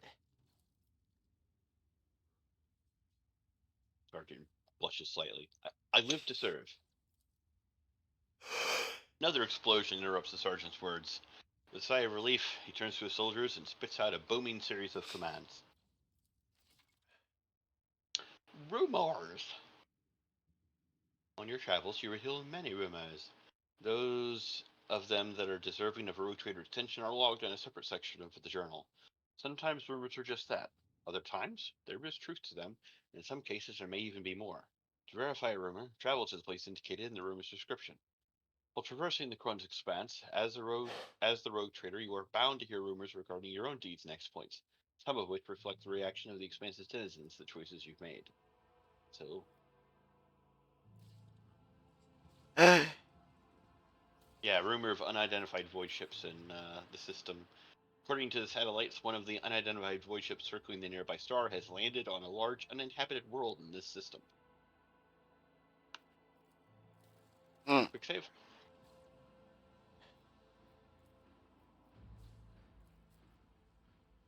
Oh, there's loot behind us.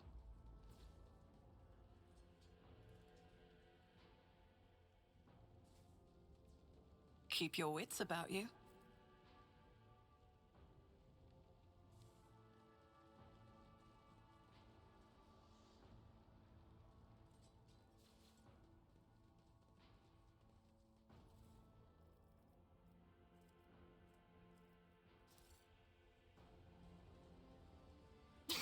Did you see that?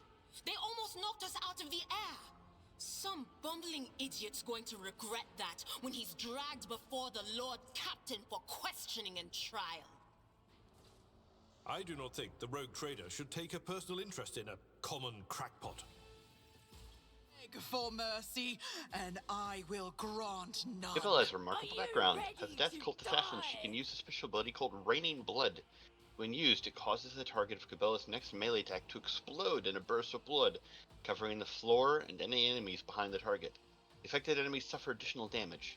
Cabela can also use a special throwable consumable called a Blood File to spill even more blood on the battlefield. Blood for the Blood God. Cabela is a Blade Dancer. Blade Dancers are incredibly skilled sword fighters who can devastate enemies using two special attacks, Blade Dance and Death from Above. Blade Dance ability allows a Blade Dancer to make several light strikes against random adjacent targets. If there is only one adjacent target, all the strikes are dedicated against that target. If two swords are equipped, the Blade Dancer deals significantly more strikes. Well, quote-unquote significantly. Death from Above allows Blade Dancer to swiftly leap to a selected cell and upon landing deal damage to all adjacent targets. This ability can be used multiple times per turn, but each use requires a charge to be spent. The Blade Dancer gains charges by killing their enemies. Blade Dancer's main characteristics are weapon skill, agility, strength. Weapon skill enhances their melee attacks and defense in close combat. Agility increases their dodge chance and makes their abilities more efficient, for example, increasing the number of strikes made with Blade Dance. Strength increases the damage dealt with swords. Note, most of the Blade Dancer's abilities can only be used with a sword equipped. Some abilities available through progression cost wounds instead of AP.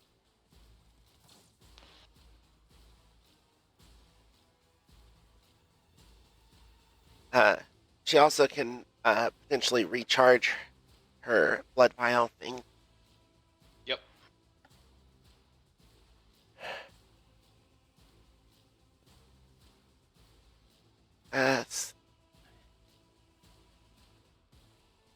Best I can do. Actually,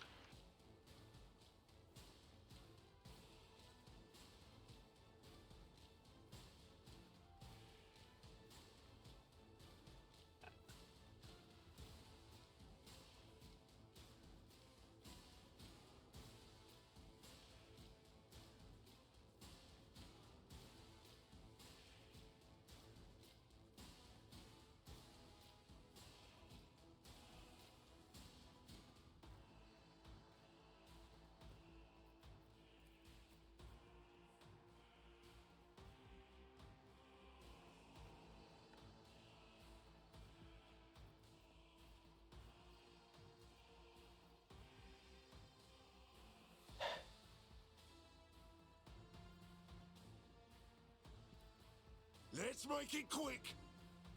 Ah! Out of my way. Here we instigating. go.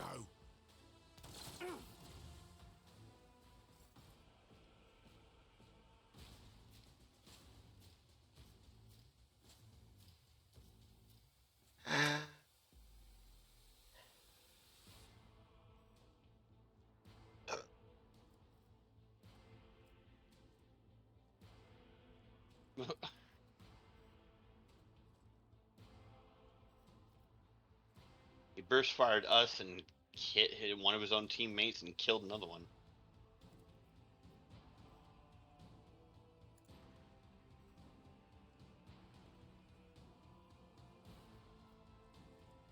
For every rebel that dies, all the other ones get +1 weapon skill and +1 ballistic skill, as well as +1 damage. Interesting.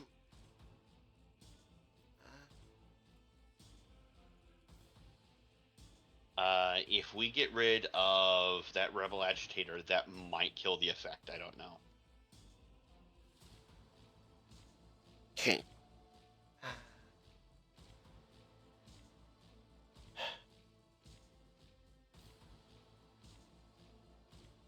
If I give you 2 movement points with a turn, with giving you a turn, are you able to do anything as Cabela? Bella? I would move her here, which gives her a little bit more cover. You wouldn't be able to go attack anyone. With 2 movement points? Yeah. No. I figured. I mean, it would help her get closer so that she can.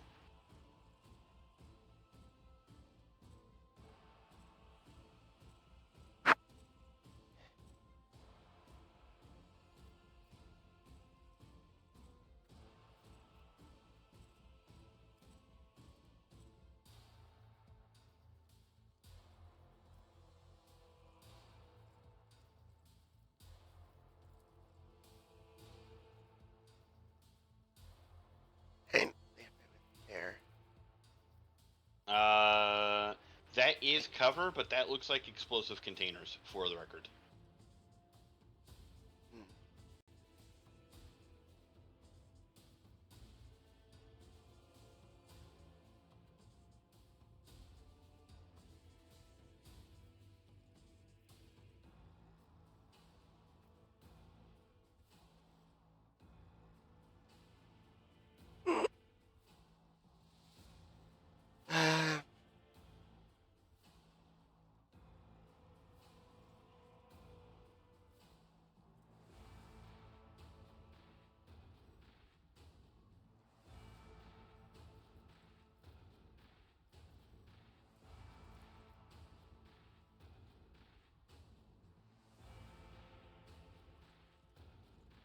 It's as good as done.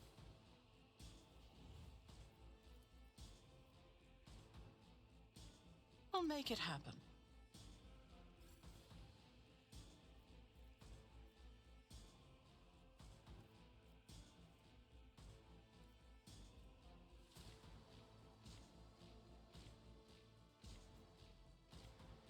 Single shot, run in gun, single shot.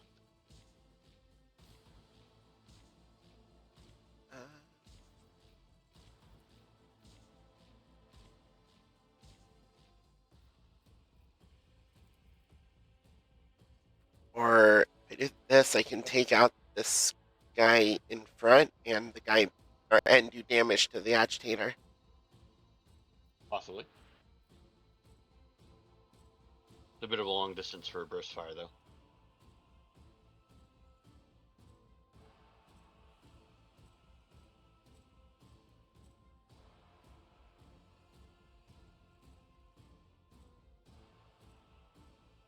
Uh, 50% chance to hit the guy in front.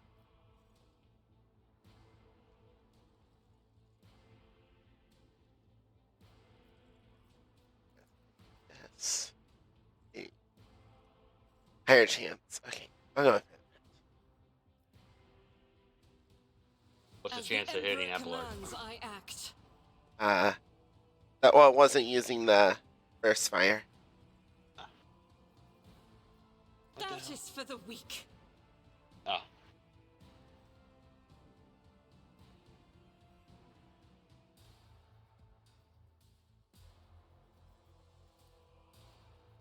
But the guy did survive.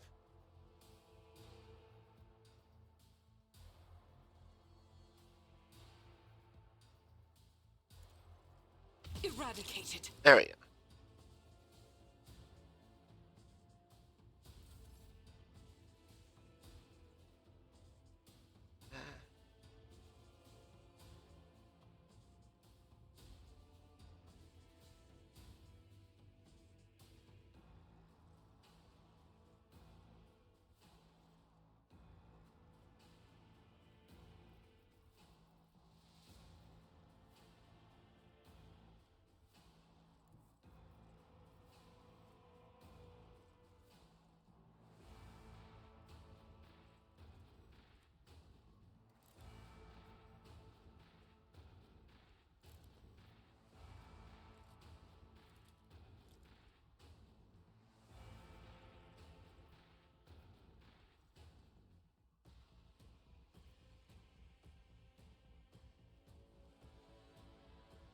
these guys mostly have las guns.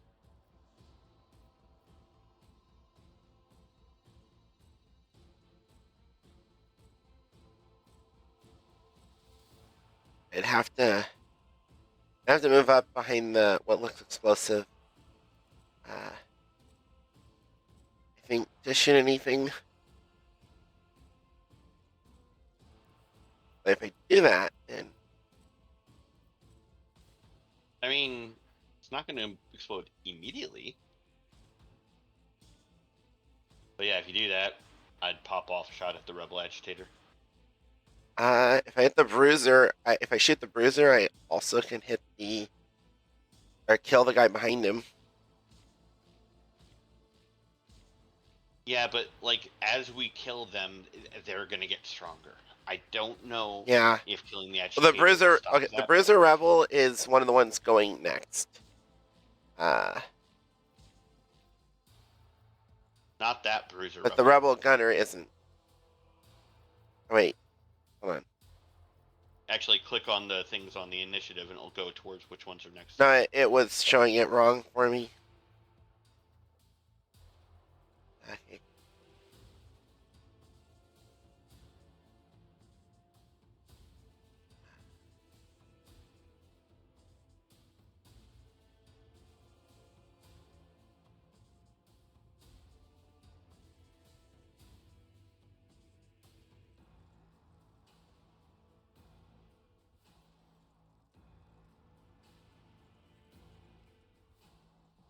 I'll go for this.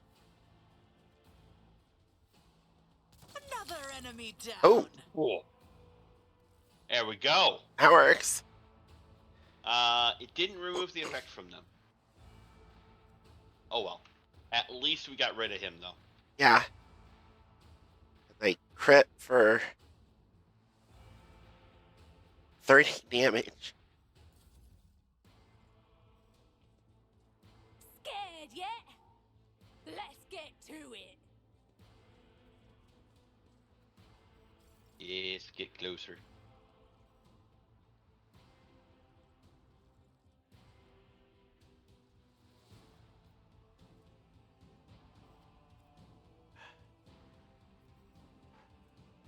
Not your purpose to draw some of them closer?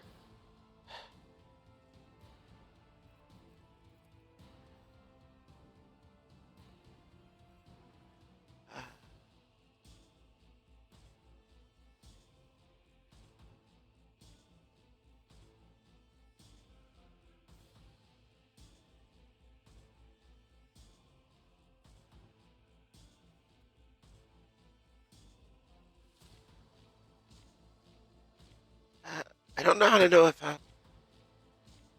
Oh, there's two people this will definitely attract.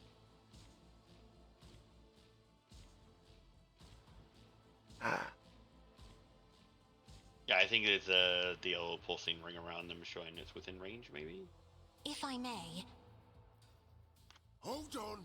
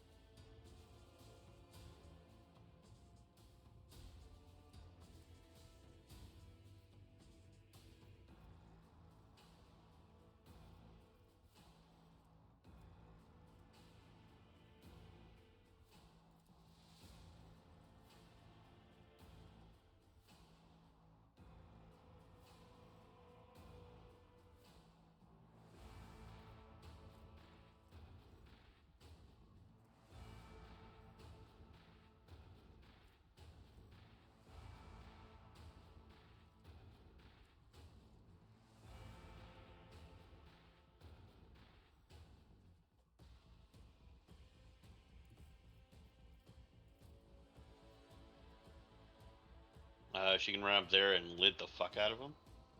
Yep. That's the best thing to do.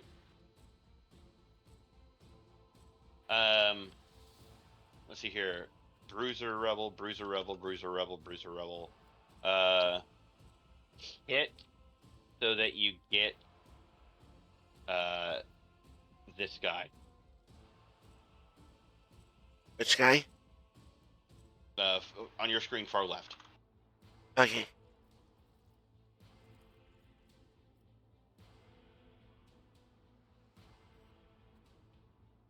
Yep. Oh shit, you can hold 4. Yep. Emperor, give me strength.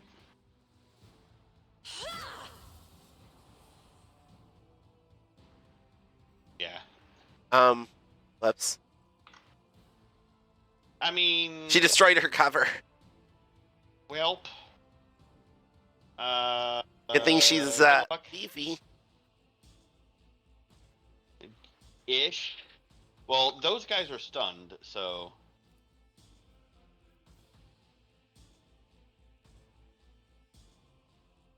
You've managed Isn't to this a stun job for the serfs? 4 of them. Also, have voice of command on Lasparde. So now we both have 37 HP. There are 3 gunners who are gonna go, then Cabela.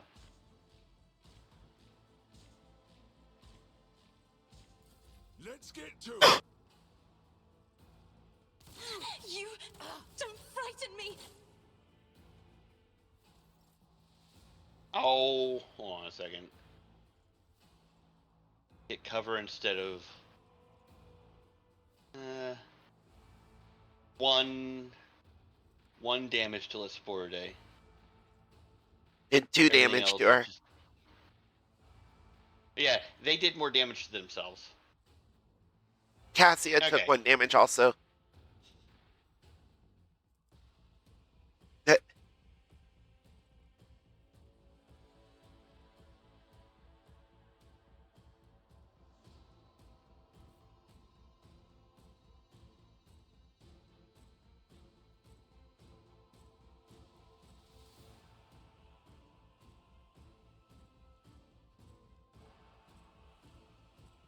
Come, the other side awaits.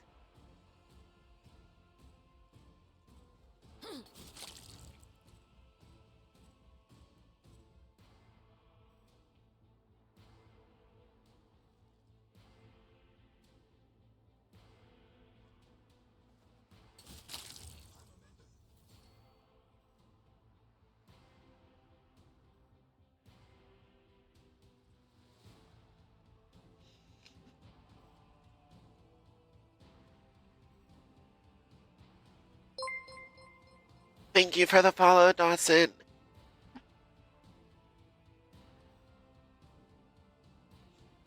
How are you?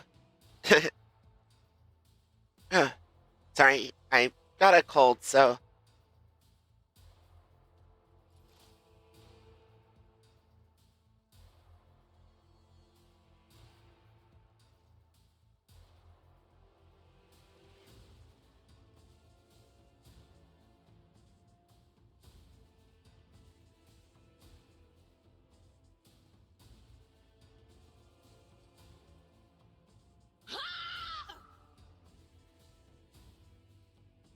Doing alright aside from the cold.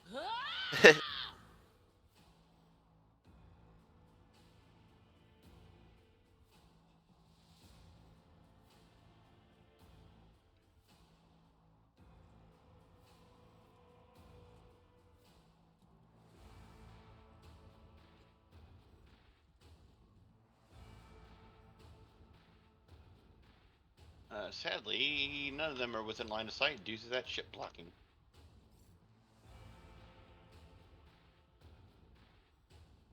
Argenta's turn. Yes. Doing my best. Let's see.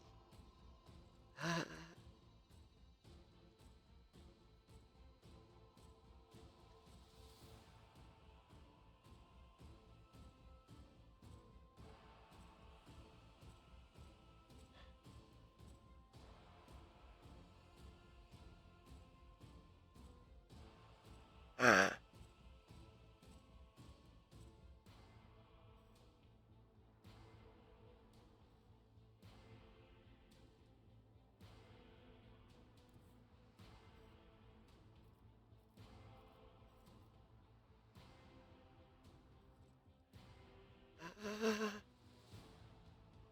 not very likely to hit anything, but it's something.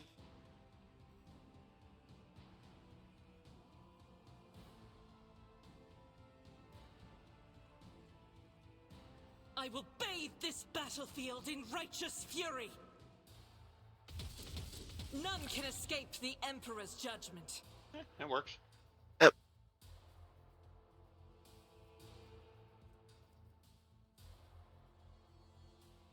One of the nice Blade Dancer abilities I picked up for Cabela, in the Footsteps of Death. Every time an enemy is killed by the Blade Dancer's allies, the number of MP on the Blade Dancer's next turn is increased by +2.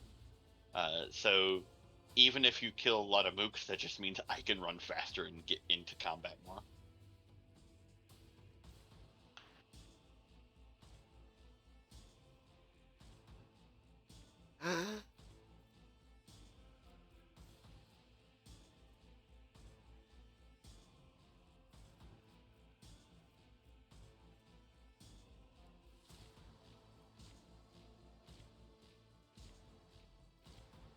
This might be a mistake, but I'm gonna try using Heroic Act.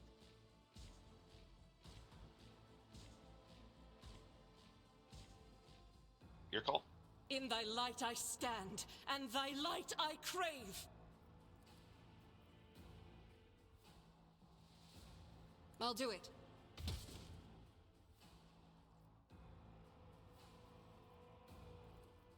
Faith without deeds is worthless. As the Emperor commands, I act. She can also use Freer's Recital.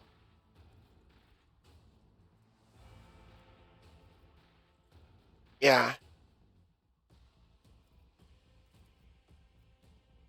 I'll do it. So close. As the Emperor commands, I act. There we go. Bunch of momentum back. Yep. Abelard's like, well, there's nothing I can do, damn it. If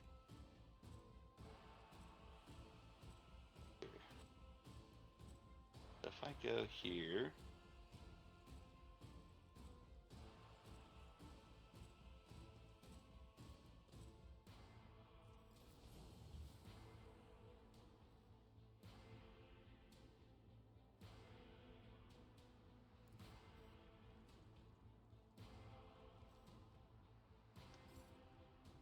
I'm giving a little bit of move to everyone, something Abelard was able to do.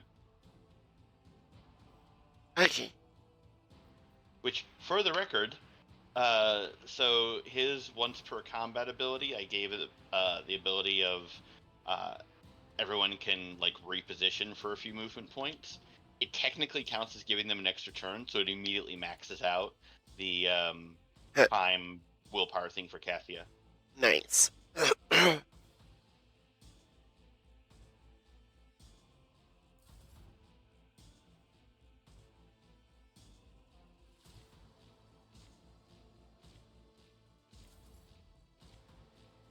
Oops. I failed to actually move her, but that's fine. I have read tomes of military It also gives them some tactics. deflection, and I think a bit of extra bonus for cover if they're in cover range. Hmm.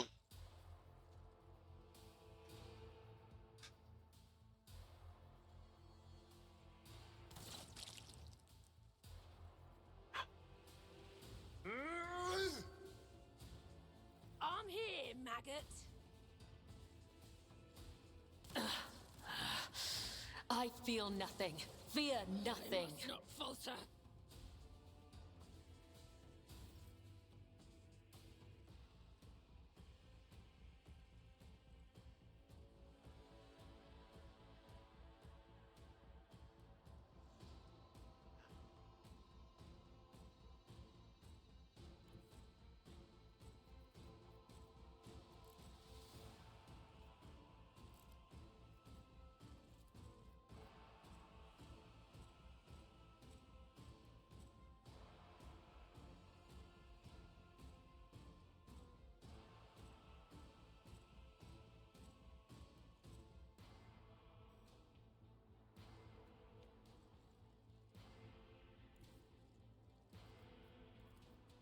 break their ranks done on Cabela before she does a blade dance feels like it's unfair. Hmm.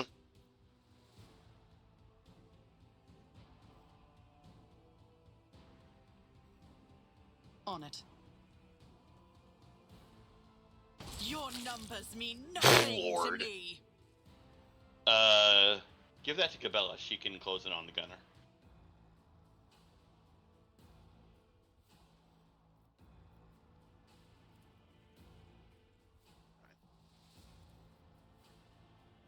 Who, if not me? Here's my perfect moment.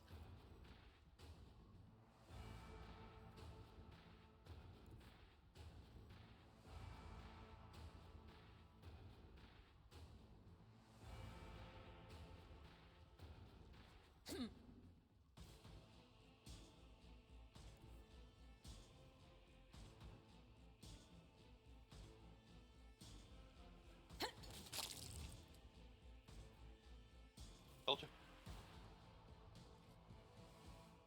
You have hadn't died, I could have given you another turn. And then Cassie, I could have given you another turn.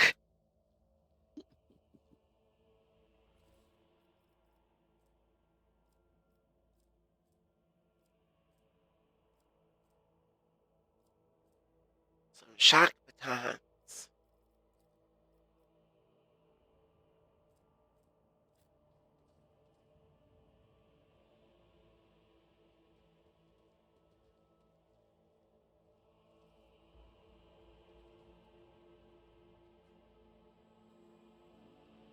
Is there money to be made?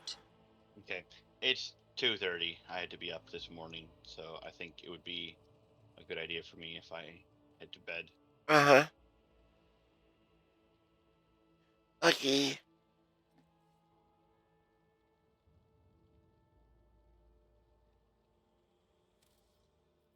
Save and Let's exit. see here.